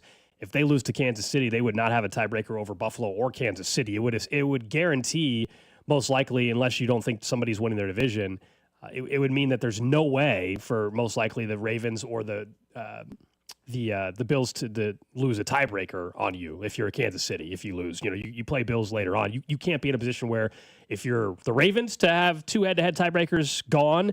If you're the Chiefs, you don't want to lose a head-to-head tiebreaker to Baltimore when you already, of course, lost to a divisional team and the Chargers on your schedule. There's just major shifting based off of Sunday's result. There's no doubt. Hopefully, we get good news on the injury update later, and we see a couple of full participants. That would probably be for the best. And I know we're going to hear from Tyquan Thornton here in just a little bit. Yeah, they're still going through some other stuff. We'll see if we carry that live. If not, we'll bring you some of that. But we are waiting on Tyquan Thornton. Up next, though, we do want to talk some Royals baseball with Josh Vernier, our Royals insider, get his perspective on the Royals officially being eliminated and look ahead to the future a little bit, plus his thoughts on the AL Central, which now has the Guardians with the tiebreaker technically in first place. What's up, Chiefs Kingdom? It's Creed Humphrey. You're listening to Cody and Gold, weekdays 10 to 2 on your home for Chiefs football, 96.5 The Fan. Brought to you by Heartland Men's Health, the leader in men's sexual health. Thousands of men have been successfully treated for low T, ED, and more, all with discretion and compassion. Make your appointment at heartlandmenshealth.com. You're looking to sit outside all fall season just like you did in the summer, but you don't have that dream space yet. All Weather Decks is ready to make your dream a reality. The right deck at the right price and a 24-time winner of Angie's List Super Service Award. That's not the only awards they've got. They've got an entire section on there. If you just don't want to take my word for it, which you should, they do high-quality work in the Kansas City area. They're locally owned and operated, and they can build whatever your dream project looks like. It doesn't really matter whether it's wood or composite decks or covered patios or outdoor kitchens or pergolas. No matter the style of project or what you want the design to be, they have done work all in the greater Kansas City area and are ready to build that dream deck for you. I love this time of year. Sitting outside, watching football, keeping the bugs out in the screened-in patio, and then sliding over to the other deck to make sure we can get a fire pit going, do marshmallows with the kids or anything else in between. Lots of those things and those dream projects are available over at All Weather Decks, and they're happy to schedule a free estimate and break down the full project for you so you can see piece by piece all the little things you'd love to add to make it your dream space. Schedule that free estimate today. Go to allweatherdecks.net or give them a call, 913-206-1974. Inside the Huddle is brought to you by Blue Cross and Blue Shield of Kansas City. Discover the benefit of blue. Trust, price, and ease of transaction. That is GiveMeTheVin.com. We love to buy cars. People don't trust car buyers. People think the price is going to be wrong, and people think it's going to be a hassle. Trust, price, and ease of transaction. That is what we do at GiveMeTheVin.com, and that's what makes us America's best car buyer. Go to GiveMeTheVin.com right now and get a quote on yours. Sell us your car. GiveMeTheVin.com. So easy you can do it in your underwear. It's football season, and the best place to catch every play is Jefferson's, with great daily specials, an unbeatable happy hour, and plenty of TVs. Every seat is the best seat in the house. Bring your friends, bring your family, and bring your appetite. From legendary wings to juicy burgers to fresh oysters, Jefferson's has your game day covered, with locations in Lenexa, North KC, Lawrence, Topeka, and Joplin. Jefferson's is your ultimate game day destination. Jefferson's, wings, burgers, oysters. Arvest Bank believes in the power of serving others. That's why we're committed to supporting those who serve our communities. We believe that all communities deserve a financial partner who cares. Arvest. We believe. Save up to $4,500 with Hamilton Plumbing, Heating, AC, and Rooter, thanks to limited time tax credits and special incentives on energy-efficient HVAC systems. But don't wait. Those federal tax credits expire after December. Upgrade your heating and cooling system, and you can enjoy lower energy bills and year-round comfort. Over 40 years experience and more than 8,000 five-star reviews are great reasons to trust Hamilton. Call 913-888-4262 for your free consultation. Visit callhamilton.com for detailed terms and conditions. License number 2025-11121. Race weekend returns to Hollywood Casino at Kansas Speedway with over $60,000 in prize giveaways. Friday night, stay cool with the Pin Play app and pick up a 12-pack of Coca-Cola while supplies last. Saturday is a day of winners with a winner every 15 minutes. And on Sunday, win up to $2,500 in Penn bonus play with the Hollywood Casino 400 even or odd drawing. Find your fun at Hollywood Casino. Must be 21. Gambling problem? Getting help is your best bet. Call 1-800-GAMBLER or visit ksgamblinghelp.com. Around here, we've got each other's backs. When it comes to health insurance, we want that same kind of support. Blue Cross and Blue Shield of Kansas City gets that. They're from around here too. Backed by the national strength of the Cross and Shield, they help you make confident choices, no matter where you are. Blue Cross and Blue Shield of Kansas City. From here, for wherever you are. That's the benefit of blue. Today, we're constantly taking photos and videos to remember our favorite moments. But what about those captured before the smartphone? What about the memories tucked away on aging VHS tapes, film reels, or in fading photos? These cherished memories are fading away with time, vulnerable to threats like heat, moisture, and mold. But fear not, there's a solution to safeguard your legacy. Hi, I'm Adam. And I'm Nick. Together we founded Legacy Box over a decade ago with one mission, to bring your memories into the 21st century. It's time to bid farewell to old tapes you can't watch and faded photos. Legacy Box transforms them into digital treasures, ready to share with a click. Just like magic, your shoebox of memories is now safely stored in the cloud or on a thumb drive. Over 1 million families have trusted Legacy Box, so you can rest assured your priceless moments are in good hands. Don't let your childhood fade away on old tapes. It's time to digitize those priceless moments. Fast forward into the digital age. Visit legacybox.com/value and unlock 50% off your order. That's legacybox.com/value. Sports fans, listen up. 1 in 8 men will be diagnosed with prostate cancer, and bladder leaks can be a side effect. That's why Depend is teaming up with the Prostate Cancer Foundation to encourage screening, because health is a long game and it's yours to win. Now, here's the cool part. Through November, Depend is contributing up to $300,000 to prostate cancer research by donating 25 cents for every purchase of Depend shields, guards, and Real Fit products. Void in Mississippi? Learn more at depend.com. This is the story of the one. As a custodial supervisor at a high school, he knows that during cold and flu season, germs spread fast. It's why he partners with Grainger to stay fully stocked on the products and supplies he needs, from tissues to disinfectants to floor scrubbers. All so that he can help students, staff, and teachers stay healthy and focused. Call 1-800-GRAINGER, click Grainger.com, or just stop by. Grainger, for the ones who get it done. If you're 55 or older and into that whole saving money thing, T-Mobile has an exclusive phone and internet bundle just for you. Right now, get 2 unlimited phone lines plus 5G home internet for just $30 each per month with AutoPay, plus taxes and fees. And with 5G home internet, setup is easy with just 1 cord and no technician needed, which is great if you're also into that whole keeping it simple thing. Switch now and experience the best mobile network in the U.S. Visit your local store to start saving. T-Mobile, it's better over here. Based on analysis by Ookla of speed test intelligence data Q4 2024 to Q1 2025, Ookla trademarks used under license. Unlimited on our network. Customers on voice plan may notice speeds lower than other customers and further reduction if using more than 50 gigs a month due to data prioritization. Video streams and SD on this plan. Home internet pricing after $20 and monthly bill credit plus $5 per line without autopay. Debit or bank account required. See 5G device coverage and access details at T-Mobile.com. Brought to you by Duke's Mayonnaise.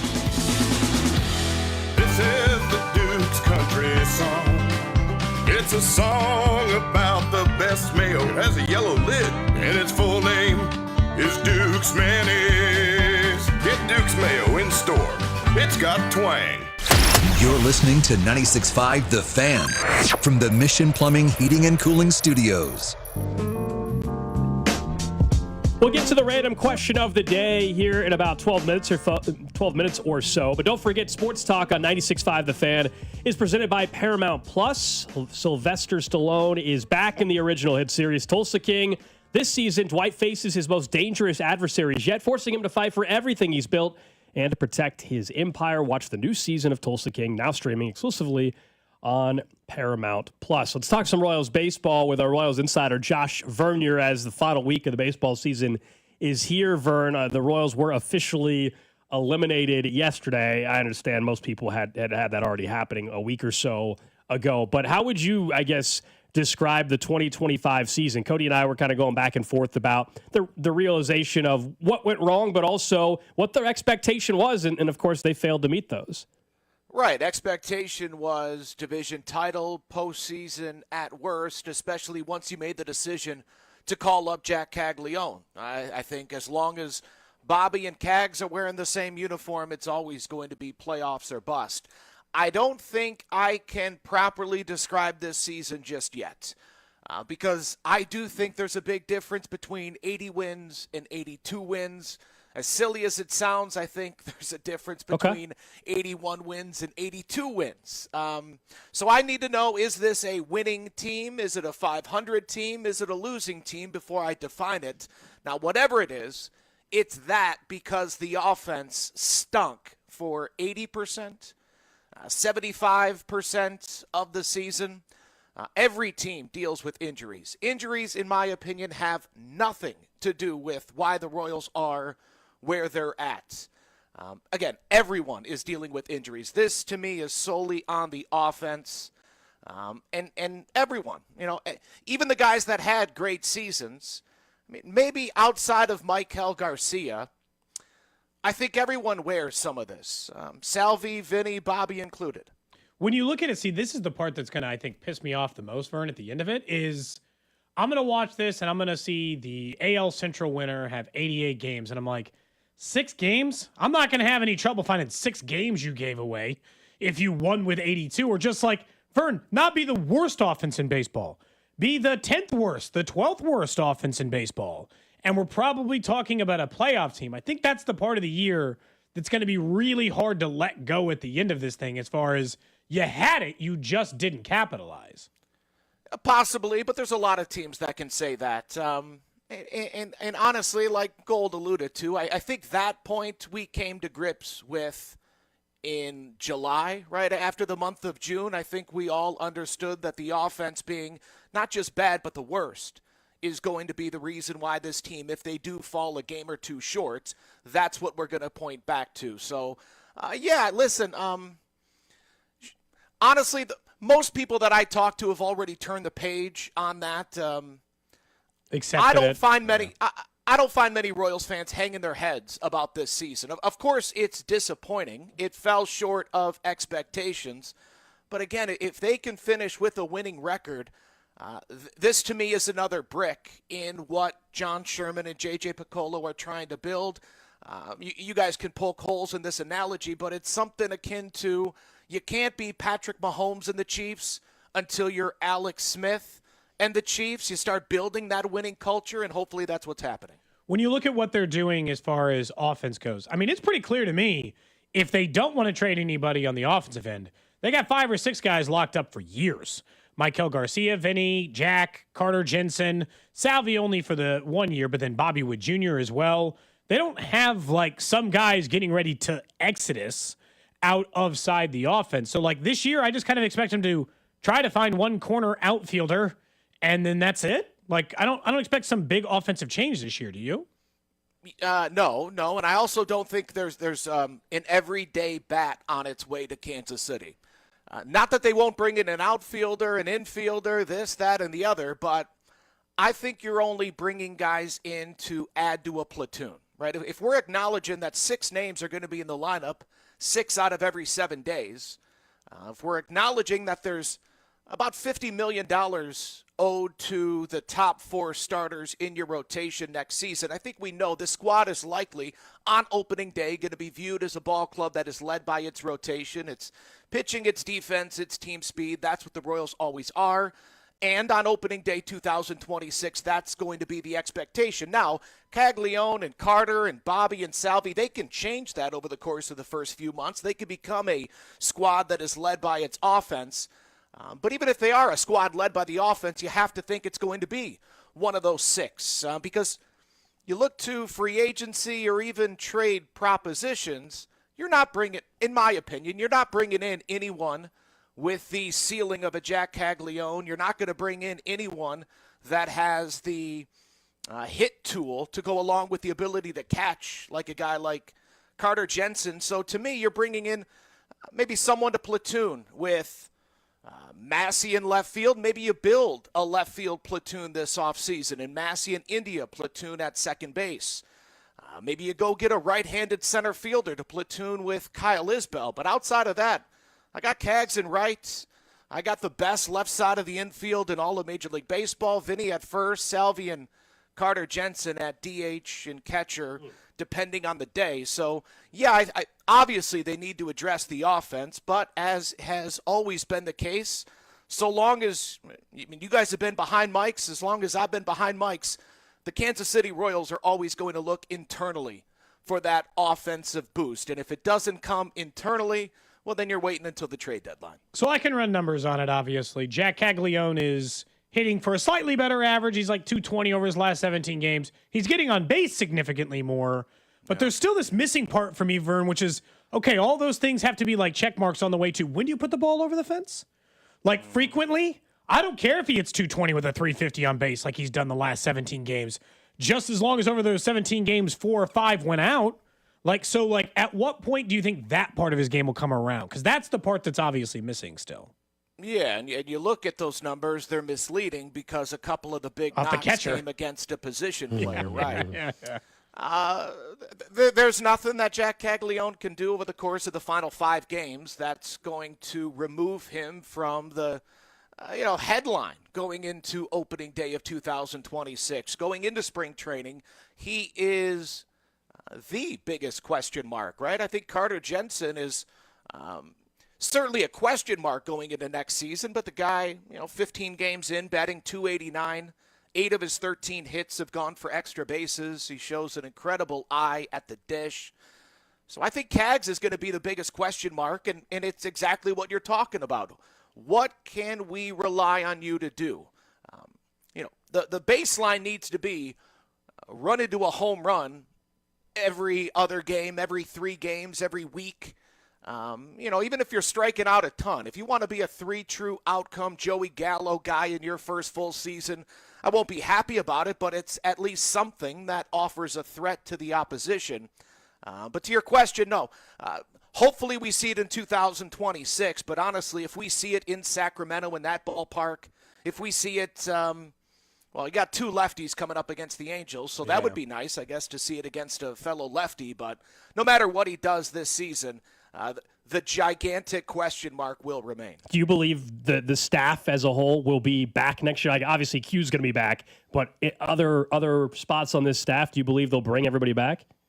I would think so. There's Maybe someone could get a offer elsewhere and get a promotion, but no, I would think certainly the pitching staff. I would think Alex Zumwalt. Maybe you add another hitting coach and let's make it 4 now.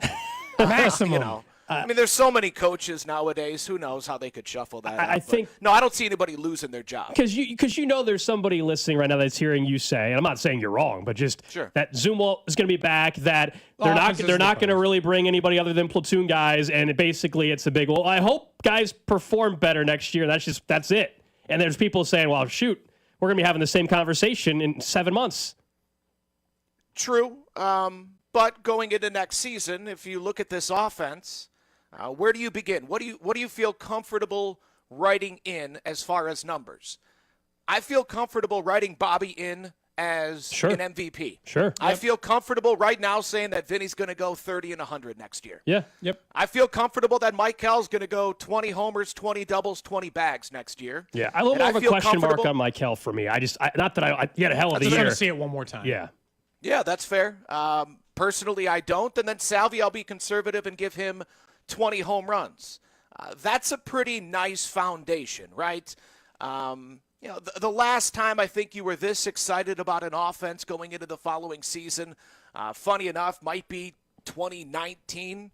Cody, right after Soler and O'Hearn and Mondesi and Dozier and Merrifield, you're thinking we might have something here, but you didn't have pitching.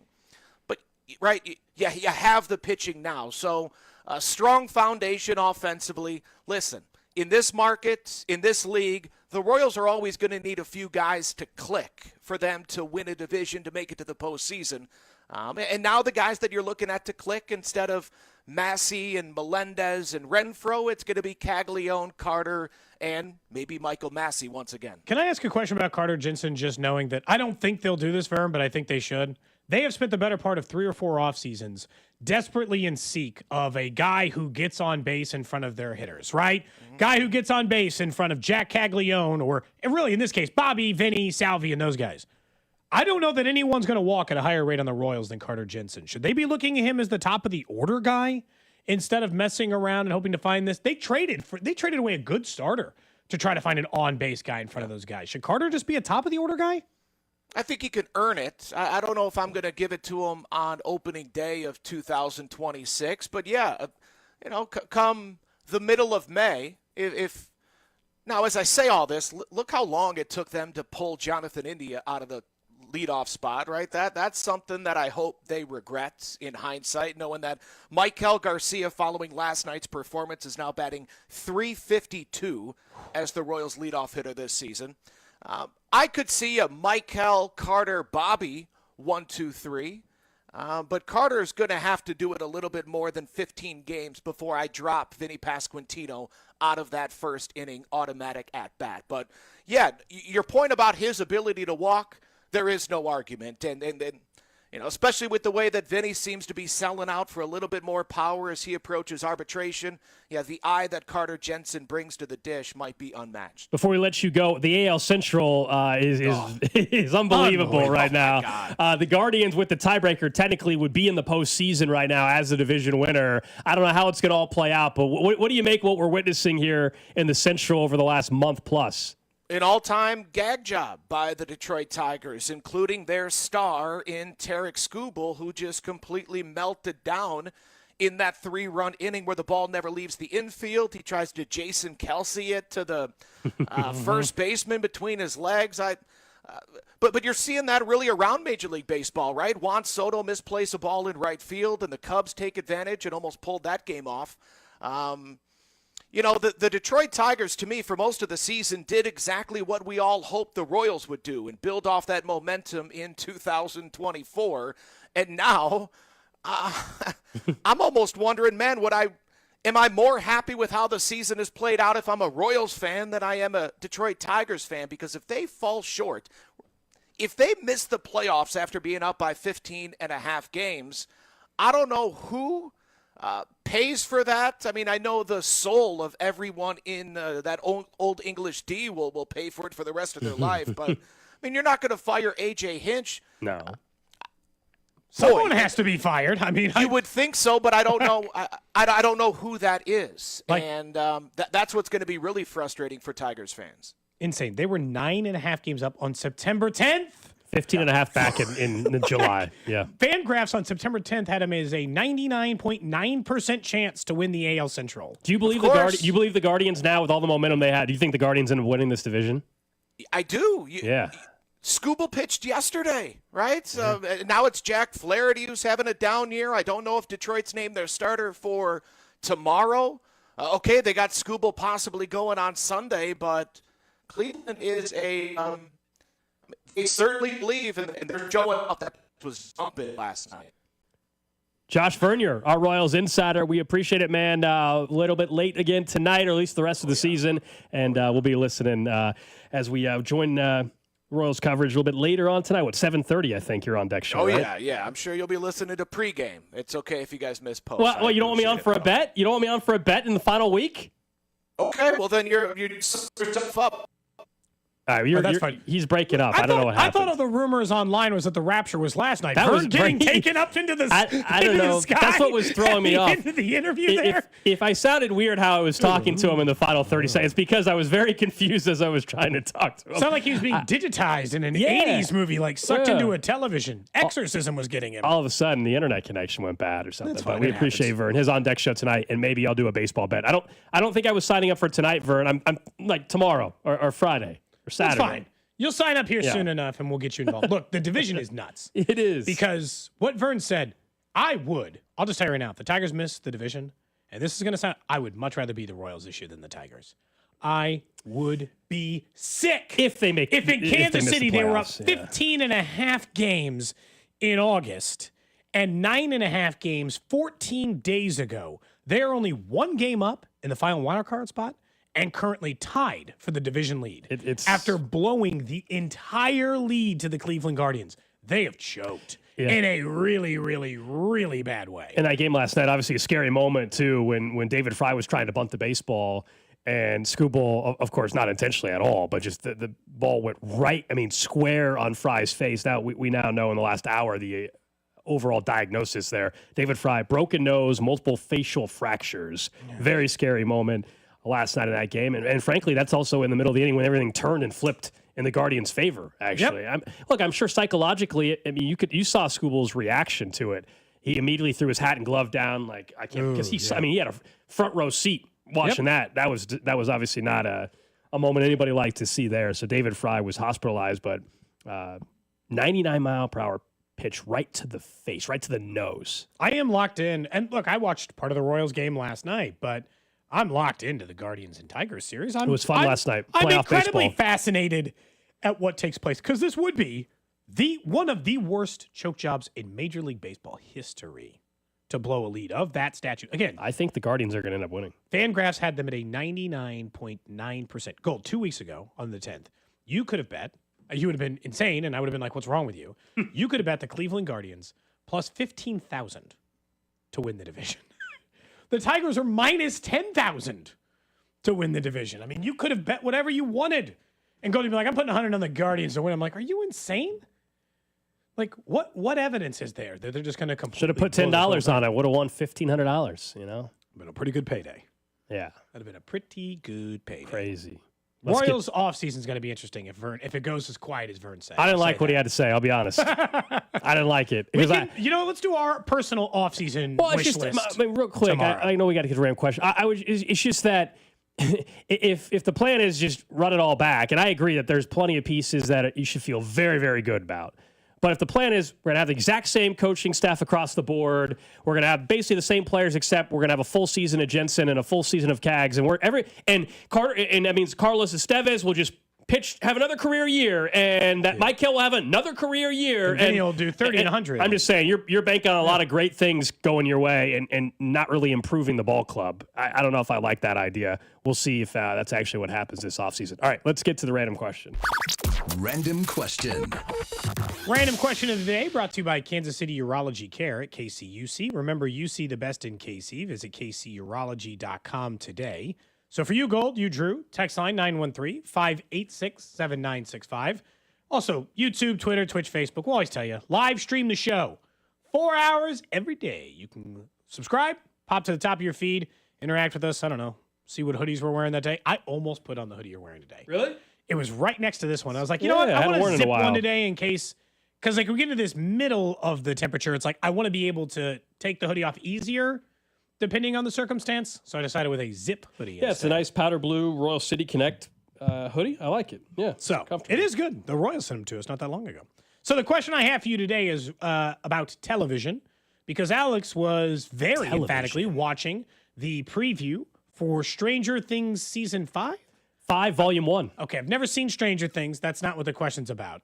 We've talked about this once. It's just not like a show that didn't catch. I haven't either. I probably should. Oh, my You once said goodness. it's a show that would absolutely... It's right up your alley. Yeah, What you do said it what would do hit. I don't know. I just never got around to it. And now it feels like there's so many episodes. Will I ever get caught up? Well, you got time. The season started in 2016. Yeah, well, I know They've that. been dragging this thing out for a decade. But once you get behind, it feels like impossible to catch up. It's like the same reason I've never seen an episode of The Sopranos. That's crazier, yes. The random question is not what I have about today. It's a habit I do that I'm curious if others do instead. So 913-586-7965.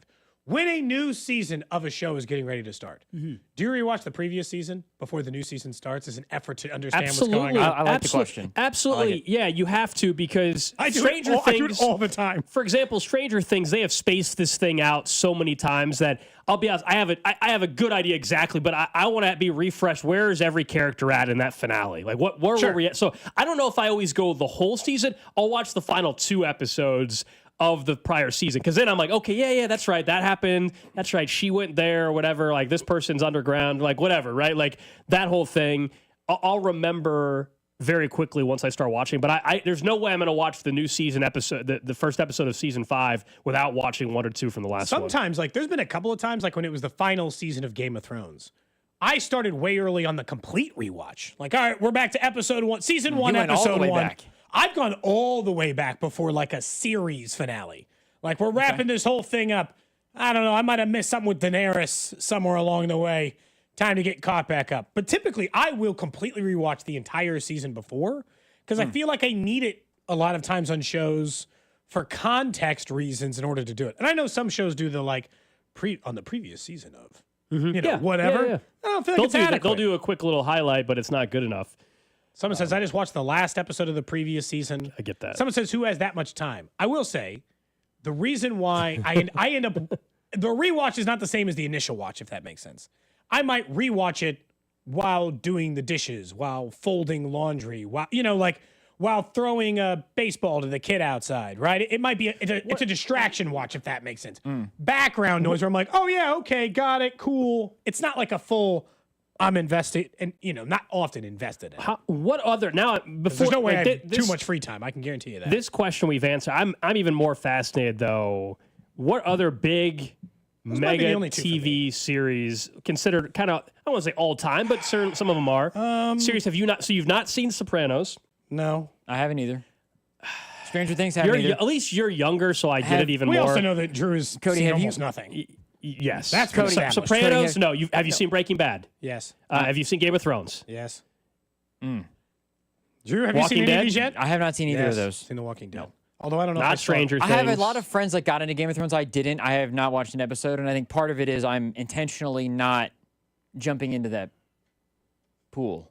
Does it hold up? Does Sopranos hold up? Well, I mean, look, there's some elements to it that obviously, that when they're using, payphones and things like that, obviously. Yeah, but I don't mind that in The Wire. Yeah. I'm just well, asking, then you'll be good. Then you'll be good. Does it? Which is another one I've seen. I am like you guys, though. I will go back. I'm not the full season like you, Cody, but I'll go back and I'll rewatch the last 2 episodes of a season. It's okay. I think it depends, though.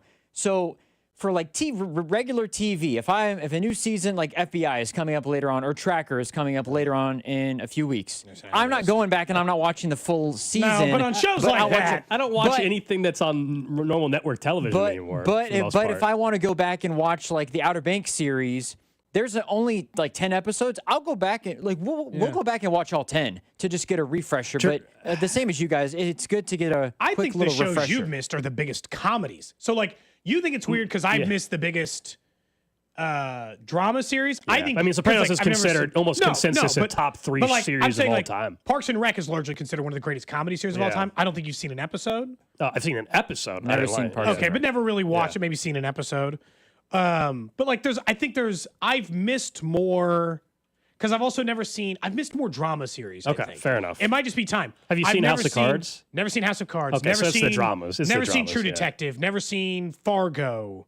These are like the ones I've missed, and I'm not Here's, saying that those are as big as some of the ones we Here's mentioned. IMDb's, but I haven't seen those. IMDb's Oh, boy. top. So this is IMDb's top 250 TV shows. Now, I think they're cheating on some of these because some of these are mini series, and I don't count that. But whatever. Sure. So Breaking Bad, they have number 1. We already went over that. Planet Earth 2, that's a mini series. I don't count that. They have Planet Earth 1 and 2. Isn't that a movie now? Band of Brothers, also a mini series. Chernobyl, great, but mini series. I don't know why they're including them. The Wire was number 6 on this Okay. list, although it should be higher.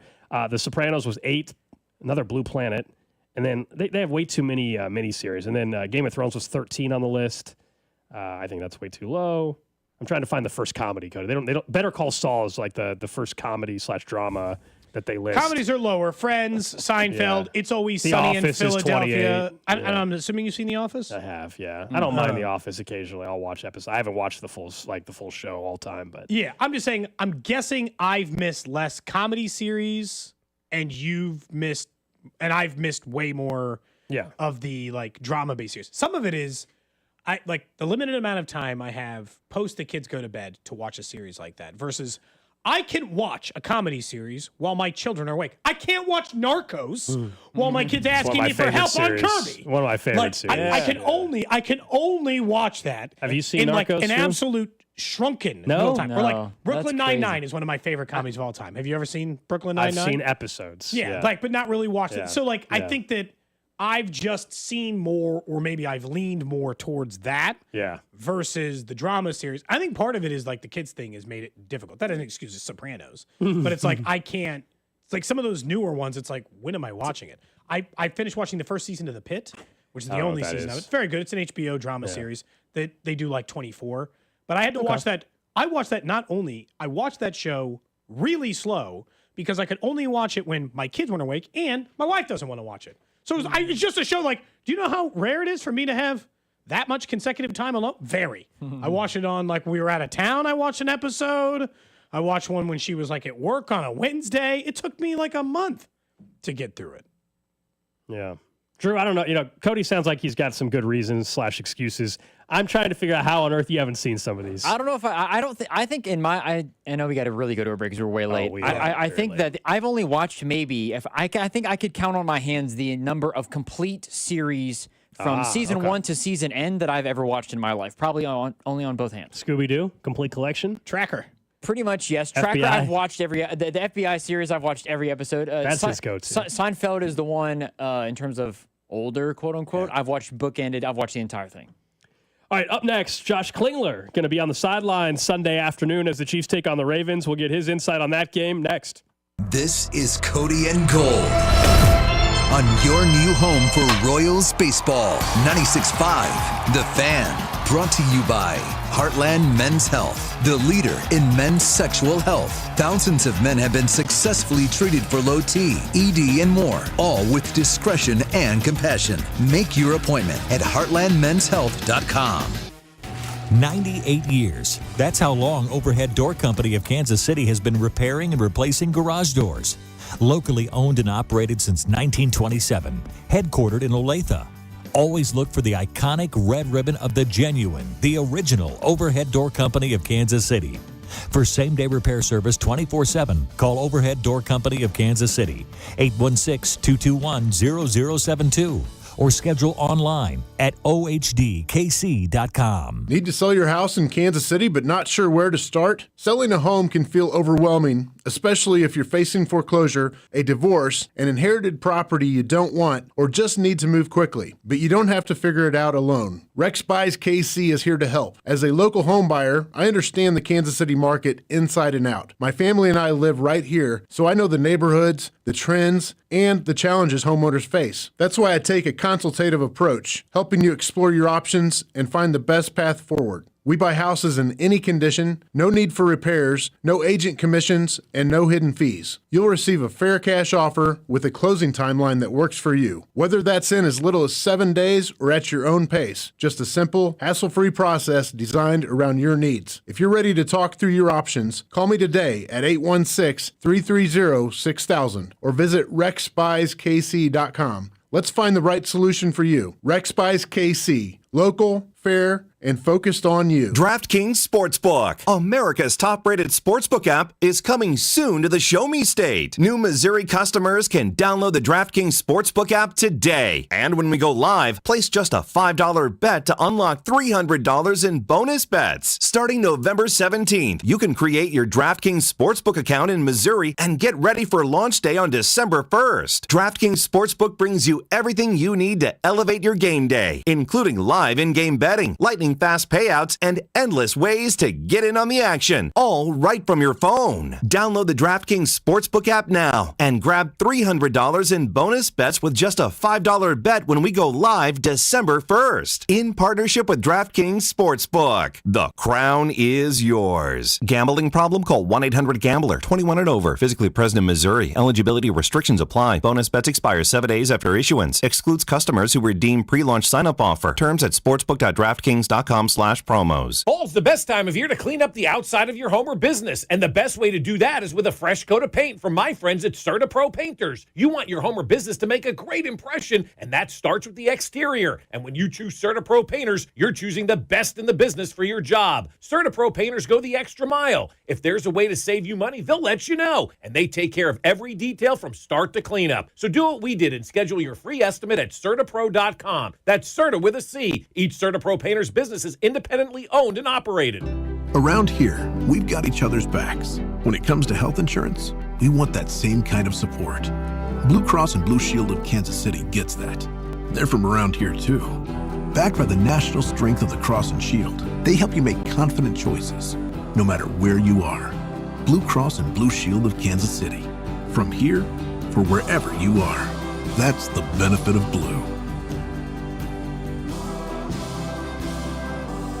Sports fans, listen up. 1 in 8 men will be diagnosed with prostate cancer, and bladder leaks can be a side effect. That's why Depend is teaming up with the Prostate Cancer Foundation to encourage screening, because health is a long game and it's yours to win. Now, here's the cool part. Through November, Depend is contributing up to $300,000 to prostate cancer research by donating 25 cents for every purchase of Depend shields, guards, and Real Fit products. Void in Mississippi? Learn more at depend.com. This is the story of the one. As a custodial supervisor at a high school, he knows that during cold and flu season, germs spread fast. It's why he partners with Grainger to stay fully stocked on the products and supplies he needs, from tissues to disinfectants to floor scrubbers. Also that he can help students, staff, and teachers stay healthy and focused. Call 1-800-GRAINGER, click Grainger.com, or just stop by. Grainger, for the ones who get it done. Inside the Huddle is brought to you by Blue Cross and Blue Shield of Kansas City. Discover the benefit of blue. Wildcat fans, this is Wyatt Thompson. Tune in all season long to the play-by-play of the 2025 football season, right here on your home for K-State Athletics, 96.5 The Fan. KFNC FM and AM, HD1 and HD2 Kansas City, an Odyssey sports station. 1 o'clock hour here on Cody and Gold. Don't forget to check out our lunch partner on Wednesdays, our friends over at Jefferson's. Locations in Lenexa, North KC, Lawrence, Topeka, and Joplin.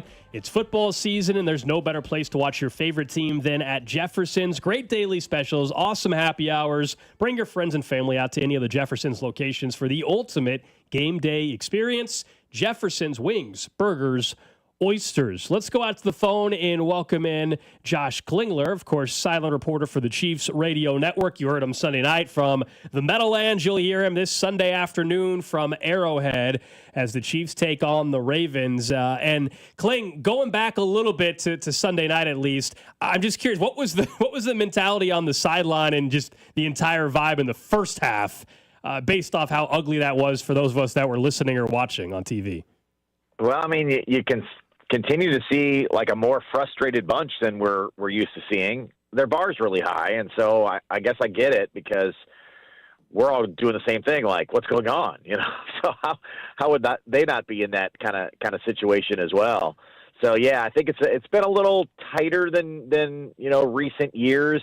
We were commenting that on the pregame show the other day that I just said they were going for 3 in a row last year and didn't feel like it was as tight as it was for the first 2 games and certainly through the first half. Now, I think everybody exhaled a little bit on the first drive of the second half where you thought, okay, here you go. So the second half was much better. The locker room afterwards, I don't know if they were completely satisfied, but I think everybody was just like, just get a win, right? I think they probably all wanted it to be a little bit prettier, but I think you got to be in the camp of a win's a win, get back to that, and now face a massive game coming up on Sunday. We can talk about Worthy here in a minute and his importance to the possibility of that win on Sunday. But Andy Reid today was asked about Jawaan Taylor and essentially said when he's not committing penalty, he's great. So, maybe one of the best pass blockers in the league, I think is the way he put it when he's doing this. At what point is the loyalty part a fault, or am I just supposed to assume they don't think Jalen Moore can play right tackle? I kind of hearken this a little bit back to channeling a little bit of Ned Yost via Bobby Cox, where it was, if you think you're going to make a decision, wait a week, kind of that really temper. I feel like Andy Reid kind of has a lot of that in him in a football sense.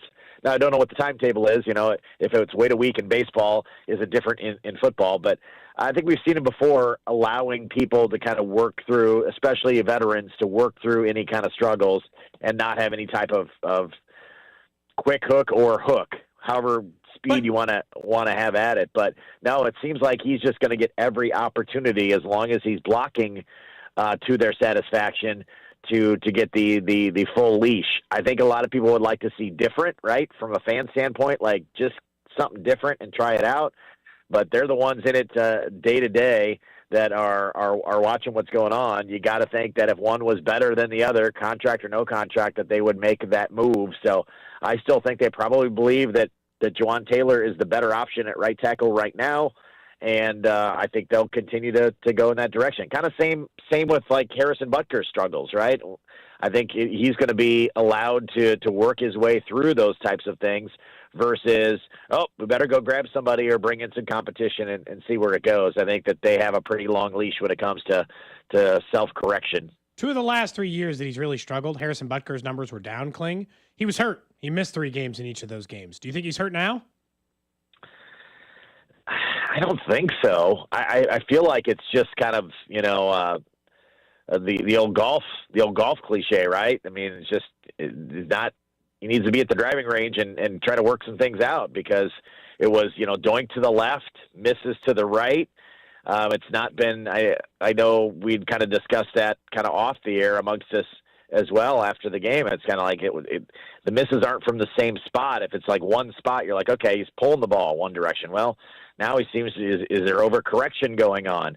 Look, that group is always practicing. I think more so than any other team. I kind of watch other sidelines and like they're practicing a lot. The specialists during a game on the sidelines. And so they're always kind of tinkering. So I got to imagine he's kind of in the lab, probably with Dave Tobe and trying to work through it. But I got to imagine that, again, that's going to be kind of a long leash. And, he'll be better later on than he might be right now. We're talking to Josh Klingler. He, of course, is part of the Chiefs radio network. You'll hear him, Mitch, and Dana this Sunday afternoon right here on 96.5 The Fan. On the defensive side, this is now 8 quarters in a row, Kling, where defense has looked really good. Spags yet again making these adjustments, even if they're not getting consistent pressure without blitzing. It feels like this defense came around a lot quicker than people thought after what we saw week 1. Do you feel like the defense has now showed you enough to where they're going to make sure this team's in every single game because of the system that Spags has implemented? And it's been kind of game to game, right? So the Eagles' game plan completely different than what the Giants would have been. But you pretty much keep the quarterback in check against Philadelphia. Saquon Barkley is not the story.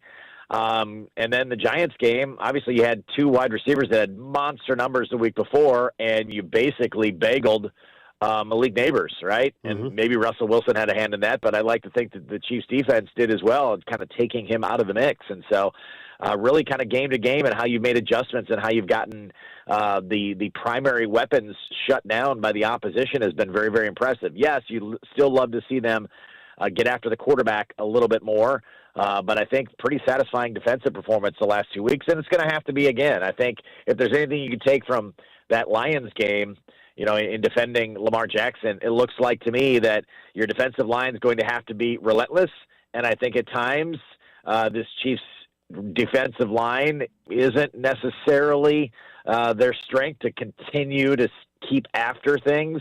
I think they're going to have to go an extra second or two to try to get after Lamar Jackson and then try to keep him in a box.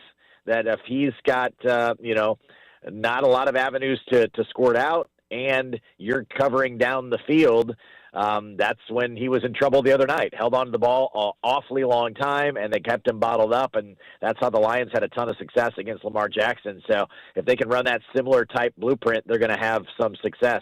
We'll wait for the injury report later today, Kling. Do you think the Chiefs need Xavier Worthy to play to win this Sunday? I do. I think they do miss he and Rice tremendously. Now, you saw a little bit last week.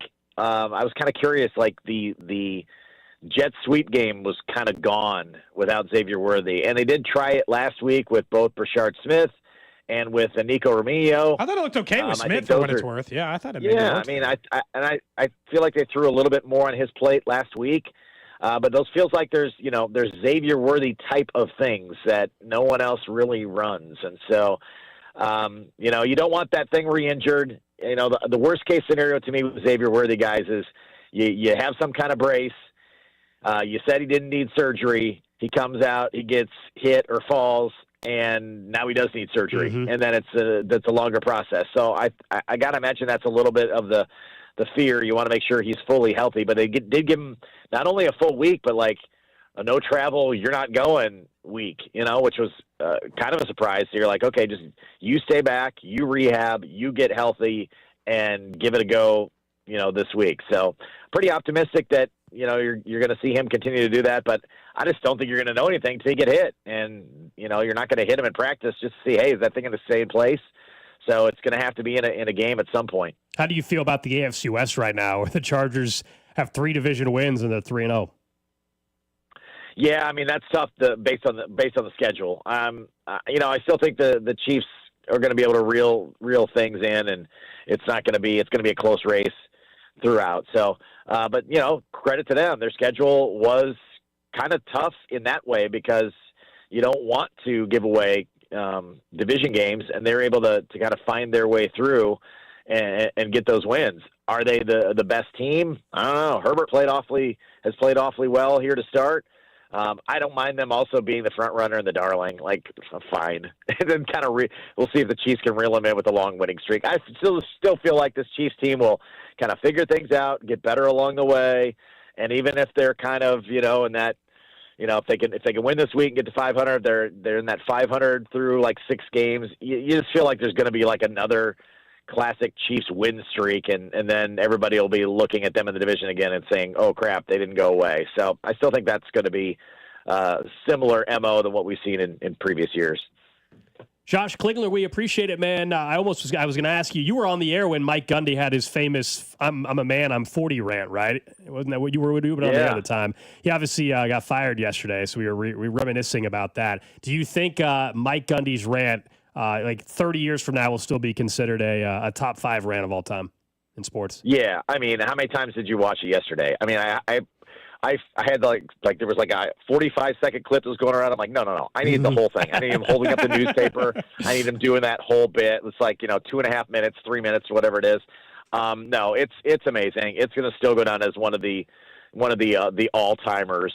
I think that the timing or the time was right. He wasn't going to go clearly. Yeah. So those are hard moves to make because of someone that's kind of synonymous with your program. But I guess, losing to Tulsa at home, and there's a bunch of money in Tulsa. So there's a bunch of boosters probably that were laughing about Tulsa beating Oklahoma State. So I think that money probably spoke at the end of things and made that timing. But no, in terms of all-time rants, that's, you're talking about practice. practice, not a game, or I'm a man, I'm 40. Like, there's few of those that are like, those are pretty much Rushmore rants. The Lee Elia Cubs one is always one of my favorites. That's an oldie but a goodie. But no, Gundy's right up there. That'll forever be the case. I had to look up. Did you guys look up yesterday too? Like, how old is he now? He's 58, isn't he? Yeah.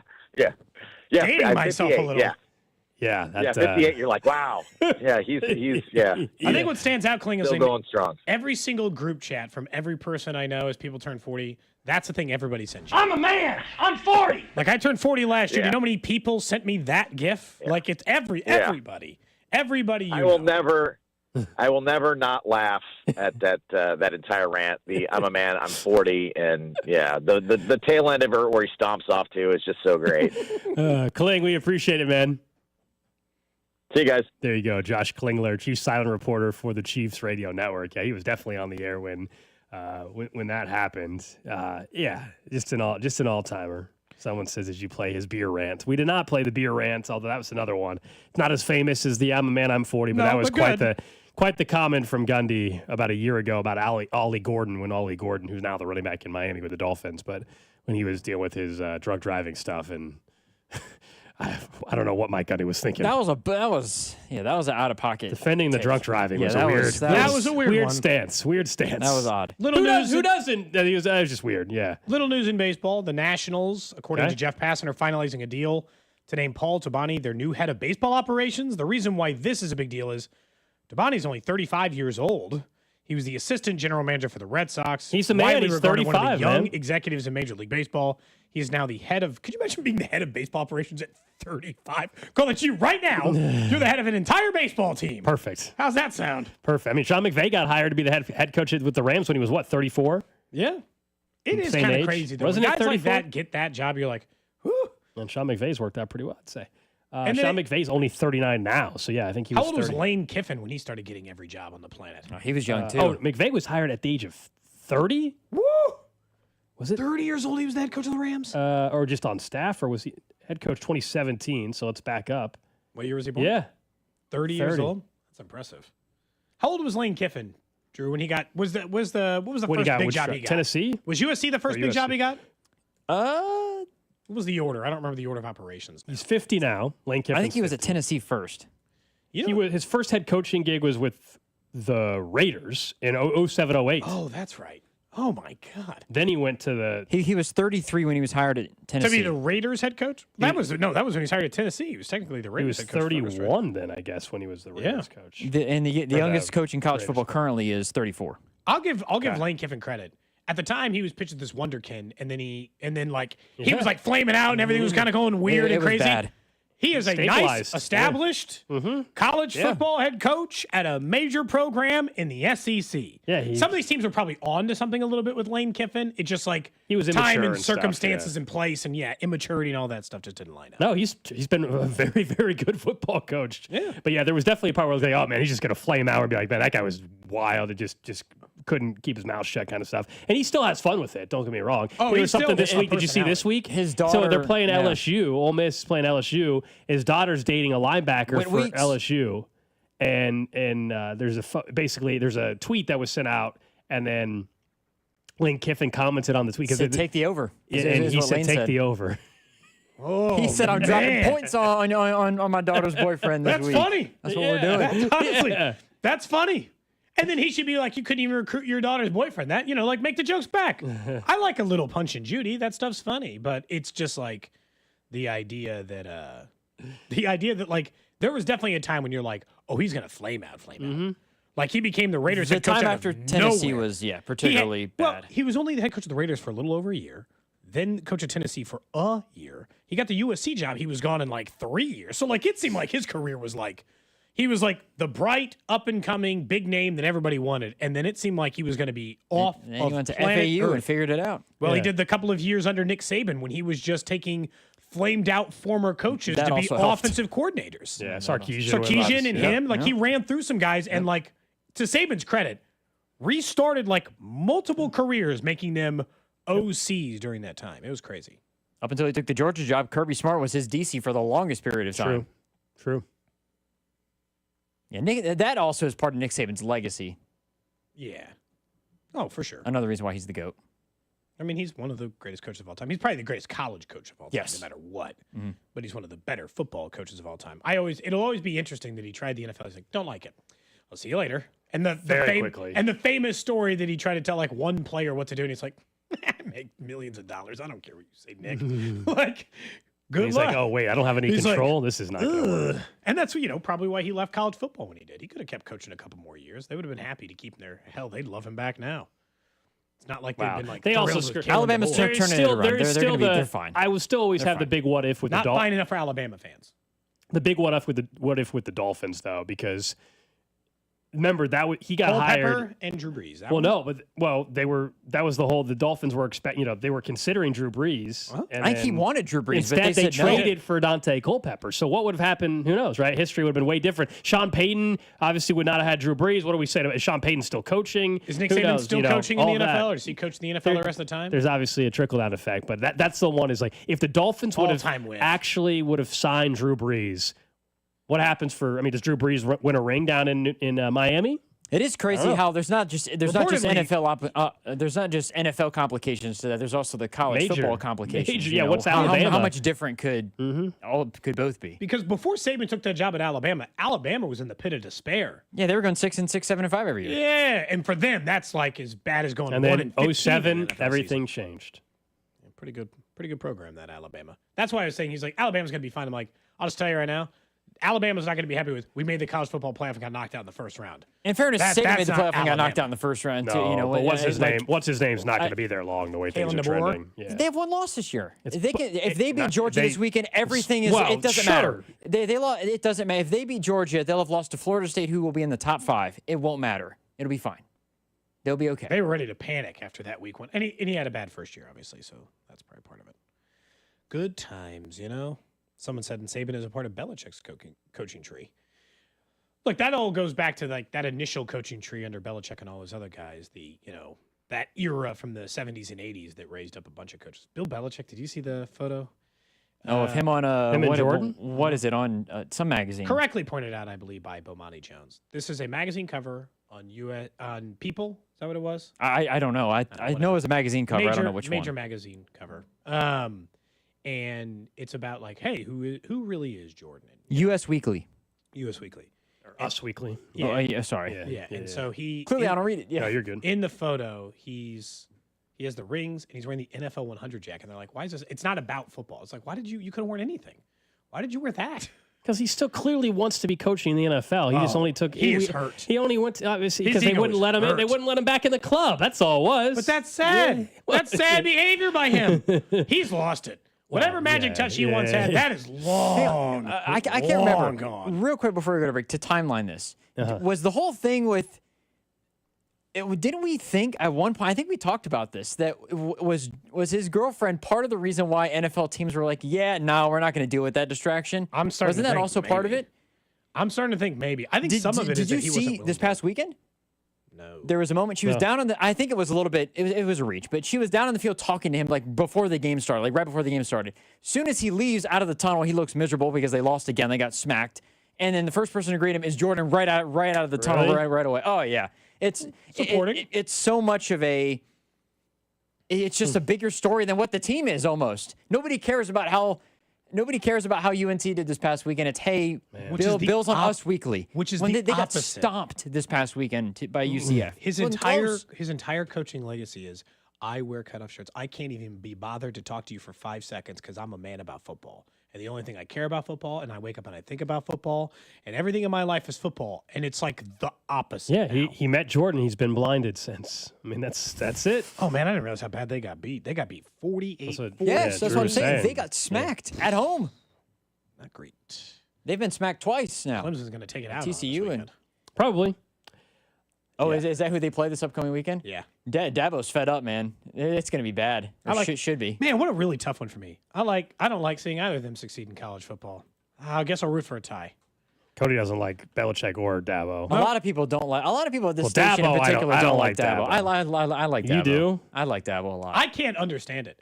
Why do you like Dabo? He's bad for the sport. No, I know. I think he is. I think he's The very sport good. you love. I think he's very good for the sport because he gives us a different side of things that not a lot of people agree with. That it's like, I'm not going to use the portal, and you know what?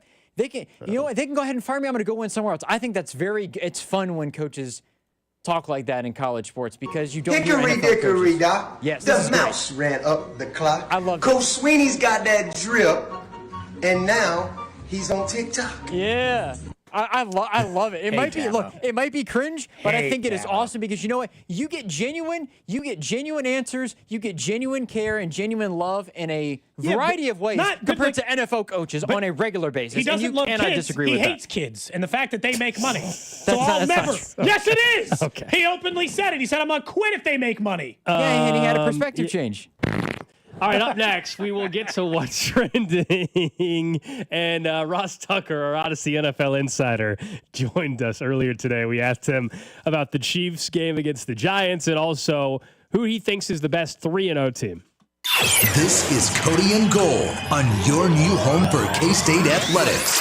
96.5, The Fan.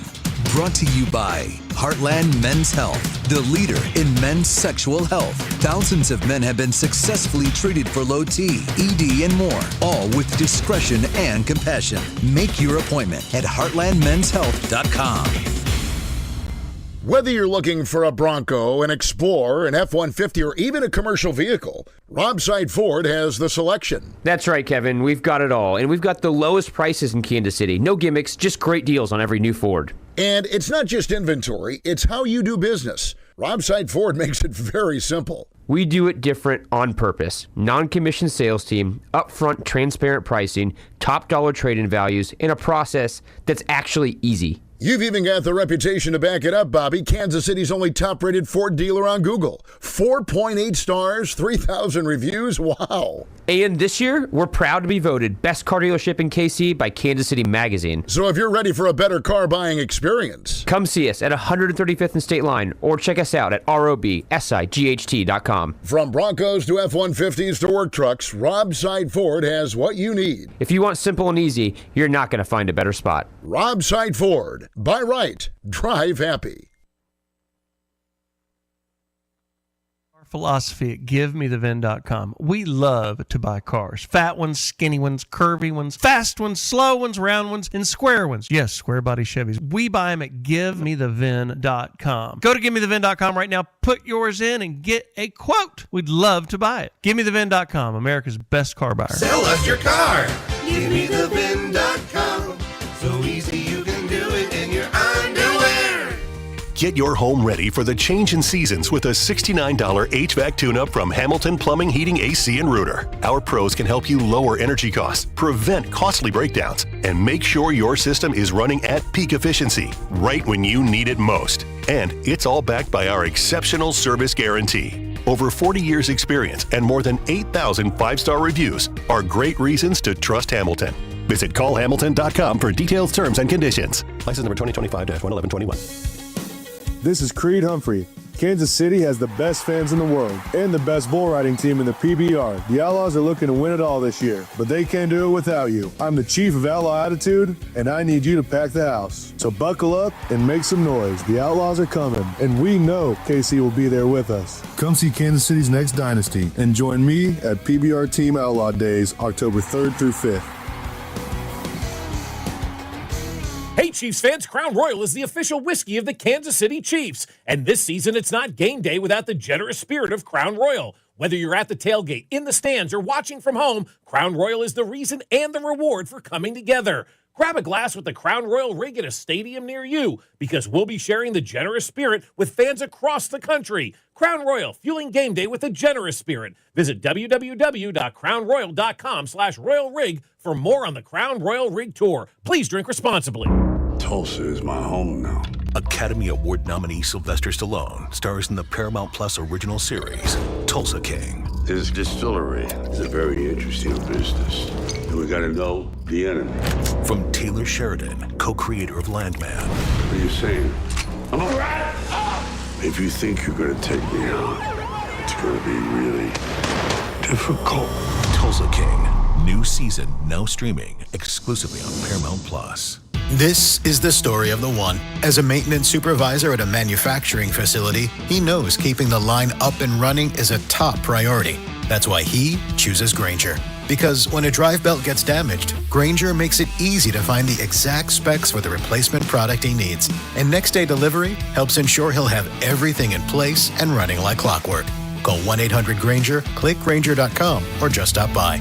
Grainger, for the ones who get it done.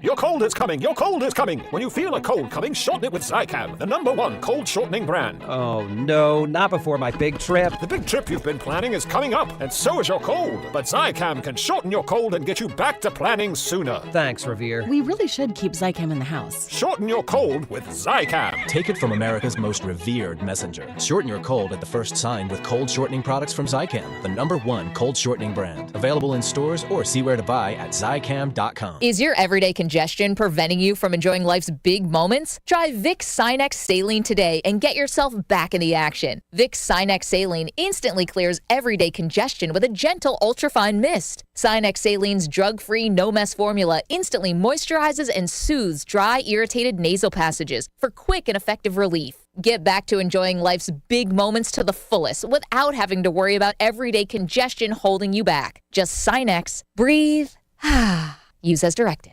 This is the story of the one. As a maintenance supervisor at a manufacturing facility, he knows keeping the line up and running is a top priority. That's why he chooses Grainger. Because when a drive belt gets damaged, Grainger makes it easy to find the exact specs for the replacement product he needs. And next day delivery helps ensure he'll have everything in place and running like clockwork.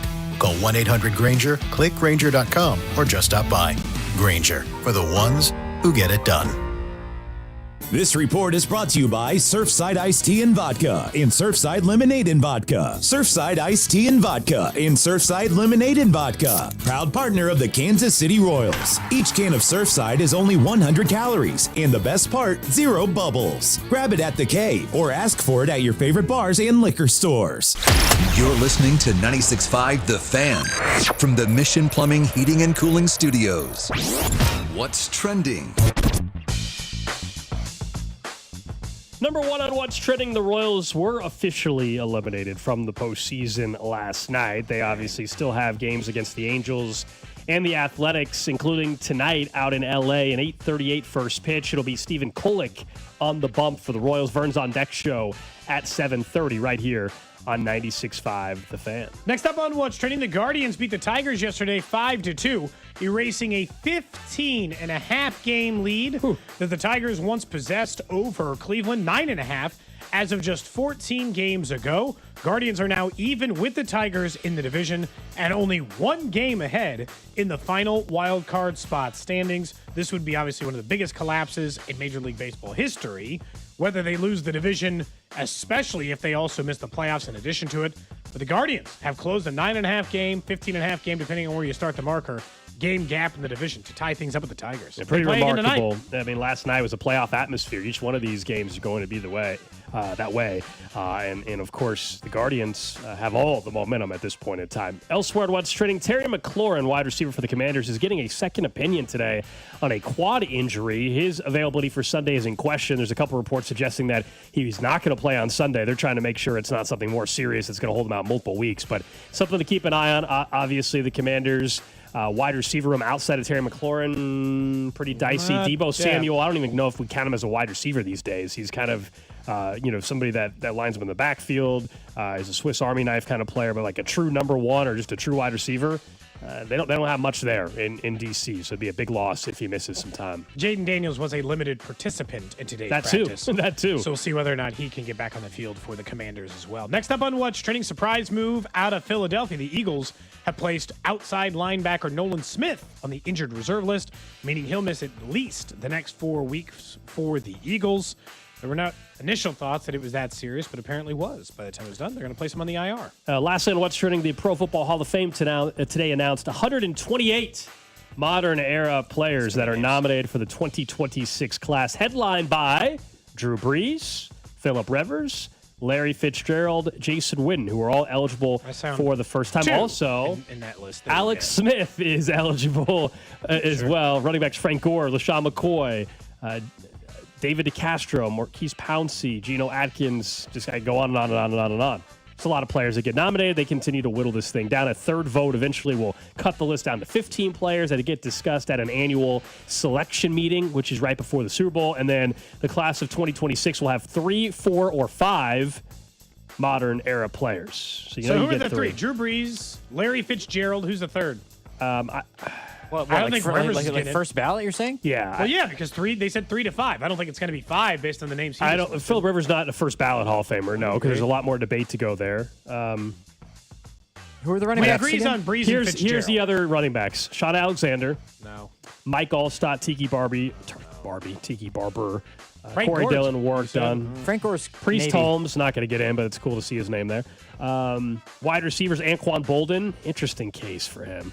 Donald Dry, Torrey Holt still hasn't got in. That might be the third. There you go. That might be the answer. Give me someone on the used to be on, deserves to be. Torrey Holt deserves to be a Hall of Vernon Famer more than Davis. anyone else you mentioned. Vernon Davis, part of that. Linebackers, I'm trying to think of some other. AJ Hawk, I don't think so. Teddy Bruschi, Lance Briggs, Nafaro Bowman. Eric Berry, Cam Chancellor, Nick Collins, D'Angelo Hall, Rodney Harrison. Anquan Bolden, 13,779 career yards, 82 career touchdowns. Bolden's an interesting case. Where do you think Torrey Holt is on those numbers? Probably close, right? Yeah, I think Torrey Holt will eventually get in. I don't know how many years he's been eligible now, though. He's been eligible. It's been the last couple of years, I think, that people have been like, he's right on the fringe, but hasn't quite gotten in. Torrey Holt finished with 13,382 and 74 touchdowns. Very Guys, close. we're missing an obvious name. Eli Manning, I think, gets in this year. Oh, well. he's on the previous list. Drew Brees and Eli. I think Brees, Eli, and I think Larry Fitzgerald will be a first team. Brees, Eli, Larry Fitzgerald. There's a chance there's only 3. Maybe those are the 3. Yeah, doesn't feel like it's and maybe more one lineman. Willie Anderson. Yeah. It's about time he needs to get in, man. You know, Make it happen. That feels like a local conversation, like when we were fighting for Will Shields. He revolutionized that left tackle Willie position. Anderson is any He good. revolutionized the tackle position. Let's start He's the a big campaign part. for Priest Holmes. Let's get him in. Let's get Priest should him be in. I'd rather have Jamal Charles. Well, so in. would I. We know that that's not Berry? going to happen. This is like the difference No. between lengths of service. There is, without question, and every single person who watched football regularly mind, Jamal Charles was 5 times the back that Frank Gore ever was. Oh, yeah. He was so I good. understand Frank Gore played in the NFL for a billion years longer, but there's no argument who the better running Jamal back Charles was the number 1 running back in the league, I think, at times. Like there was a Yeah, case for him to be the best in football. If he was won on a Super Bowl, hands he down. would have. if he was on, if he was in this era and played the same amount of years and everything, it would be nobody would even be debating it. Oh yeah, It's because just that he was on bad teams. And Terrell Davis and him have very close numbers. Terrell Davis won 2 Super Bowls.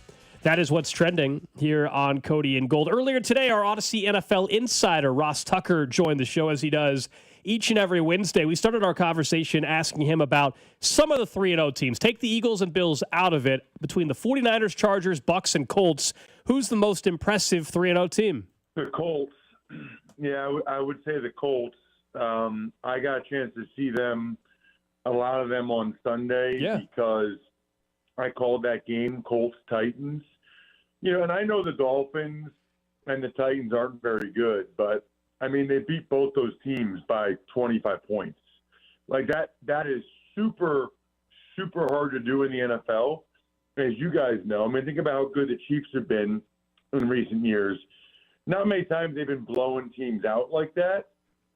And, you know, think even like the Titans. The Titans had the lead late in the third quarter in Denver against the Broncos, you know, against the Rams, the 2 teams that made the playoffs last year.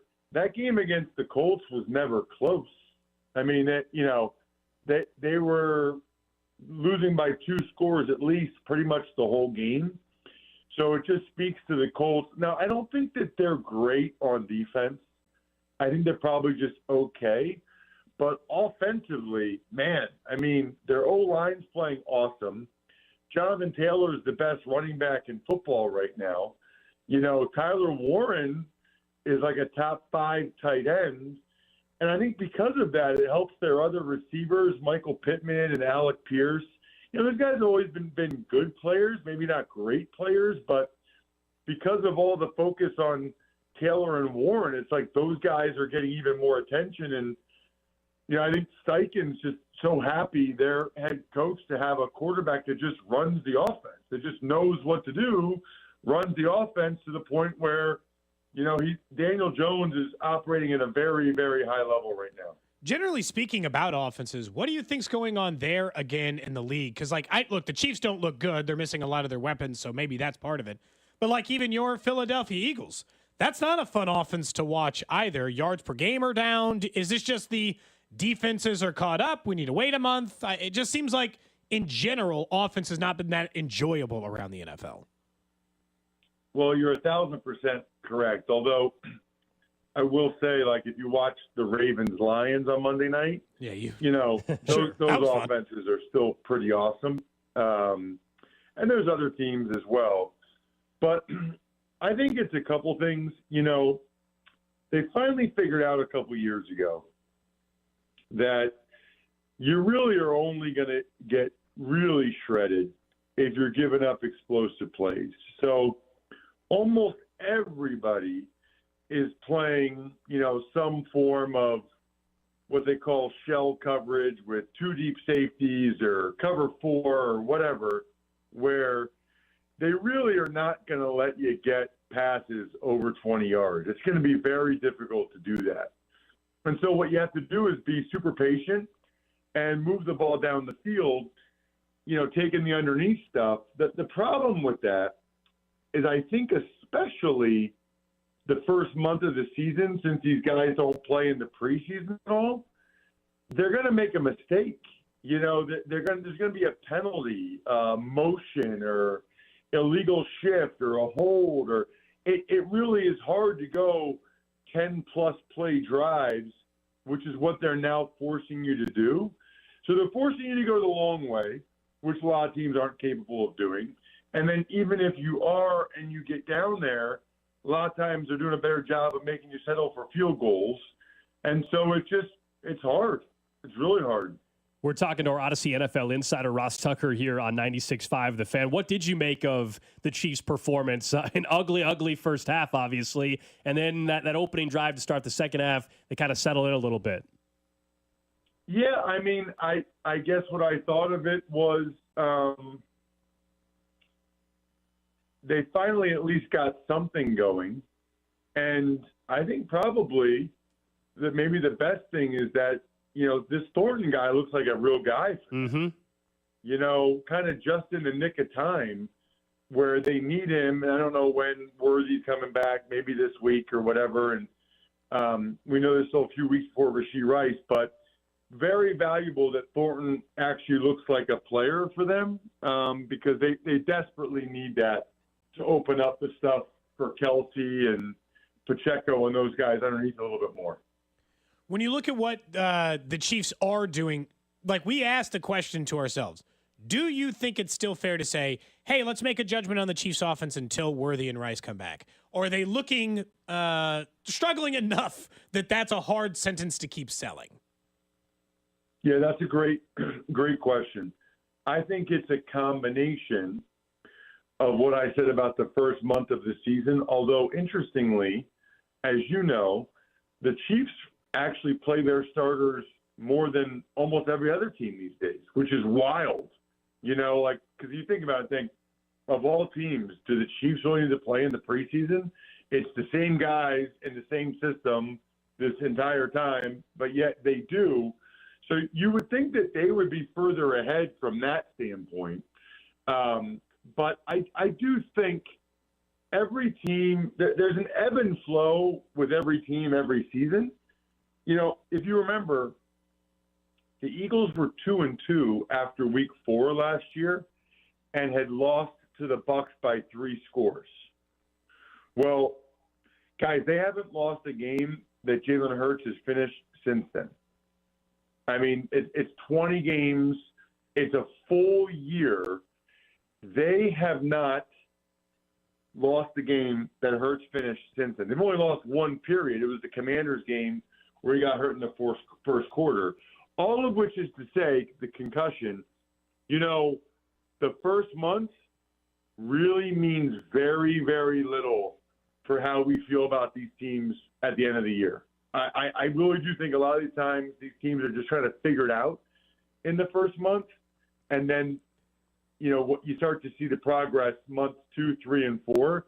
I think that'll naturally be the case with the Chiefs, and then obviously getting Worthy and Price should have a big impact on it. You mentioned the Ravens a minute or so ago, and obviously that offense has been great despite a 1-2 start. The Chiefs are also 1-2, but it feels like the way everybody talks about the Chiefs is so much different than the Ravens. You know, why do you think that is? Is it because everybody loves offense and points? Like the Ravens' defense, of course, has been a problem. The Chiefs' offense has been a problem, but their defenses look good. Why do you feel like people discuss the Ravens as if everything's going to be all right, but with the Chiefs, there's way more concern? That's a great question. I do think it's because they see the Ravens still scoring 30 points in those losses and having, unfortunate, let's call them Derrick Henry fumbles. But it's like the Chiefs don't get credit for how well their defense has played for whatever reason. I think the Ravens are better than the Chiefs. I think the Ravens are a really, really good team. But you are what your record says you are. I don't care about the yards per play stats and all these metrics. The Ravens are always so great in all these metrics, and then they lose the games they need to win. Right. Yeah. Which is ultimately all that matters. Like, is anybody taking the Ravens over the Chiefs in a playoff game? I don't think so. I don't think anybody's taking the Ravens over the Bills in a playoff game. I don't have a great explanation for it because it feels like they have the talent and the personnel and the coaching and all that to do it, but they don't. They have some real issues on defense right now in Baltimore. They have too many good players to be this bad on defense. And so I don't know if they make a coaching change or what happens, but they got to figure that out. The biggest storyline that came out not involving the Chiefs out of that game was that Jackson Dart is going to make his debut for the New York Giants. Are you surprised they made the shift this early, or is it just after Russell Wilson put 3 into the seats, they didn't really have much of a choice there at the end of the game? Well, I guess they had a choice. It's funny because the way I look at it is it's really just the head coach and the GM trying to figure out the best way to save their job. Right. Oh, yeah. And I think initially it was, hey, we should have a pretty good defense. If Russell Wilson plays like he did in Pittsburgh, maybe we can go 500, right? And if that doesn't go well, then we could put Jackson Dart in. I think they wanted to try to give the Russell Wilson thing as much of a chance as they could, because I think they know with Jackson Dart, they're probably not going to be 500. They're probably not going to make the playoffs or have a great record. The Jackson Dart thing would be more like, hey, we're showing a lot of momentum with this rookie quarterback. You don't want to mess with this. We got a good thing going. I think they probably thought maybe they had a better chance to have that momentum, like if it was a 6 or 8 week thing, as opposed to a 14-week thing. 14-week thing, it could be like he gets off to a good start, but then teams figure him out a little bit. In the last few weeks of the season, he looks like crap, and they still get fired. I guess for me, Ross, this is part of the issue that I don't like when people are like, oh, you know football better than the people running teams, because this is maybe the 5th quarterback in the last 2 or 3 years that has been handled the exact same way, and I think it's the worst way to handle a quarterback, which is we keep lame duck head coach, we let him screw with young quarterback, we then in year 2 or 3 give him new offensive coordinator, new head coach, new system, force him into relearning it again, and then hope this time it's better. I don't understand why this is a trend in the NFL. Why are they allowing these coaches to screw with the young quarterbacks? Yeah, well, I think you got to take it on a case-by-case basis. I would agree with you with the Giants. I thought that was a really poor decision. That they also, by the way, didn't know when and where they would draft a quarterback, right? It's the other teams that have the higher picks that's more interesting, like the Titans at number 1. But I don't know. I mean, you hire Brian Callahan, and his quarterback last year was Will Levis. I don't think anybody actually thinks that Levis is a good quarterback. So then the point would be, well, let's give Cam Ward a chance. Let's give this guy a chance with a legit quarterback, and that quarterback is Cam Ward. And Callahan was there with Burrow in Cincinnati, and blah blah blah. And maybe they will turn it around. But that's the logic, I think, with a coach like Callahan or a situation like Tennessee. I don't understand the Giants' decision. I never did. So that was Ross Tucker with us a little bit earlier today on the show. Our insider calls with Ross Tucker are brought to you by Nationwide. For your insurance and financial needs, Nationwide is on your side. It is interesting because he's not like way down on where the Chiefs are necessarily, but he also thinks the Ravens are way better. But that's a preseason.